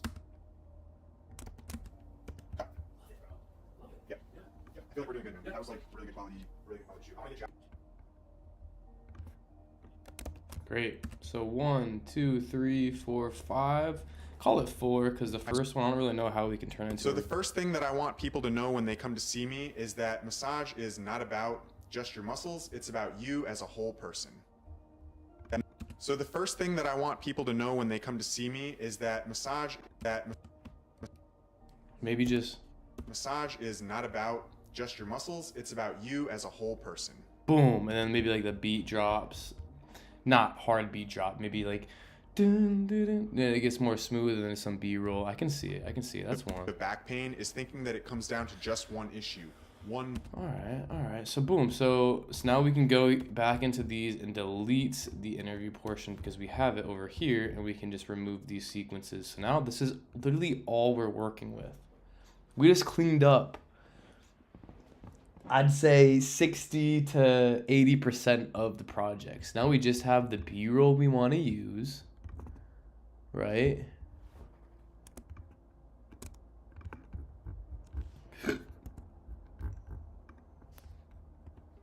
Oh, it's just so beautiful to me, someone who, you know, has been doing this for a while. So maybe all bodies body scrub brush tool, we mark brown now. This we can use as a full reel, and then we can just kind of condense all the red down, and just hitting A on my keyboard, just like everything after, A for after, for all, whatever you want to think of it. Boom, and yeah, and now we have 1, 2, 3, 4, 5 different B-roll reels essentially from the FX3, and then we have all these from the A7 III. And when he was talking about the playfulness, I can really see these coming into play. So muscle, one move, trying to focus on why the body is hurting, why the muscle is hurting, what's wrong with the ligament, are we sleeping wrong? It can feel very clinical, it can feel very serious, pain can be very scary, and a lot of times our experiences, we don't really feel heard by the person that we're coming to see for treatment. So when you come, just like maybe some B-roll, some stock footage of like someone walking in feeling a little anxious, like the anatomy and everything, and it being very clinical. to meet me, I want to get to know you as a person and get to know what matters to you and how you're feeling about your whole experience. I want to get to know what you've tried. And then here I can already see this, like him smiling, him greeting her. Like, I want to get to know you. I want to get to know. Let's have like a good experience. And then boom, and then like it cuts right there. Him handing her water. Like, these are just good extra. So yeah, I'm very, very stoked about how this is looking already. And again, we already have the music, so.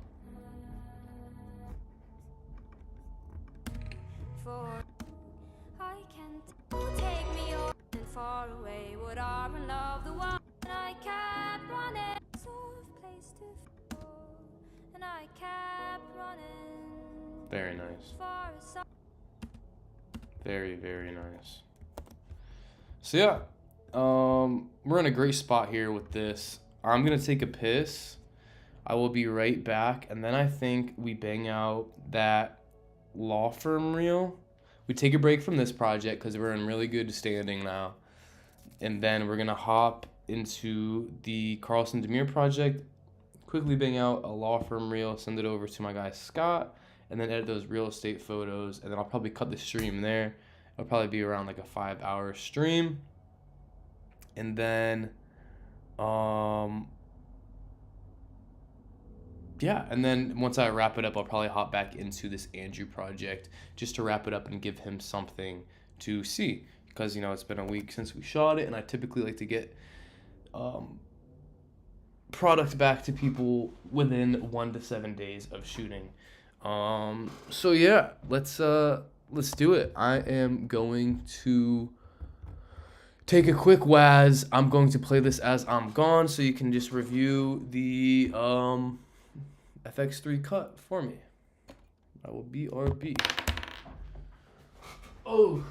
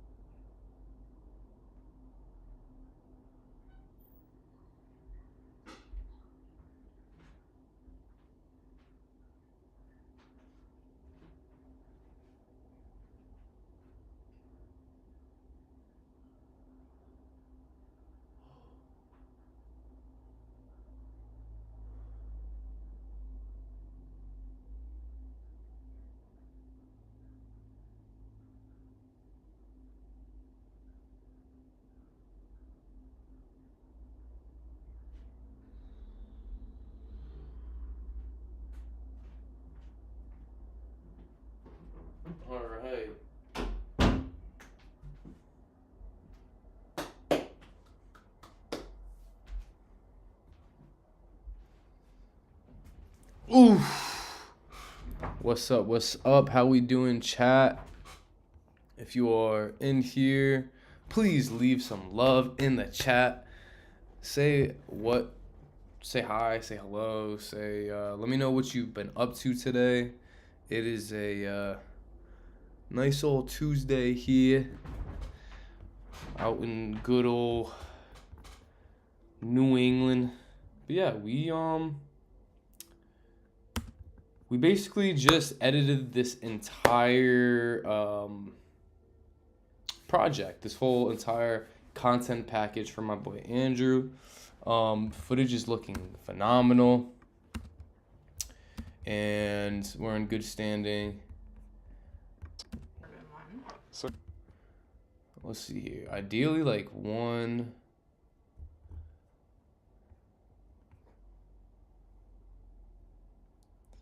We'll say, okay, so 1, 2. We'll call this 2 because we can make it an A-roll style reel and a B-roll style reel. So 1, 2. 3, 4, 5, 6, 7.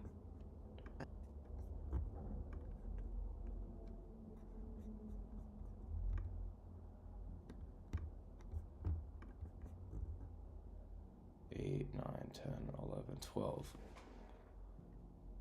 12 reels that I could visually see. That is perfect. So just to break down how I'm seeing it. So I'm thinking we can combine this green. Okay, so that's the body scrub. It's a little complicated what's going on in my mind right now. But basically, I plan on combining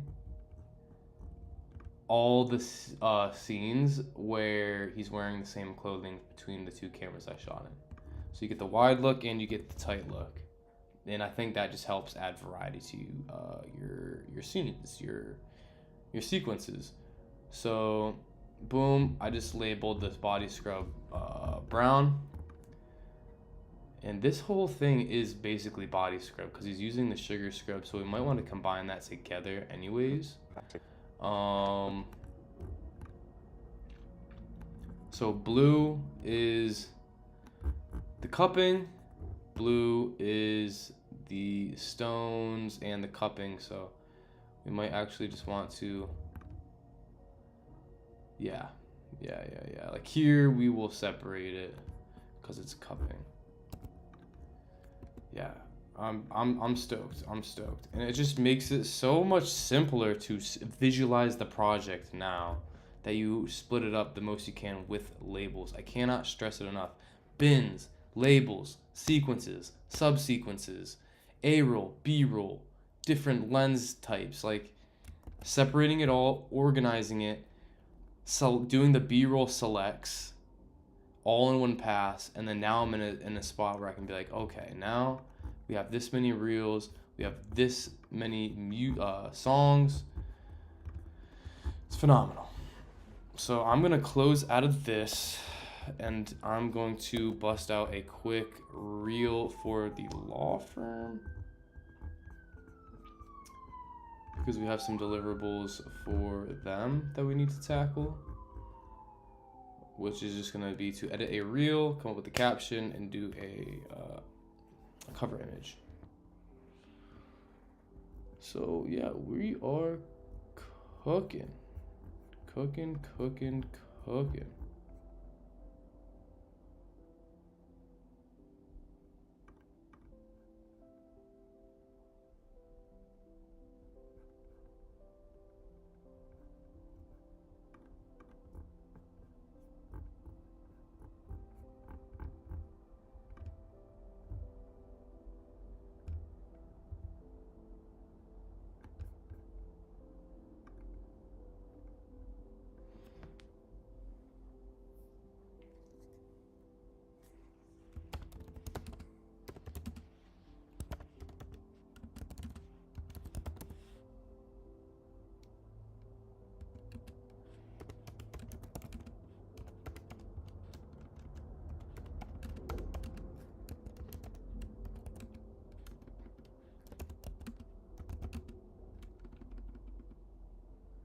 All right, so just responding. Midday the 19th, we leave. You can pull up whatevs.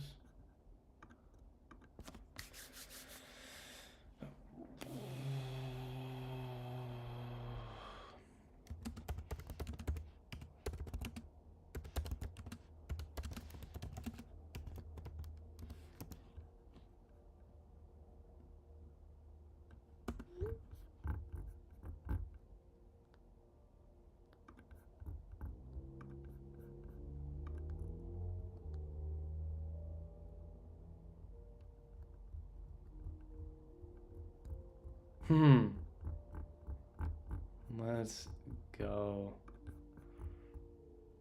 Yeah.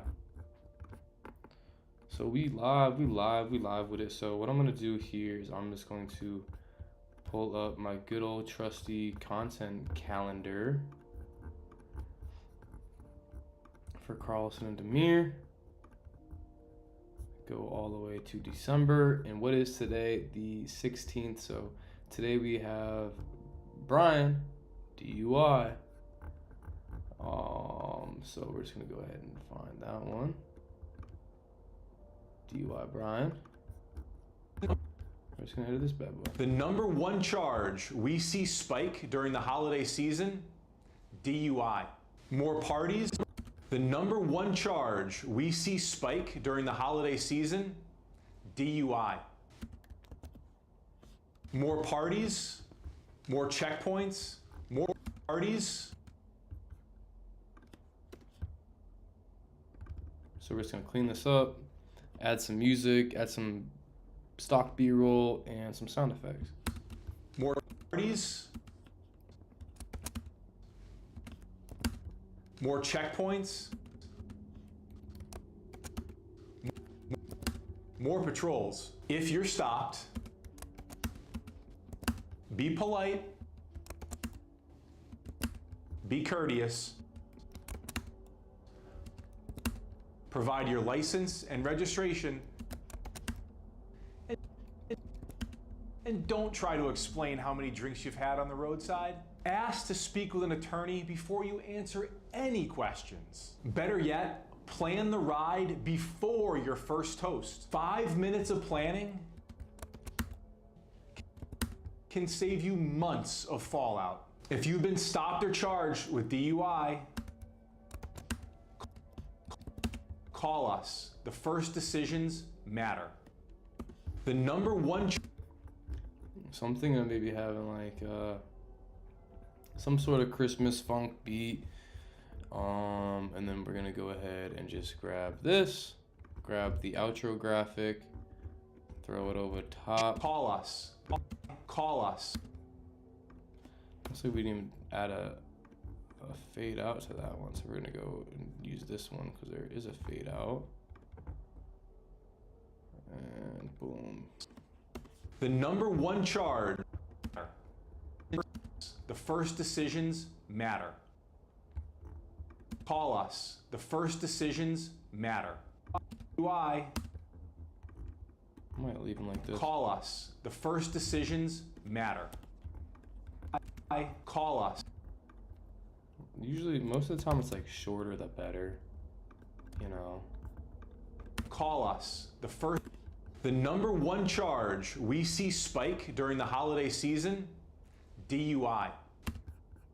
And then the last reel I edited on here, which was the last reel I edited for them, period, was I did the wrong one at first, and then we ended up banging out two, because we wanted to stick to the content calendar and the variety of the switching of lawyers.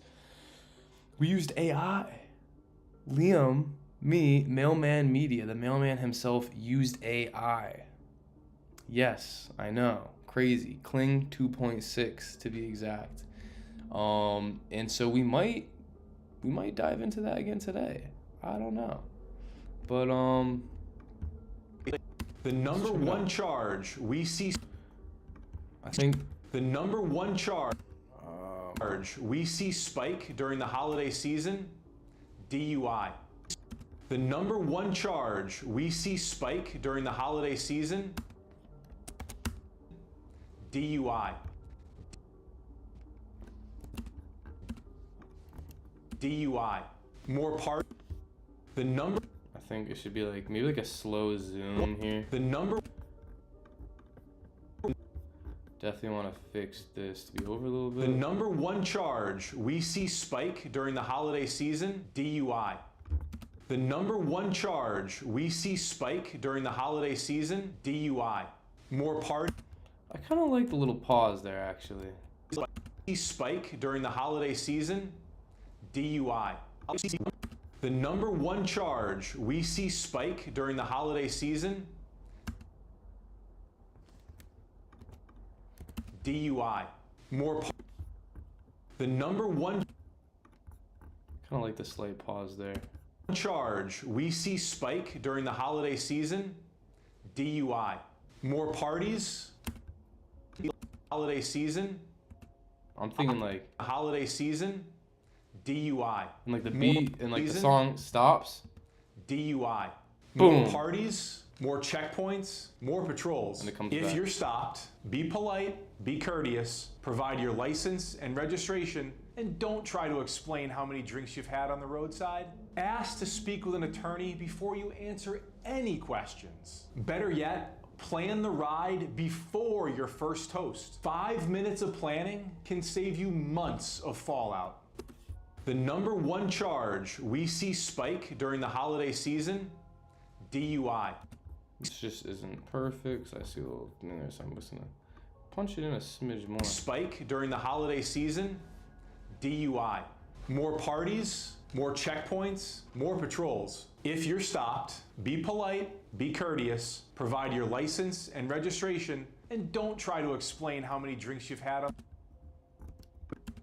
Provide your license and registration, and don't try to explain how many drinks you've had on the roadside. Ask to speak with an attorney before you answer. Ask to speak with an attorney before you answer any question. Before you answer any questions. Better yet, plan the ride before your first toast. 5 minutes of planning can save you months of toast. 5 minutes of planning can save you months of fallout. If you've been stopped or charged with DUI, call us. If you've been stopped or charged with DUI, call us.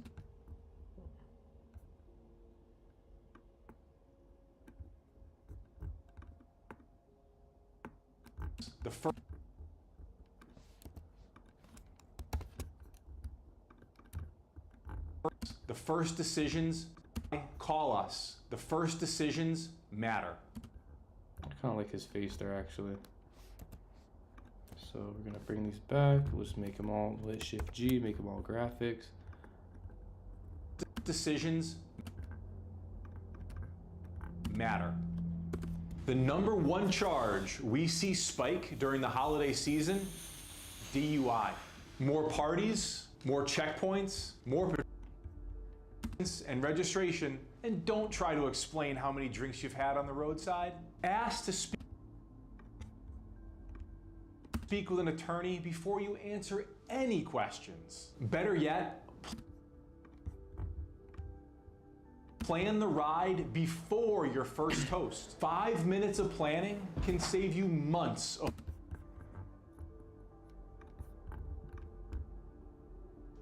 of fallout. If you've been stopped or charged with DUI, call us. The first decisions matter. The number one charge we see spike during the holiday season, DUI.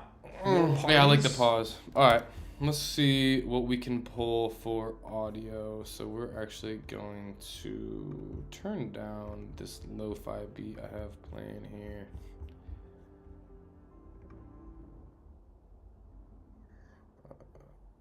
I don't even know if you guys can hear it. You guys probably can't hear it. So yeah, we're gonna go to, let's try Epidemic Sound. I'm just gonna pull this up so you guys can see it.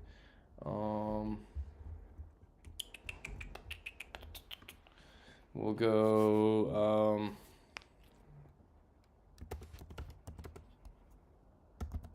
Christmas Serious.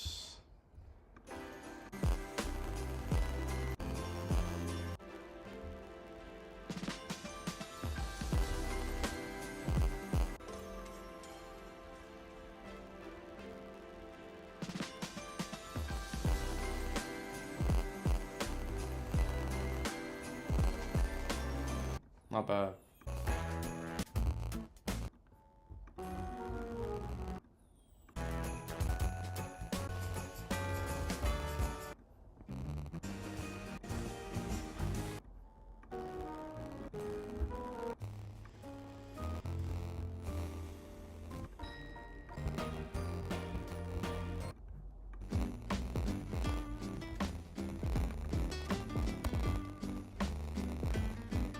Mittens. Let's try Nevada Elements.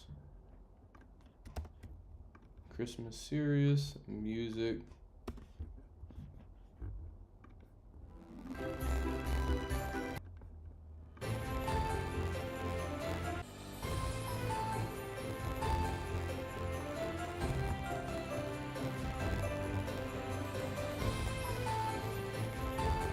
I think that's the most like serious Christmas music we'll be able to find.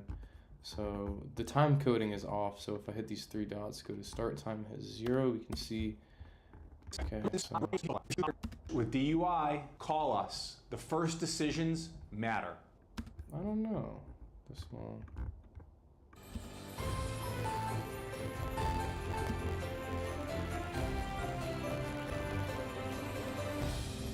I kind of like that.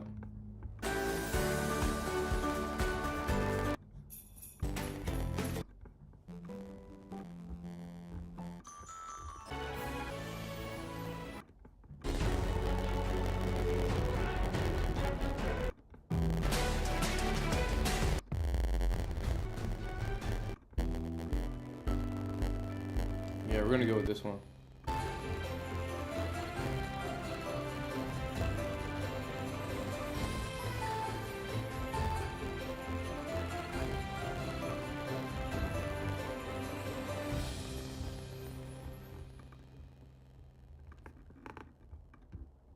Oh wow. Yeah, it's a lot longer than it was in the preview, actually. It's awesome. So we need it. So let's go ahead, let's try to make it fit here. I usually like it when it ends like that. First decisions matter. Decisions matter. We want that right when he stops talking, so Matter. love it.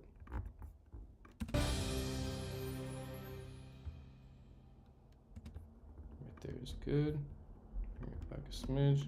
The number one charge we see spike. The number one charge we see spike during the holiday season. DUI. More parties. Holiday season. DUI. More parties. During the holiday season. DUI. More parties, more checkpoints, more patrols. If you're stopped, more parties, more checkpoints.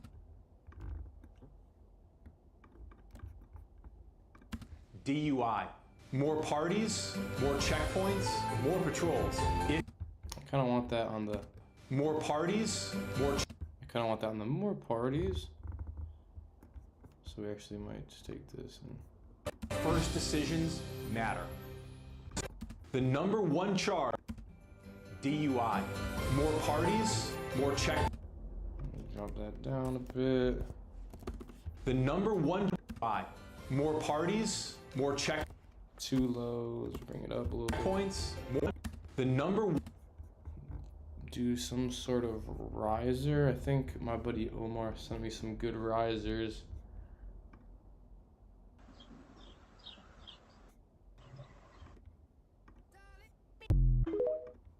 Cinematic sounds. Yep, here they are. Visor.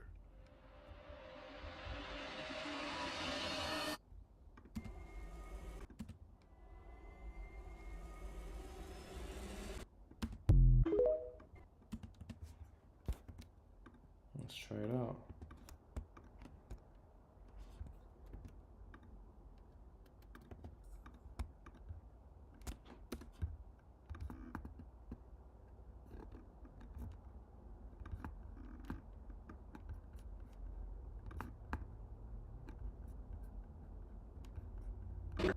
The #1 charge we see spike during the holiday season, DUI. More parties. The #1 charge we see spike during the holiday season,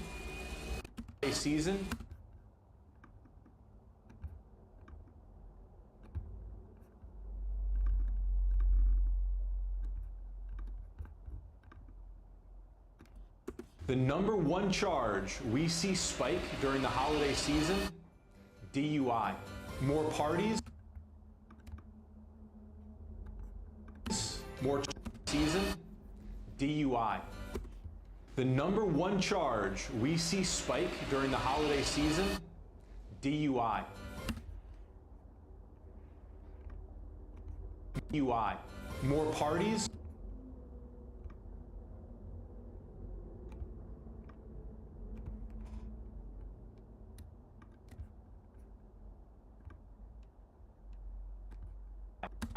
more parties, more checkpoints.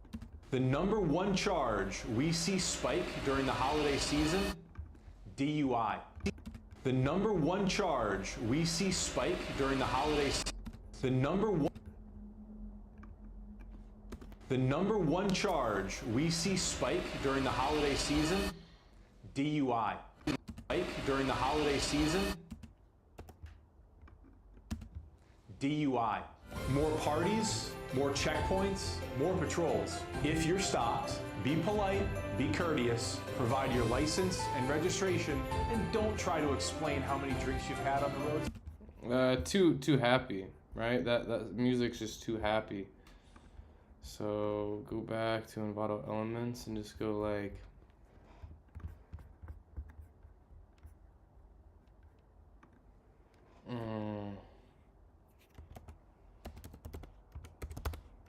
Investigation music.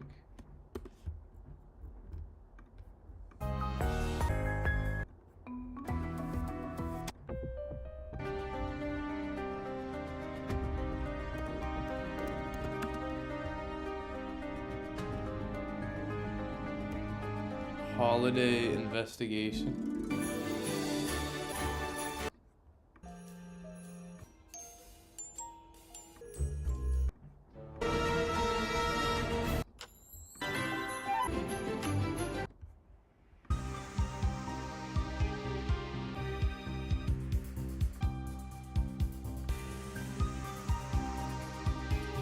Not bad.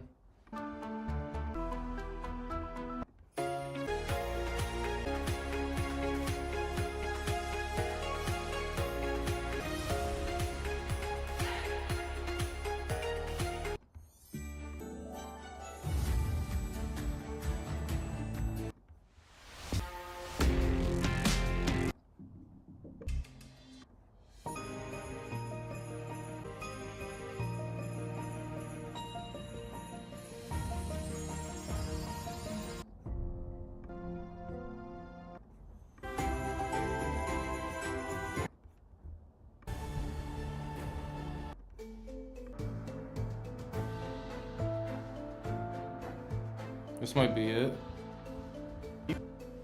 Holiday season, DUI. More parties, more checkpoints, more patrols. If you're stopped, be polite, be courteous, provide your license and registration, and don't try to explain how many drinks you've had on the roadside. Ask to speak with an attorney before you answer any questions. Better yet, plan the ride before your first toast. 5 minutes of planning can save you months of fallout. If you've been stopped or charged with DUI, call us. The first decisions matter.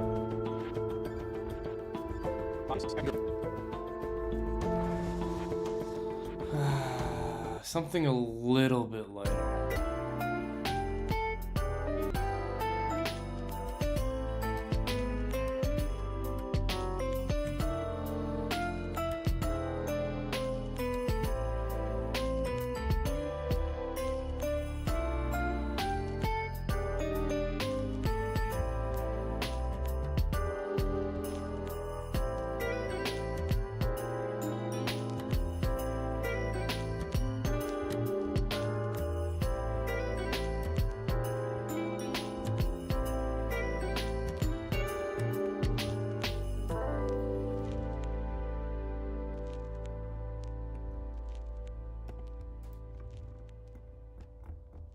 during the holiday season? DUI. More parties? More checkpoints? Absolutely not. Ah. Yikers. Sorry, chat. We're struggling.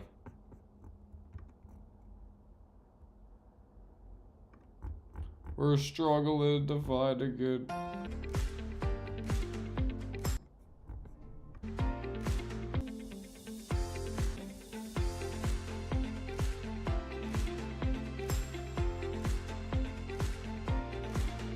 Come on.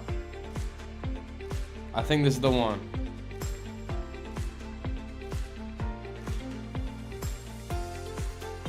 Come on. I have a good feeling about this one. File C, what up?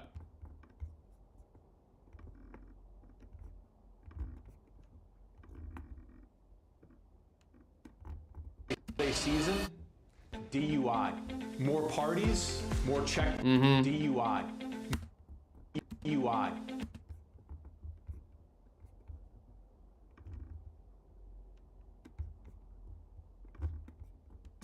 The number one charge we see spike during the holiday season?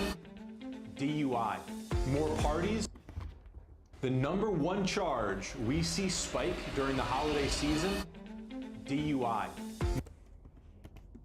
The number one charge we see spike during the holiday season?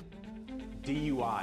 More parties, more checkpoints, more patrols. If you're stopped, be polite, be courteous, provide your license and registration, and don't try to explain how many drinks you've had on the roadside. Ask to speak with an attorney before you answer any questions. Better yet, plan the ride before. There it is. Before your first tow. If you're stopped during the holiday season, DUI. More parties, more checkpoints, more patrols. If you're stopped, be polite.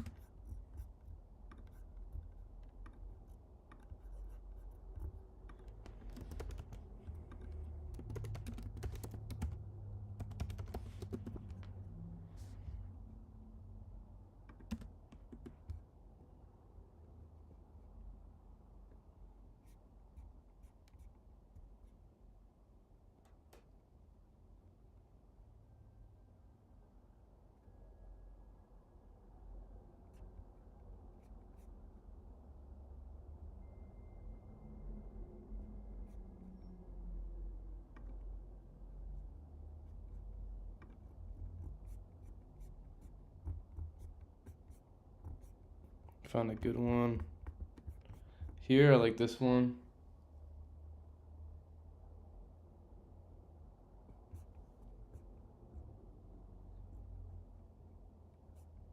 If we were to click on it, you can see similar items.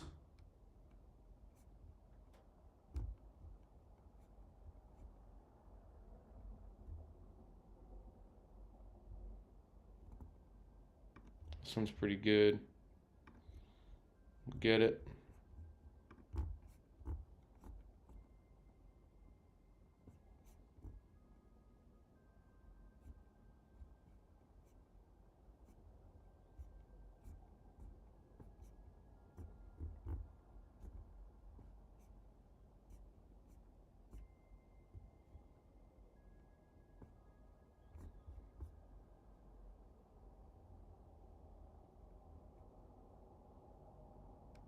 Yeah, I like that. Just another angle of it.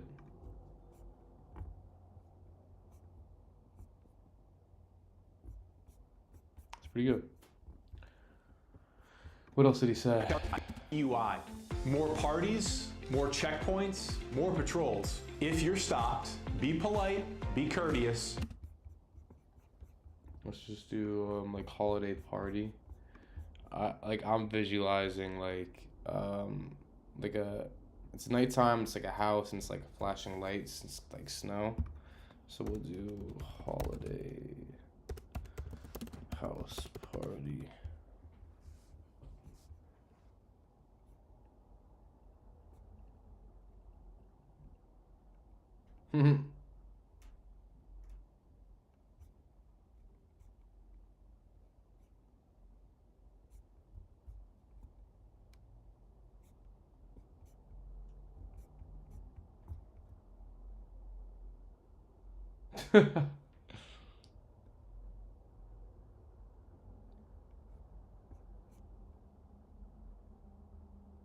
That's pretty good.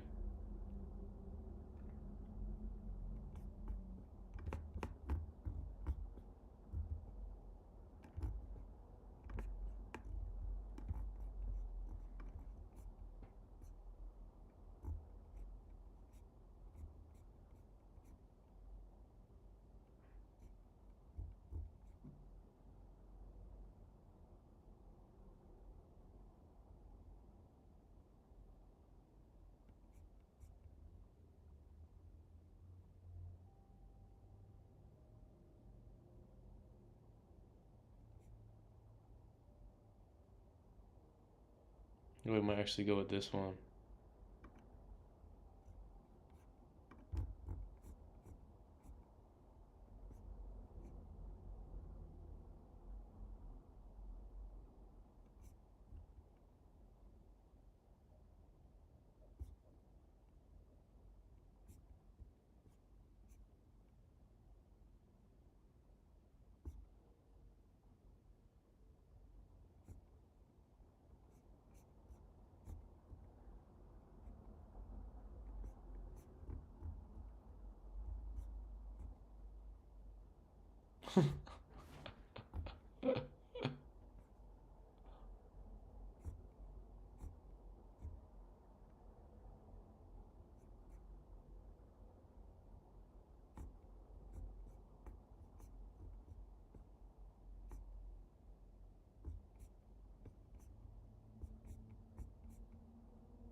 Yeah, yeah. These are pretty good.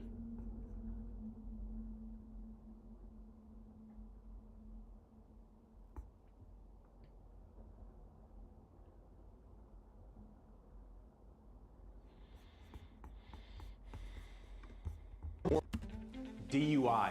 More parties, more checkpoints, more patrols. If you're stopped, be polite, be courteous, provide your license and registration, and don't try to explain how many drinks you've had on the roadside. Ask to speak with an attorney before you answer any. Let's just go ahead and layer this up now to see how we're doing with what we got. DUI. More parties. More parties.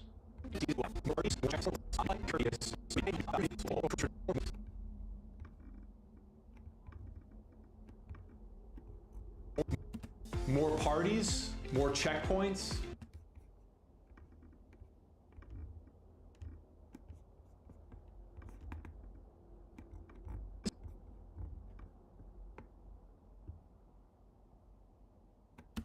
More checkpoint, more parties, more checkpoint, more parties, more checkpoints. More checkpoints.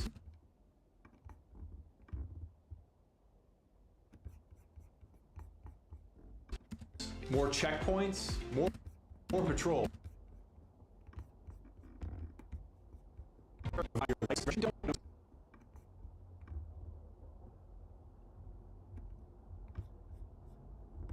Explain how many drinks you've.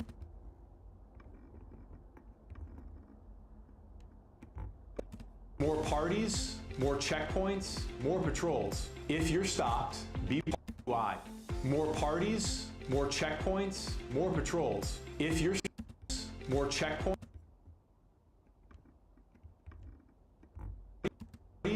more checkpoints, more checkpoints. Parties, more checkpoints, more patrols. More parties, points, more patrols. Be polite, be courteous,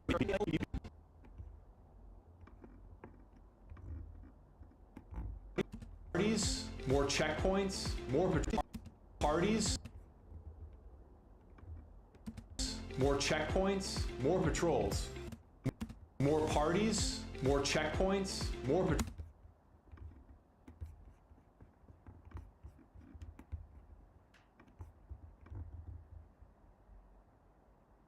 patrols. If you're stopped, be polite, be courteous, provide points, more patrols. If you're stopped, be polite, more checkpoints, more patrols. I think it should be more like this, actually. Boom. Boom. Boom. Boom. Why? More parties, more checkpoints, more patrols. If you're stopped, be polite, be courteous, provide your. If you're stopped, be polite, be courteous, provide your license and registration. If you're stopped, be polite, be courteous, provide your license. More patrols. If you're stopped, be polite, be courteous, provide your license and registration. Polite, be courteous, provide your license and registration. Be polite, be courteous, provide your license and registration, and don't try to explain how many drinks you've had on the roadside. Ask to speak with an attorney before you answer any questions. Better yet, plan the ride before your first toast. 5 minutes of plan.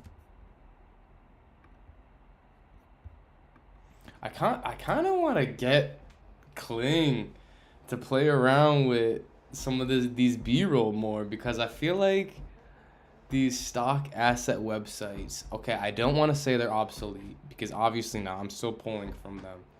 These are just my raw thoughts, by the way, chat. I don't know if anybody's in here. I don't know if you're watching on the replay, but my raw thoughts is like, from my experience working with AI to get B-roll has been fun, and it has gotten me good stuff thus far. It's just, do I make that investment? Do I say, hey, because like I feel like it's not selling my creativity, because it's selling my creativity using these stock asset websites too. Oh, I really want to talk about, like, I want to open up conversation about this. Is like, I know some people have been talking about it already, but let me ask ChatGPT real quick. What?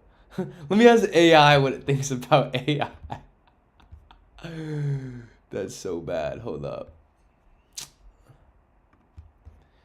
Hey ChatGPT, I'm just sitting here thinking as I'm editing a video for the law firm that I work with. And it's a question about you. It's a question about AI, essentially. So the past couple of reels for the law firm, I went into Kling 2.6 and I played around with some text to video prompts, and I like how they came out. I really did. And basically my thoughts on this topic, I want to do some research. I want to talk about it more, maybe make some videos on it, but like, how does AI come into play when it comes to creativity of a video? Does it enhance it, or does it lack creativity? I think it enhances it. Like, I love stock media asset websites. Are stock media asset websites becoming obsolete? Or, you know, what are your thoughts on that? With basically pulling B-roll from stock media asset websites, or pulling B-roll from text to video prompts on Kling 2.6 and other AI platforms.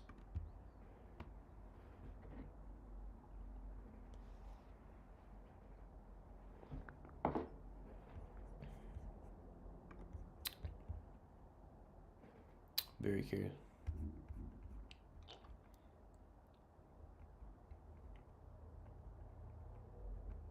Does AI have creativity as enhancing it? AI does not have intent. It is not.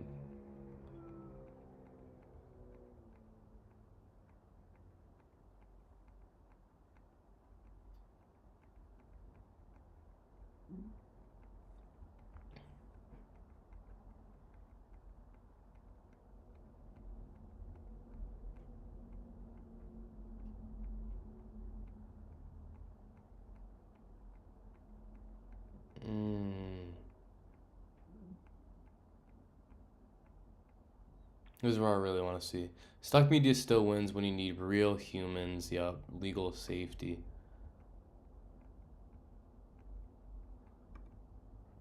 Hyper-specific realism.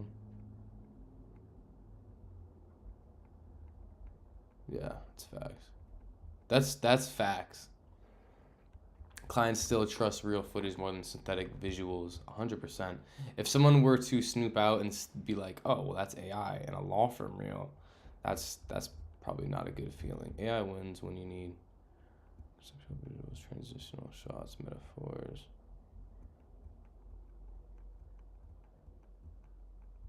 Yeah. It replaces bad stock. Nice, nice. I like that. The cliche stuff. Yup. Feel that. Search for 45 minutes and settle for meh. The real shift, this is the important part. We were moving from what stock clip exists that kind of fits.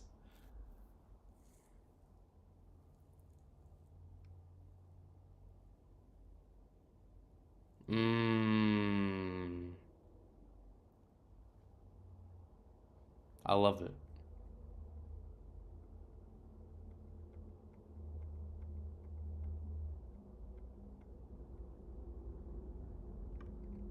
I'm just gonna say this out loud because this is really what I was looking for. So the real shift from incorporating B-roll from stock to being able to incorporate B-roll from AI, right? That's the big one for me is, you can never have enough B-roll essentially.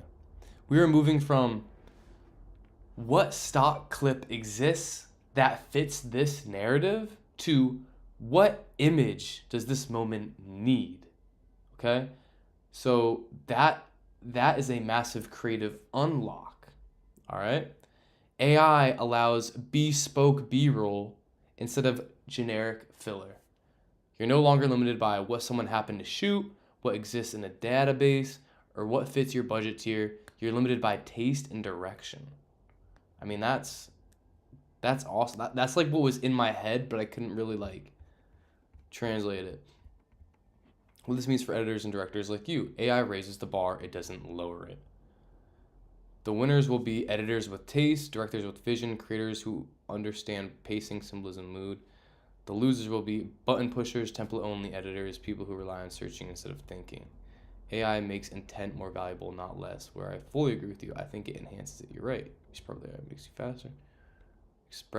More expressive, faster, more expressive, lets you execute ideas that are previously impractical. It does not replace your eye, replace your storytelling, replace your judgment.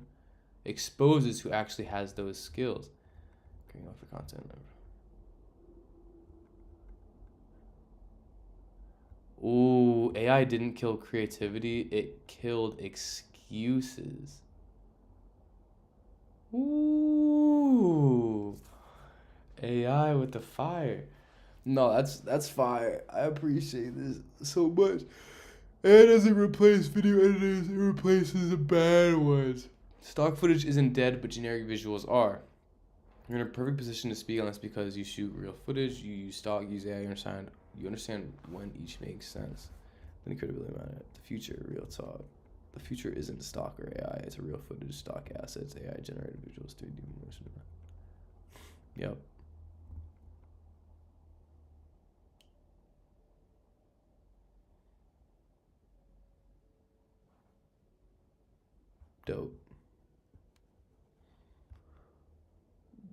Dope. So what did we want to pull? Provide your license and registration, and don't try to explain how many drinks you've had on the roadside. Ask to speak with an attorney before you answer any questions. Better yet, plan the ride before you. Yeah, I just want to get a shot of someone planning a ride on Uber.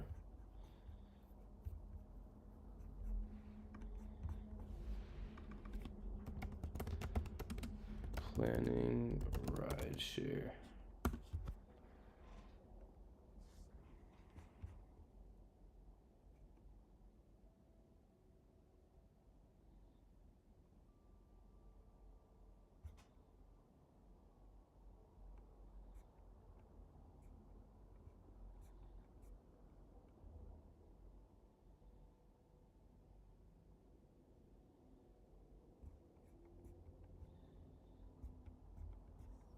I did like that graphic up there.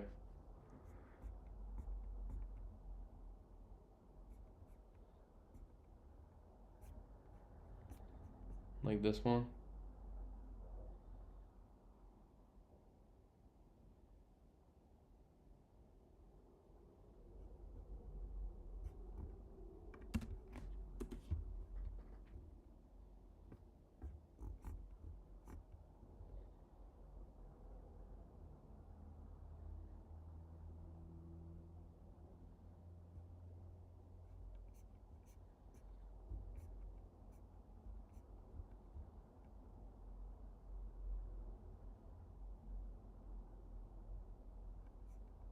Yeah. I'm just gonna do on Google Images planning ride share because Envato isn't allowed to use like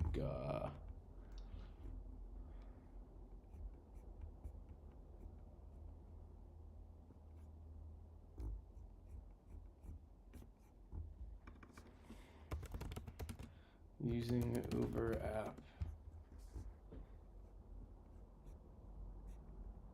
And then we'll go tools, we'll go size, we'll go large.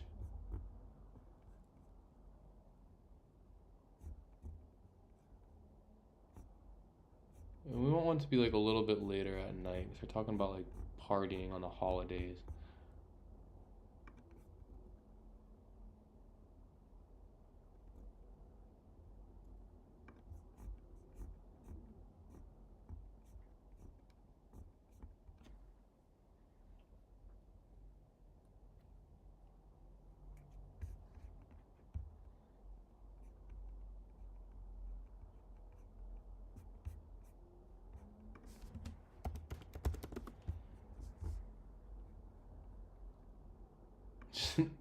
Old ass phone. That's perfect, but who still has the home screen button?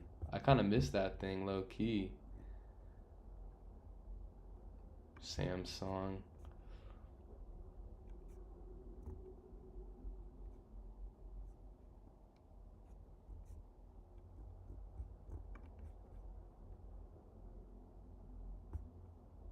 Why is it so low quality?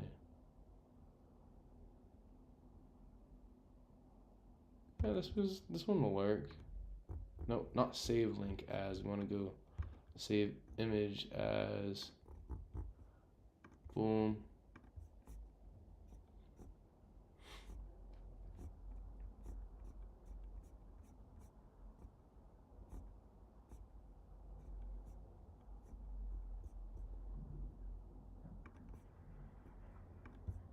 Yeah, I think that'll work. Let's see. Be courteous. Speak with an attorney before you answer any questions. Better yet, plan the ride before.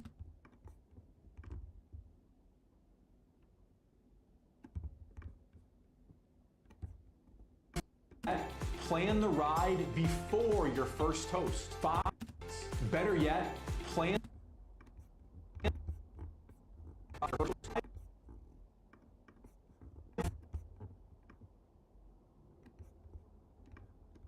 We'll just do a slow zoom out. Better yet, plan the ride before your. Plan the ride before your first toast. 5 minutes of planning can save yet. Plan the ride before your first toast. 5 minutes of planning can save you months of fallout. If you've been stopped or charged with DUI, call us. The first decisions matter. Love it, love it. I think we're good there. Let's check it out. I'm just gonna raise this up and go ahead and throw that color graded adjustment layer. But you know, I love it when it's short and simple, bing bong boom. So we're just gonna throw this boom right here, drag it over the top, raise that up, extend it like so. The number one charge. And then go back here and then just take this, Command C, select, we don't need these because there's B-roll, boom, select that. All the green ones on top, and then we're gonna paste the Lumetri color on it. The number. Oh, so actually I kind of like that. I'm not gonna lie. The number one charge we see spike during the holiday season, DUI. The number one charge we see spike during the holiday season, the number one.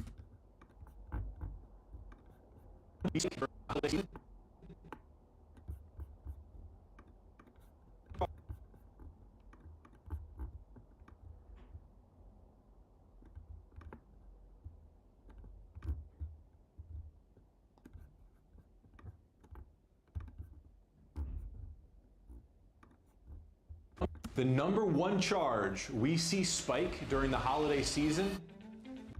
The number one charge we see spike during the holiday season, DUI. More parties. I think that needs a little extra The something. number one charge we see spike. I'm thinking of like a graph with like a police symbol, and it's like. The number one charge. Let's ask ChatGPT what it thinks, because we wanna make this nice. Hey ChatGPT, so for a reel for the law firm Carlson and Demir, for the hook, he says the number one charge we see spike during the holiday season, DUI. There's a short little pause between season and DUI. I'm trying to think of a good B-roll, a good kind of attention-grabbing graphic with the hook, and like a sound effect to pair along with it. Something I had in mind was like a graph, like a trending graph going upwards, and maybe like on the part of the graph that is in the front that is actually moving, like maybe like I mask like a police symbol to it or something like that. Please let me know what you think about this and how I can achieve this. Thank you so much.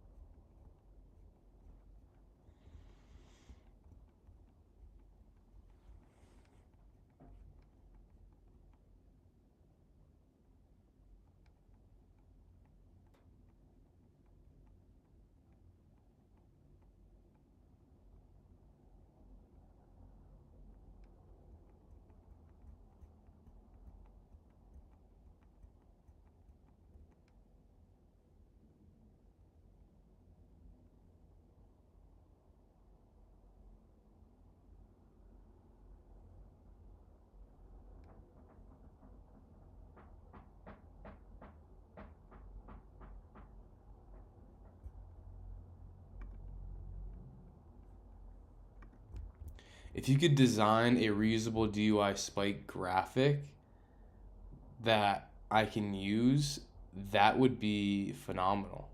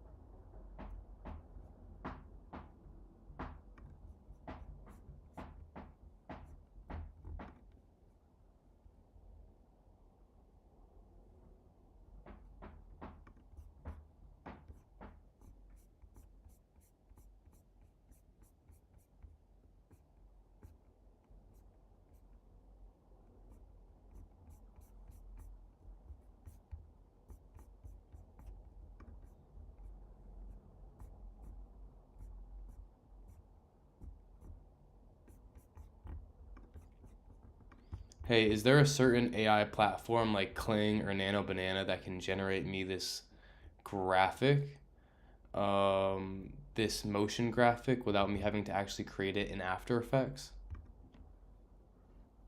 Because if there is, I might have to hop on that because I hate motion graphics.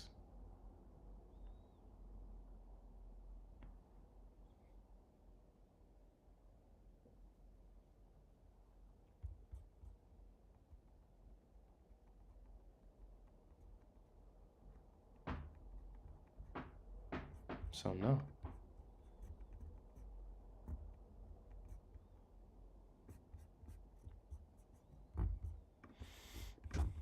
The number one charge we see spike during the holiday season, DUI. The number one charge we see spike during the holiday season. The number one charge we see spike during the holiday season, DUI. The number one charge.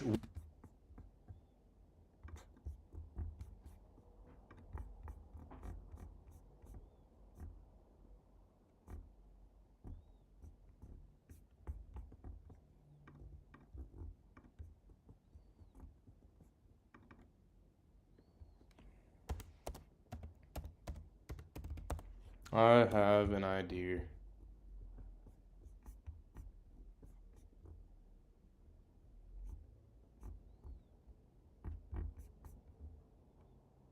I have an idea.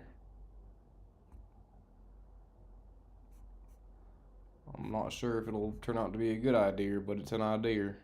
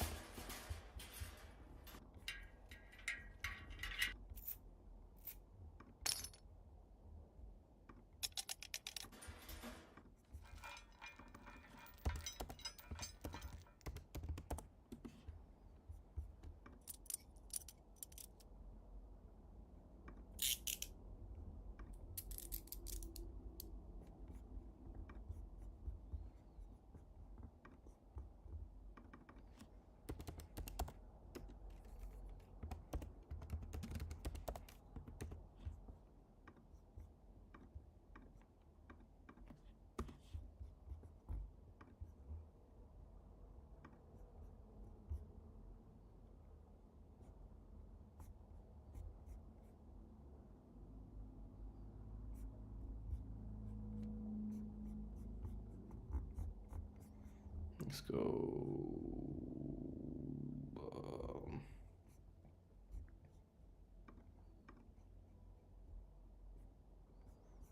Boom, transparent.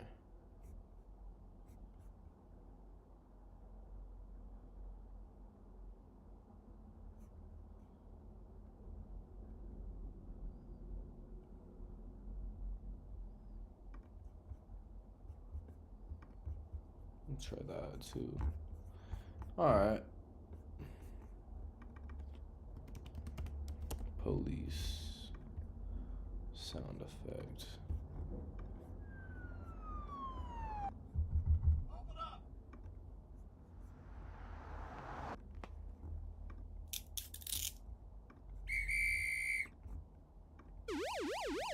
Jeez.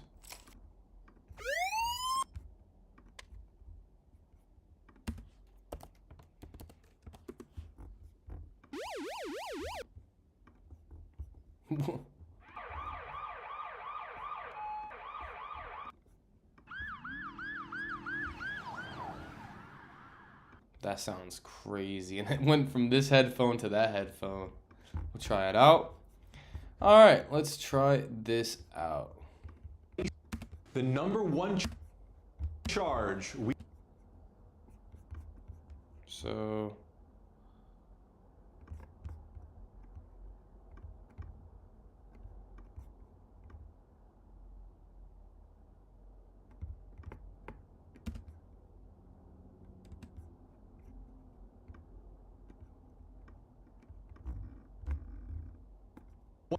the number one charge the number one charge we the number one the number one charge we see spike during the boom.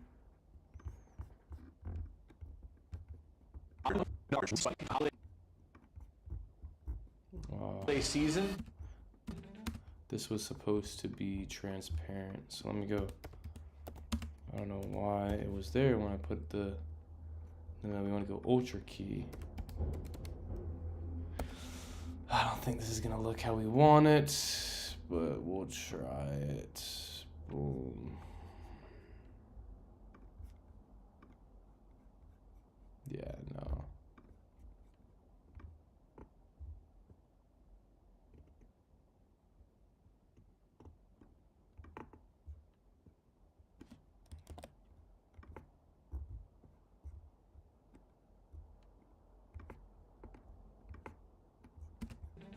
DUI.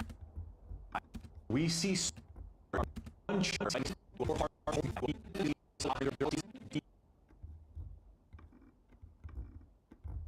charge. We see spike during the holiday season.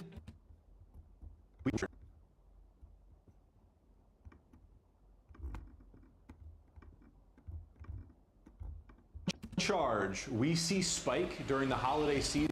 Charge. We see spike during the holiday season. DUI. Spike during the holiday season. DUI. Charge. We see spike during the holiday season. No, I hate it. Honestly, I hate that. The number one charge. We see spike during the holiday season.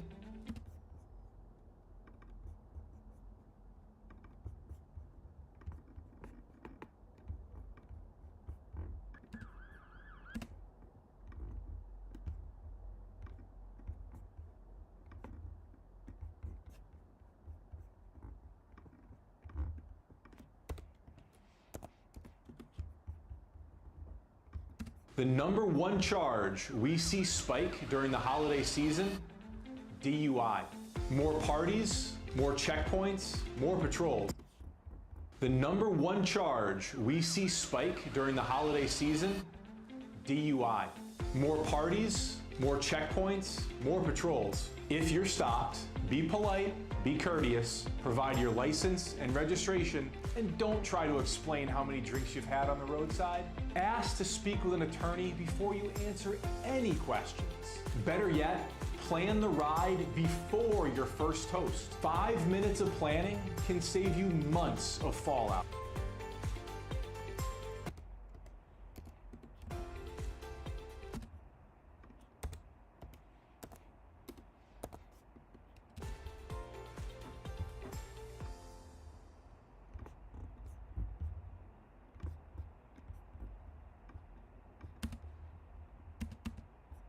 See spike.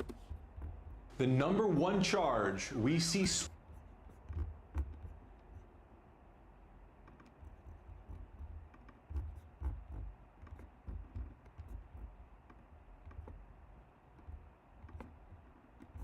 Instead of a graph like trending up, I think. Charge. We see spike during charge. We see spike. Charge. We see charge.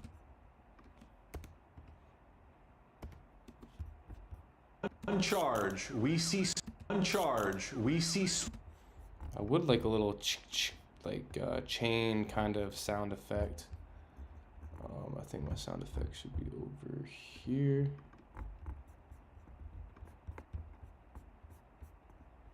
Like a metal kind of.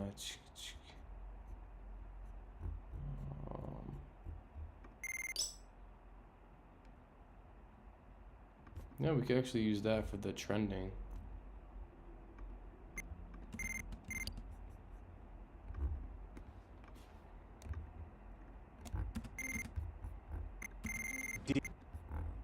One charge. We see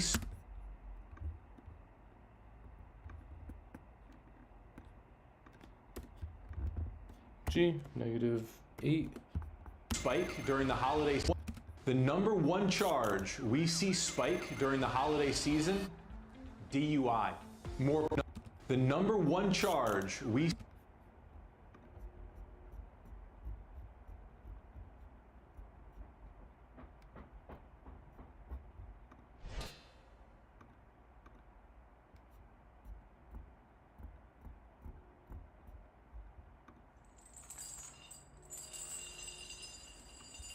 Metal chain dragging, not the dragging part, but maybe like there's gotta be. Courteous. Provide your license and registration attorney before you answer. It's a planning can save you. It's a planning. Let's try this out.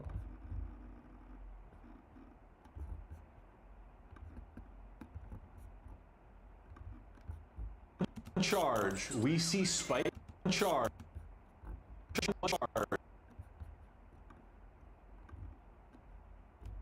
We. Charge. We. Charge. We.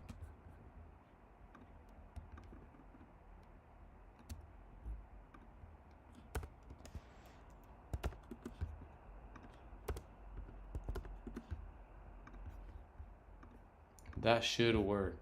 Let's try it out. The number one charge we see spike during the number one charge we see spike. Charge. We see spike. Charge. We see spike. Charge. We see spike. Nice.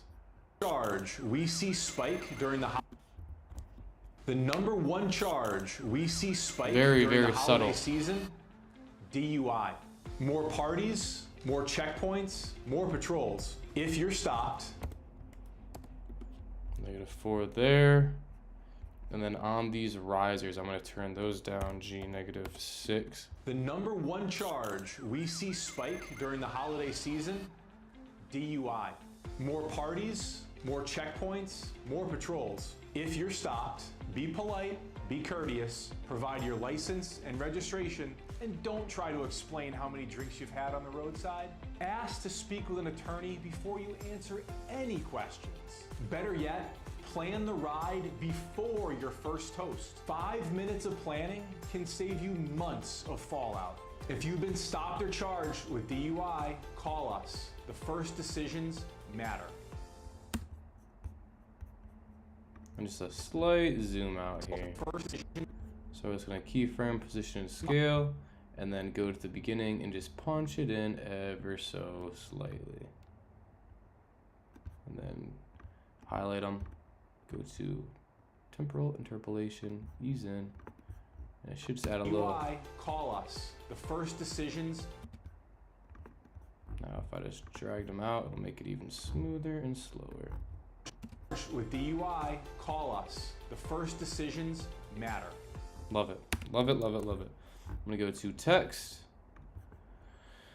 Export to text file. Set of documents, desktop, DUI Brian. And save. The number one charge we see spike during the holiday season. I'm actually gonna lower these a smidge. -6. Spike during the holiday season. The number one charge we see spike. And shouldn't be a period after charge. The number one charge we see spike during the holiday season. DUI. More parties, more checkpoints, more patrols. If you're stopped, be polite, be courteous, provide your license and registration, and don't try to explain how many drinks you've had on the roadside. Ask to speak with an attorney before you answer any questions. Better yet, plan the ride before your first toast. 5 minutes of planning can save toast. 5 minutes toast. 5 minutes of planning can save you months of fallout. If you've been stopped or charged with DUI, call us. The first decisions matter. Decisions matter. Matter. Love it. Love it. Export. DUI Brian. Final. Boom, boom, boom. Export. Now we're gonna go into good old trusty chats. You know the drill. Chat. And then we're gonna go into my Lawyer Life Real Caption thread here. We're gonna say, hello ChatGPT, hope you're having a lovely Tuesday evening. I just have a transcript here for you that I would like for you to take and create an engaging, intriguing caption for the law firm Carlson and Demir. Based off the transcript. Do not take the transcript word for word, but use the transcript to generate a useful and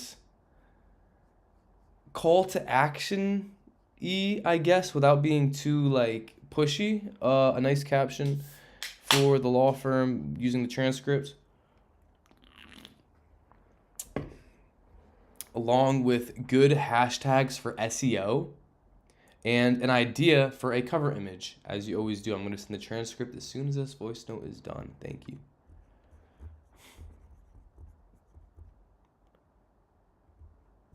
So just come in here. Here is the text file that Premiere generated me. I'm just going to copy it. We're going to go boom, Command C. We're going to go Shift Enter, Command V.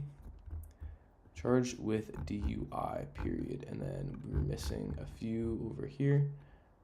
Call us. The first decisions matter. So because I changed these to graphics, they don't show up in the text file. So we're going to go back to here. Call us your first decisions matter. Just type that in. Boop. And now chat should give us a beautiful caption with hashtags and a thumbnail idea.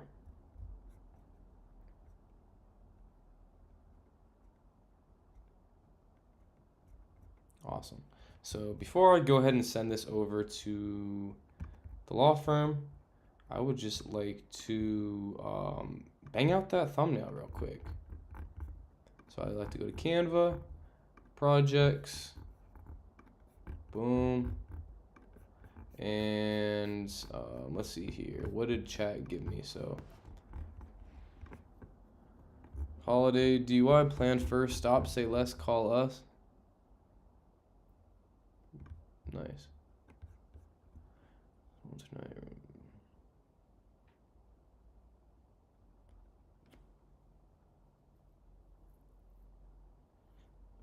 Blurred cruiser lights in. Yeah, that's pretty good. DUI on holidays, I guess.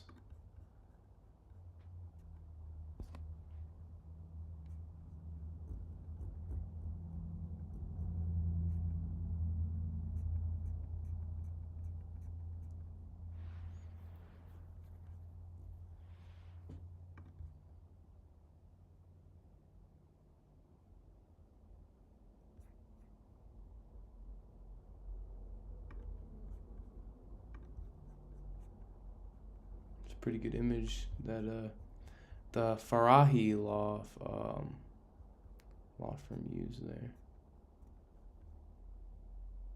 I like this. I like that a lot.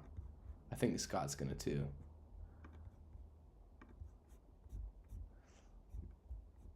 Yeah.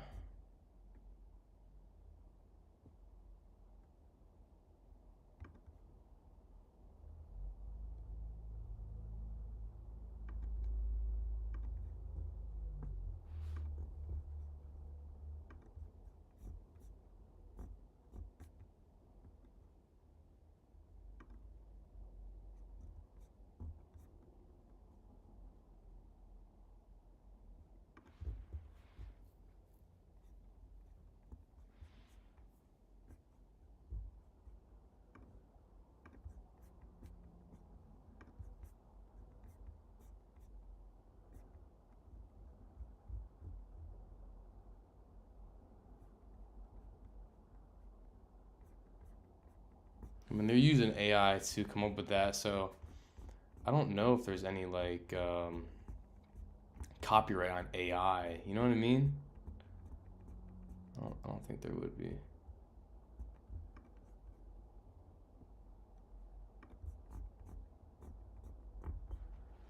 I'm just gonna do snow DUI.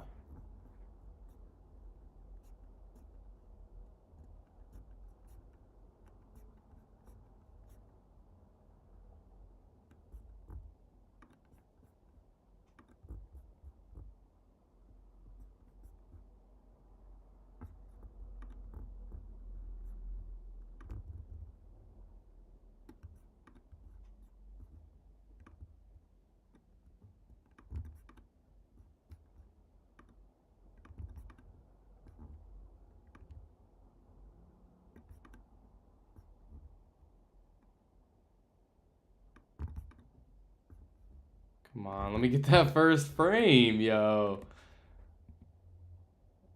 Oh my gosh.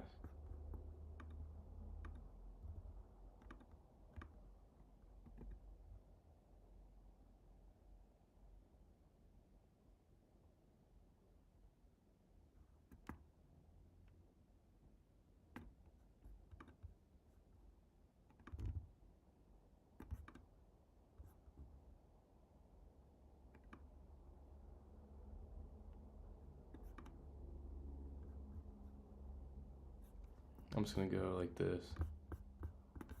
I'm gonna go Command Shift 5. I'm gonna go like this. And I'm going to go record selection.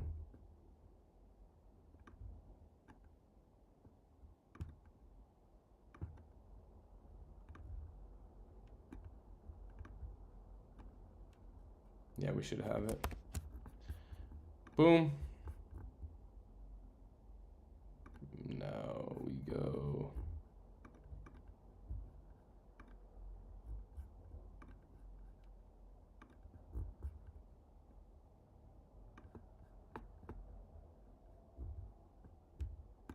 Boom. And now we can use a couple different takes.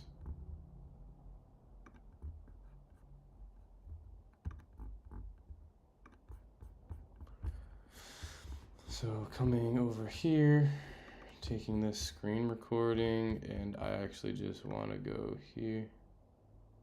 Boop. So now we can have this one frame. That's hilarious.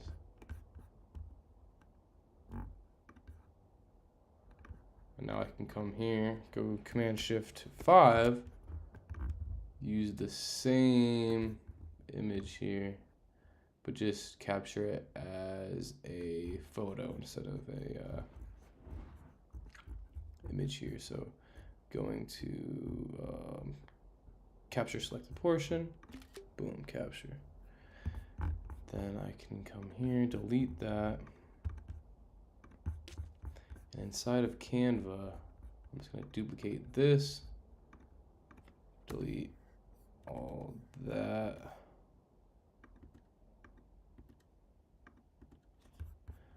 And boom, throw this in there. Ha ha ha. That's pretty freaking funny.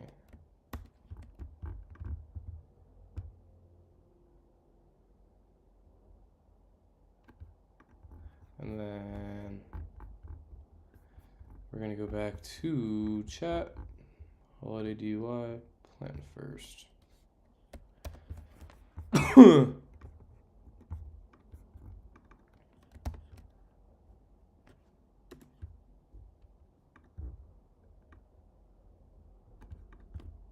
So that's one concept. And then here's another concept, which we pulled from another profile, but that's all right.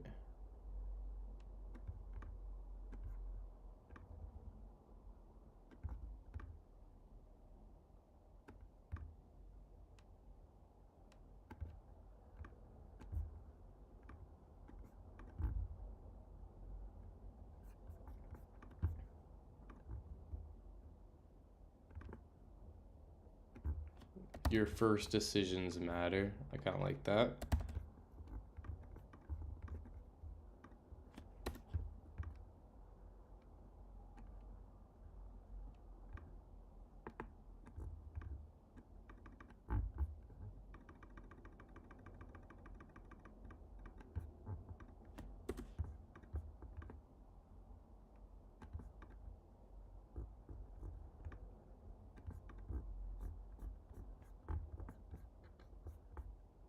Let's duplicate that. Let's go boom.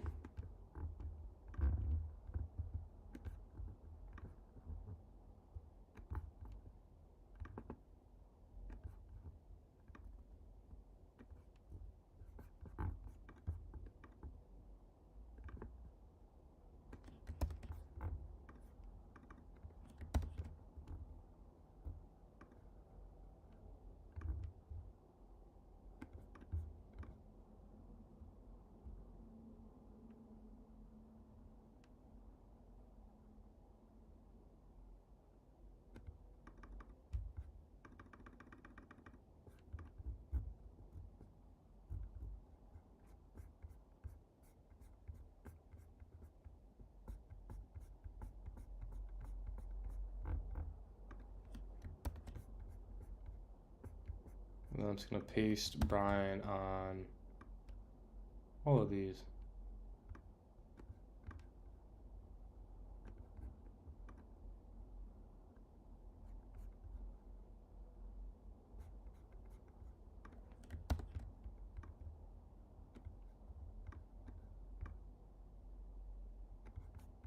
And I'm gonna pull one of Scott as well. Because it says call us, I think it would be better to have, you know, the both of them.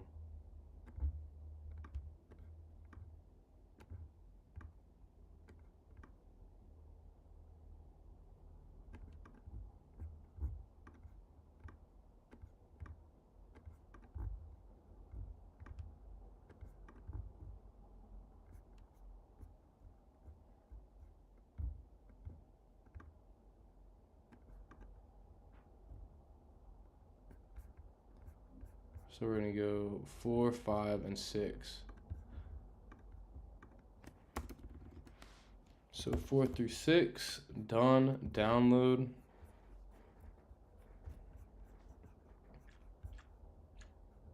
Gonna go download that to my desktop, save, open up my messages.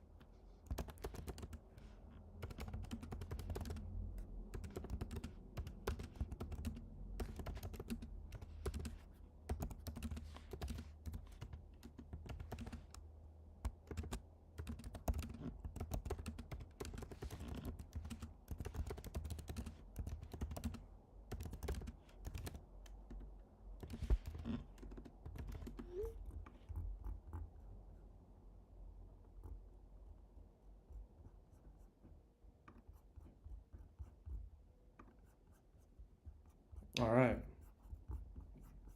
So now it's just sending this over to good old Scott. So boom. That boy Scott. Simple as just going into boom.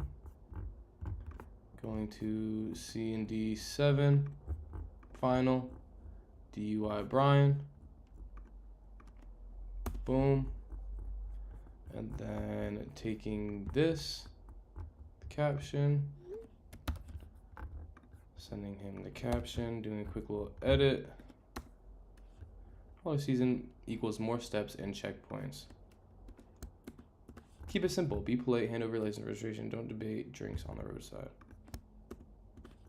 Plan your ride before you the first of.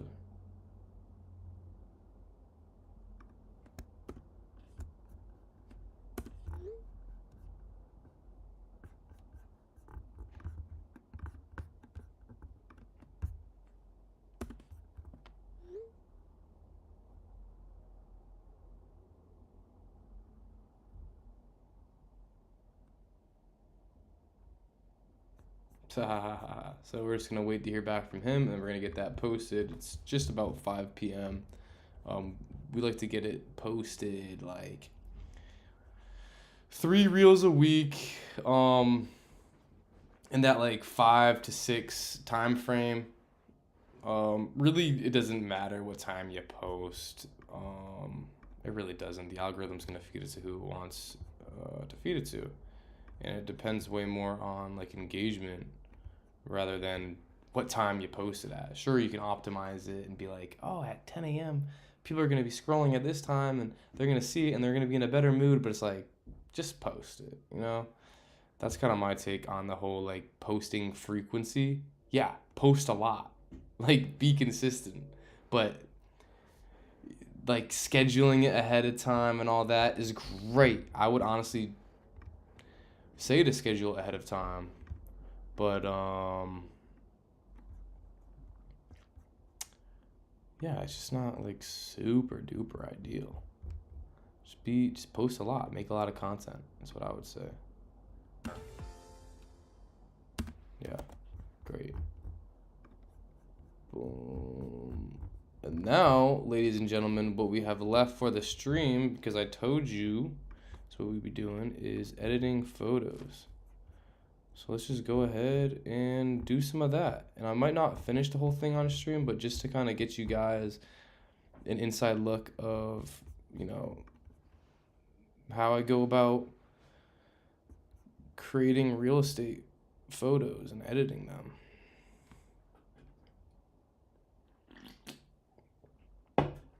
All right, so we have Lightroom open.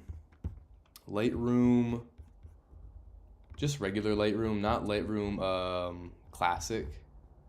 Oh, there's a new version. We're gonna pass on that for now. So by no means am I a photographer. I am a videographer, but I can take photos too. And something I learned is HDR photography, which stands for high dynamic range photography. And it's awesome. You shoot at 3 different exposures and it merges it together in post. So I'm just gonna go through and do that for each one, and it automatically applies the auto settings, which are great. Sometimes I like to just bump up the shadows, add a little more contrast. But yeah, this was an apartment building in Hartford that I shot. It's going to be going on the market. Oh, I did not mean to do export. Oops. Meant to do photo merge, HDR merge. We're just going through and merging all these photos. We're waiting for a response from my guy Scott. But we, so I just a little cheat code for y'all. I have my phone set to do not disturb every single day, Monday through Friday, 9 to 5. So I don't get any notifications 9 to 5 Monday through Friday, and it's been like that for over a year now. Some people might think, whoa, Liam, like that is it's kind of messed up. But it's just kind of how I roll. So we're gonna get this license plate out of there. Let's try this. I really just need to blur. I don't really need to like generate a fillet. But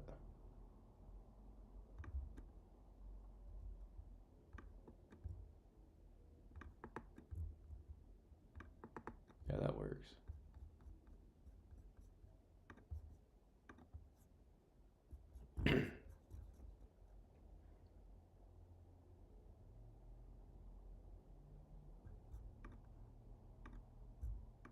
So yeah, like the back entrance way I wanted to capture kind of like the scale of it. Although they'll only be able to be on the bottom floor. So yeah, boom, boom, boom. And this is honestly, I do enjoy the process of editing photos. It just takes, no, I don't even know. It's nice. Can't complain. There's a lot worse things, you know?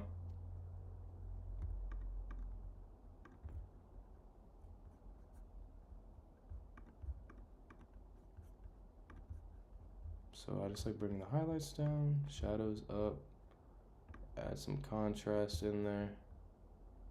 Looks great. Ooh, I've been sitting down for way too long, starting to feel it. Take some deep breaths.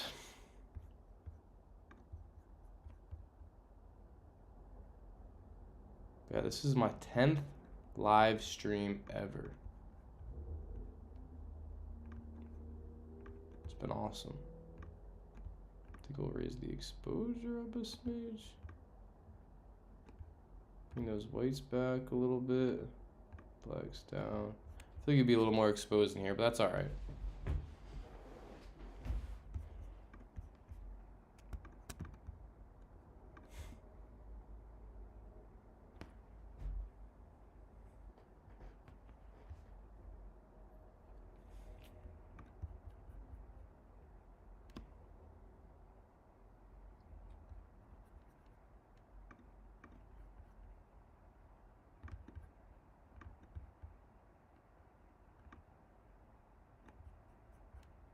Nice big garage to store your cars. Obviously it's shared, but yeah. So that's really the process. Wow, we've been on this stream for 5 hours and 18 minutes. And I've only had 7 views, which honestly kind of breaks my heart. I'm not gonna lie, chat. But yeah, I don't really see the need to continue this stream. It seems as though everyone's busy today, which I completely understand. But yeah, I just want to give a final message off as I'm going to sign off here on the live stream, guys. To anyone who's watching this, to anyone who cares, it's been great. It's been a great first 10 live streams. Some have done better than others. And I don't plan on slowing down on this. I don't plan on stopping. I plan on I'm not big on sharing my goals or my aspirations or anything, but I definitely plan on live streaming more. I definitely plan on bringing more people onto the live stream. You know, featuring some people, reviewing other videos, and just really having fun with it. I do see it as a great opportunity. I do enjoy it. I feel like when I edit by myself anyways, I'm like talking to someone like in my mind. Like, I don't know, it just kind of helps if I feel like I'm like teaching someone or like collaborating, I guess. and being able to see people in the chat and being able to, like, even if it helps one person, even if one person sees it and like learns something new, that's it for me. Yeah, truly, this 2026, this upcoming year, I want to continue to put my foot on the gas with this, continue to come with new value, new videos, new whatever that may look like. Showing my workflow to help people, because I used to be in a spot where I had no idea what I was doing, and the only thing that got me through it was the love for it. So those people in the same shoes, I want to help people approach it really differently, if that makes sense. Like, sure, you can learn the same way I did, and we'll sift through hundreds and thousands of videos and learn little nuggets and gems here and there, and like go for it 100%. I'd still do that, but I really want to build something that truly helps people. And what the work I do, right? Like the reels we edited, the photos I'm doing now, like it helps people, and it allows me to help communicate themselves, and it allows me to help them communicate themselves and express themselves. And that is truly something I'm passionate about. I love delivering people's message, hence the mailman media. But I think there's more to it, and I am on a mission to achieve that. So I am helping the almost like the non-creatives slash creators be creative and create and show themselves to the world and create those bridges to their skill, what they're a master at. And I also want to help the creators who do that as well, because I think it's an amazing field, and there are a lot of people out there who need their stories to be told, and I can't tell everyone's story. So kind of having that toolkit, having that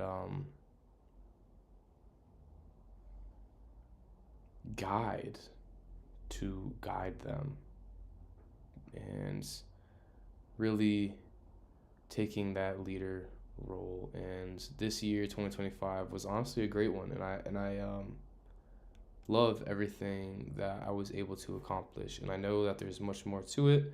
The composition guide video, the match cut guide video, and the camera movement guide videos are like, I think, my three biggest videos, not views wise, not monetary wise, but just putting effort and time into wise, like putting my all into it. And I want to do that more, and I'm going to do that more. So I'm on the journey of becoming more of a creator, right? And less of a creator's assistant, day in and day out. I am the magus. I am the magician. I am the creator of my own destiny. I do not allow any interferences to block my creative potential. I am free to express myself. That is what is on the note on my monitor here that you might see like a little bit on the side there, or when I post something on my story.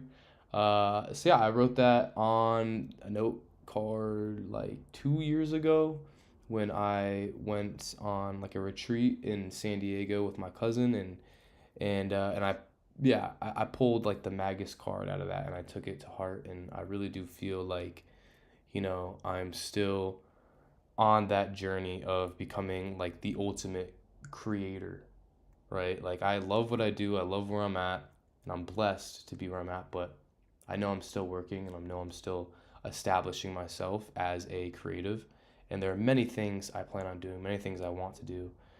There's just a lot.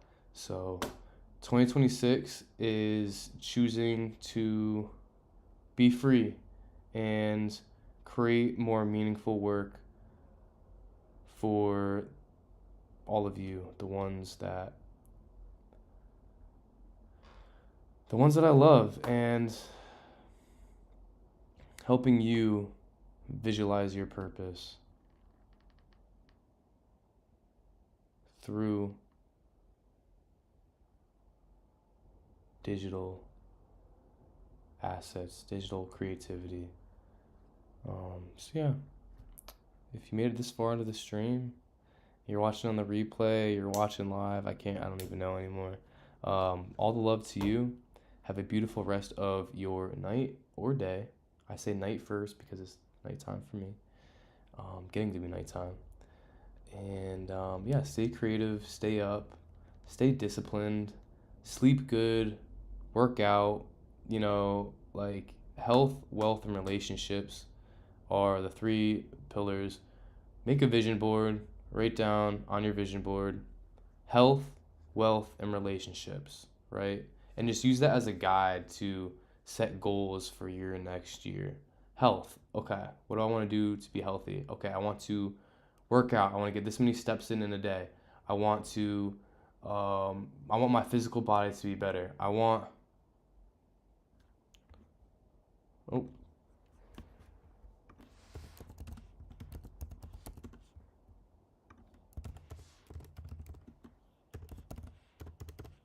My girl just asked me if I want anything before she leaves work, and I said, yes, please, anything healthy, because I'm talking about health. So eating healthy, mental health, right? Not just physical.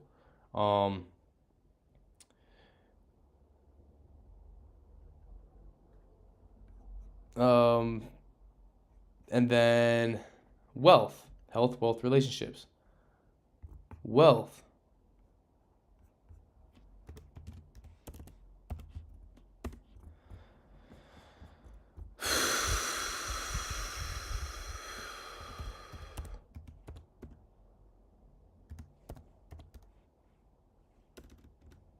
One second, chat. Sorry about this.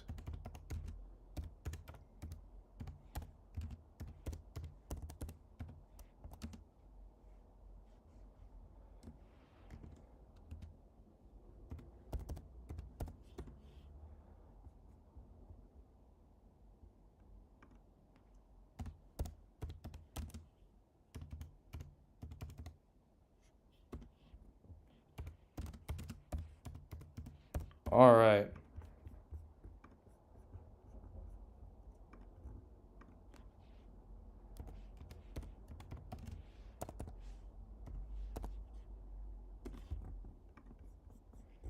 All right, just to wrap that up, vision boards are so important. I have my vision board behind here from this year, and on it, I'll share with you, I have a studio with a light, with like a PC set up in like a nice dark room, and I'm sitting in it right now, right? I was at my parents' house and I manifested this. I have a star that is a mirror, and keep in mind all these are related to either health, wealth, or relationships. I have a star with a mirror that says director on it.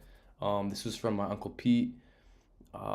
He passed away this year, and it was pretty traumatic. We were working on a documentary together, and I found that star in his apartment where he lived, and I just hope to, live on his legacy. I have a spot on a beach, a house on a beach, right on the water to motivate me, because a big goal of mine is to own a house on a beach. I have my guy Thomas Shelby from Peaky Blinders, because he is a big reminder to stay poised, and I don't know, I think he's just a badass character, right? He's poised, like he really that's really the biggest one, is just like being charismatic and having a good character, and being true, and being a poised individual, a stoic man, right? Brand identity is just like building my personality, being committed to it, being different, spreading value and my vision, authentic. I have a building with a whole bunch of images surrounding it, because I wanted to do my first photogrammetry photogrammetry project, which I did. It wasn't a house, it was a human. I also did like a hallway, and I did my head in the camera movements video. Photogrammetry is essentially when you take a whole bunch of photos of something and you create a 3D model from it. And its use case can be, you know, like inspecting things or creating cool 3D objects that are very real to the eye. The geometry, as I learned, isn't good, or the topology is never good from a 3D photogrammetry 3D model. But yeah, it's still something that is very intriguing to me. I want to continue to create. Just an empty gym with a barbell and a whole bunch of weights. So I wanted to hit the gym, which I did a lot this year. A man on top of a cliff with the sun peaking. This stands for me wanting to explore, adventure, travel, and you know, be up early with the sunrise more. Which I think I could have traveled more. I don't know if I hit that exactly. Was I up early a lot? Not super early. So like I would get up early some days. But yeah, just earlier in general. I think I still could get up earlier, but getting a good adequate amount of sleep is important. But you know, developing a good circadian rhythm is also important. Like waking up at the same time, going to bed at the same time. And I have a beautiful car, a Range Rover, matte black. I actually just saw one at the Target parking lot today. It was red. It was beautiful. Dream car, for sure. Did get a new car this year. Wasn't a Range Rover, but it was an all black Nissan Altima, and it gets the job done. What else do we have? We have a church inside of a beautiful Catholic cathedral church. Just like the runway, the aisle there. A beautiful picture of our Lord and Savior Jesus Christ with some clouds. Those two really represent like my relationships. I want to become closer to God, to Him, and be more spiritual. I think I definitely did that. I definitely pray at least every other day, if not every day, or just try to find some time to stay rooted in His faith. And on the very bottom right, I have ego death. So the death of the ego. I read a book this year called The Power of Now, and that really just describes like how important it is to not have an ego in all situations in life, because it always ends up being detrimental to your own mental, to the people around you, and just staying in the present and just being is so important and so lacking in today's society. Everyone has ego. Everyone wants to compare. Everyone wants to try to be better or do things a certain way because they're used to it, or live in these traumatic ways. And it's really just about just like the death of your past self, not even thinking about like the future, like thinking of the big thing, like the big goal, always remembering that and having that propel you forward. But right now in the present moment is all that matters. And if you can just always bring it back to that, you will never have any worries, any fear, any doubt, because all that matters is right now. I'm working. I'm in the studio. There's a candle here. It's hot. The camera's on me. I'm live streaming, right? Like that's all that matters right now. There's no reason to stress about what's going to happen tomorrow. There's no reason. Sure, do things to plan ahead and, charge your phone, charge your batteries, do the right things now in the present and know and make note of it, but don't live in the past, don't live in the future. Live now. The more you can do that, the more content you will be. Happiness is not real. Happiness is a short-term, fake, dopaminergic emotion. It is about being content and being, satisfied and joyful at times, but never strive for happiness. Strive for consistency, greatness, more discipline, having more willpower and tenacity in the things you do, becoming stronger, be brave. Like these are more long lasting. You utilitarian things, right? So yeah, write out a list: health, wealth, and relationships. Number one thing for me for health will be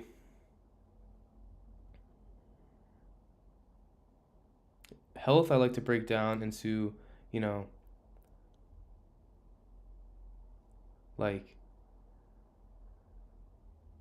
physical activity, eating, and mental health.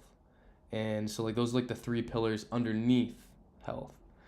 And I would say the number one I have to focus on more is, mental health, because it could always be improved, like not like stressing or any of that stuff. I would say for 2026, physical health, I want to make it more of a priority. Like I didn't work out today. Instead I hopped on, I worked, I shot the photography, and I got right into this, and I just ate a little bit. And yeah, I think the physical health could be more, but honestly, like pretty healthy this year. Like I wouldn't want to change too much up. Wealth. When people think of wealth, they think of money, right? Like wealth for me is having freedom, time freedom, location freedom, financial freedom, creative freedom. So like that, those are the pillars I would break it up into. And having financial freedom, having money allows for that, right? So it's not just, make this amount of money. It's like, okay, how much money do I need to make in order to do the things that I like to do, that I want to do, that I need to do, right? There's a need, and then there's like extra. So yeah, being a steward, right? Stewardship, like from what I can generate, how can I help other people? Am I investing in charity? Am I helping my family? Am I, able to take times to take breaks, things of that sort, for wealth. And I think one that falls under everything, it would be, I already wrote this down, but it's a big one. It is producing over consuming. So more production, more producing other than consumption, right? So often we are okay with watching a movie, watching a TV show, binge watching something, playing a video game, scrolling on social media. That's all consumption, right? You're consuming entertainment or even education. I would say that's better than being entertained, is actually, consuming like a valuable, reading a book or doing something like that, but actually producing things like going out there and shooting, things like writing, things like editing, things like putting stuff out there, like being the actual producer is so much more beneficial for everyone, not just me as an editor, not just me as a video guy, but for everyone, like producing, producting, whatever that looks like for you, in any field, like being that go-to guy, being the head of your industry, whether you are or aren't, just like up here, like that's what you are, right? Like having that white belt mentality, like I'm constantly learning, I'm always improving, but on the outside, you are the master, you are the black belt. Relationships, closer to God, keeping more in touch with my family, which could probably improve the most out of everything, communication as a whole. And I say this every year, and it always kind of ends up falling off. Like communication with God, with my family, with friends, with my business partners, with my significant other, like could all improve.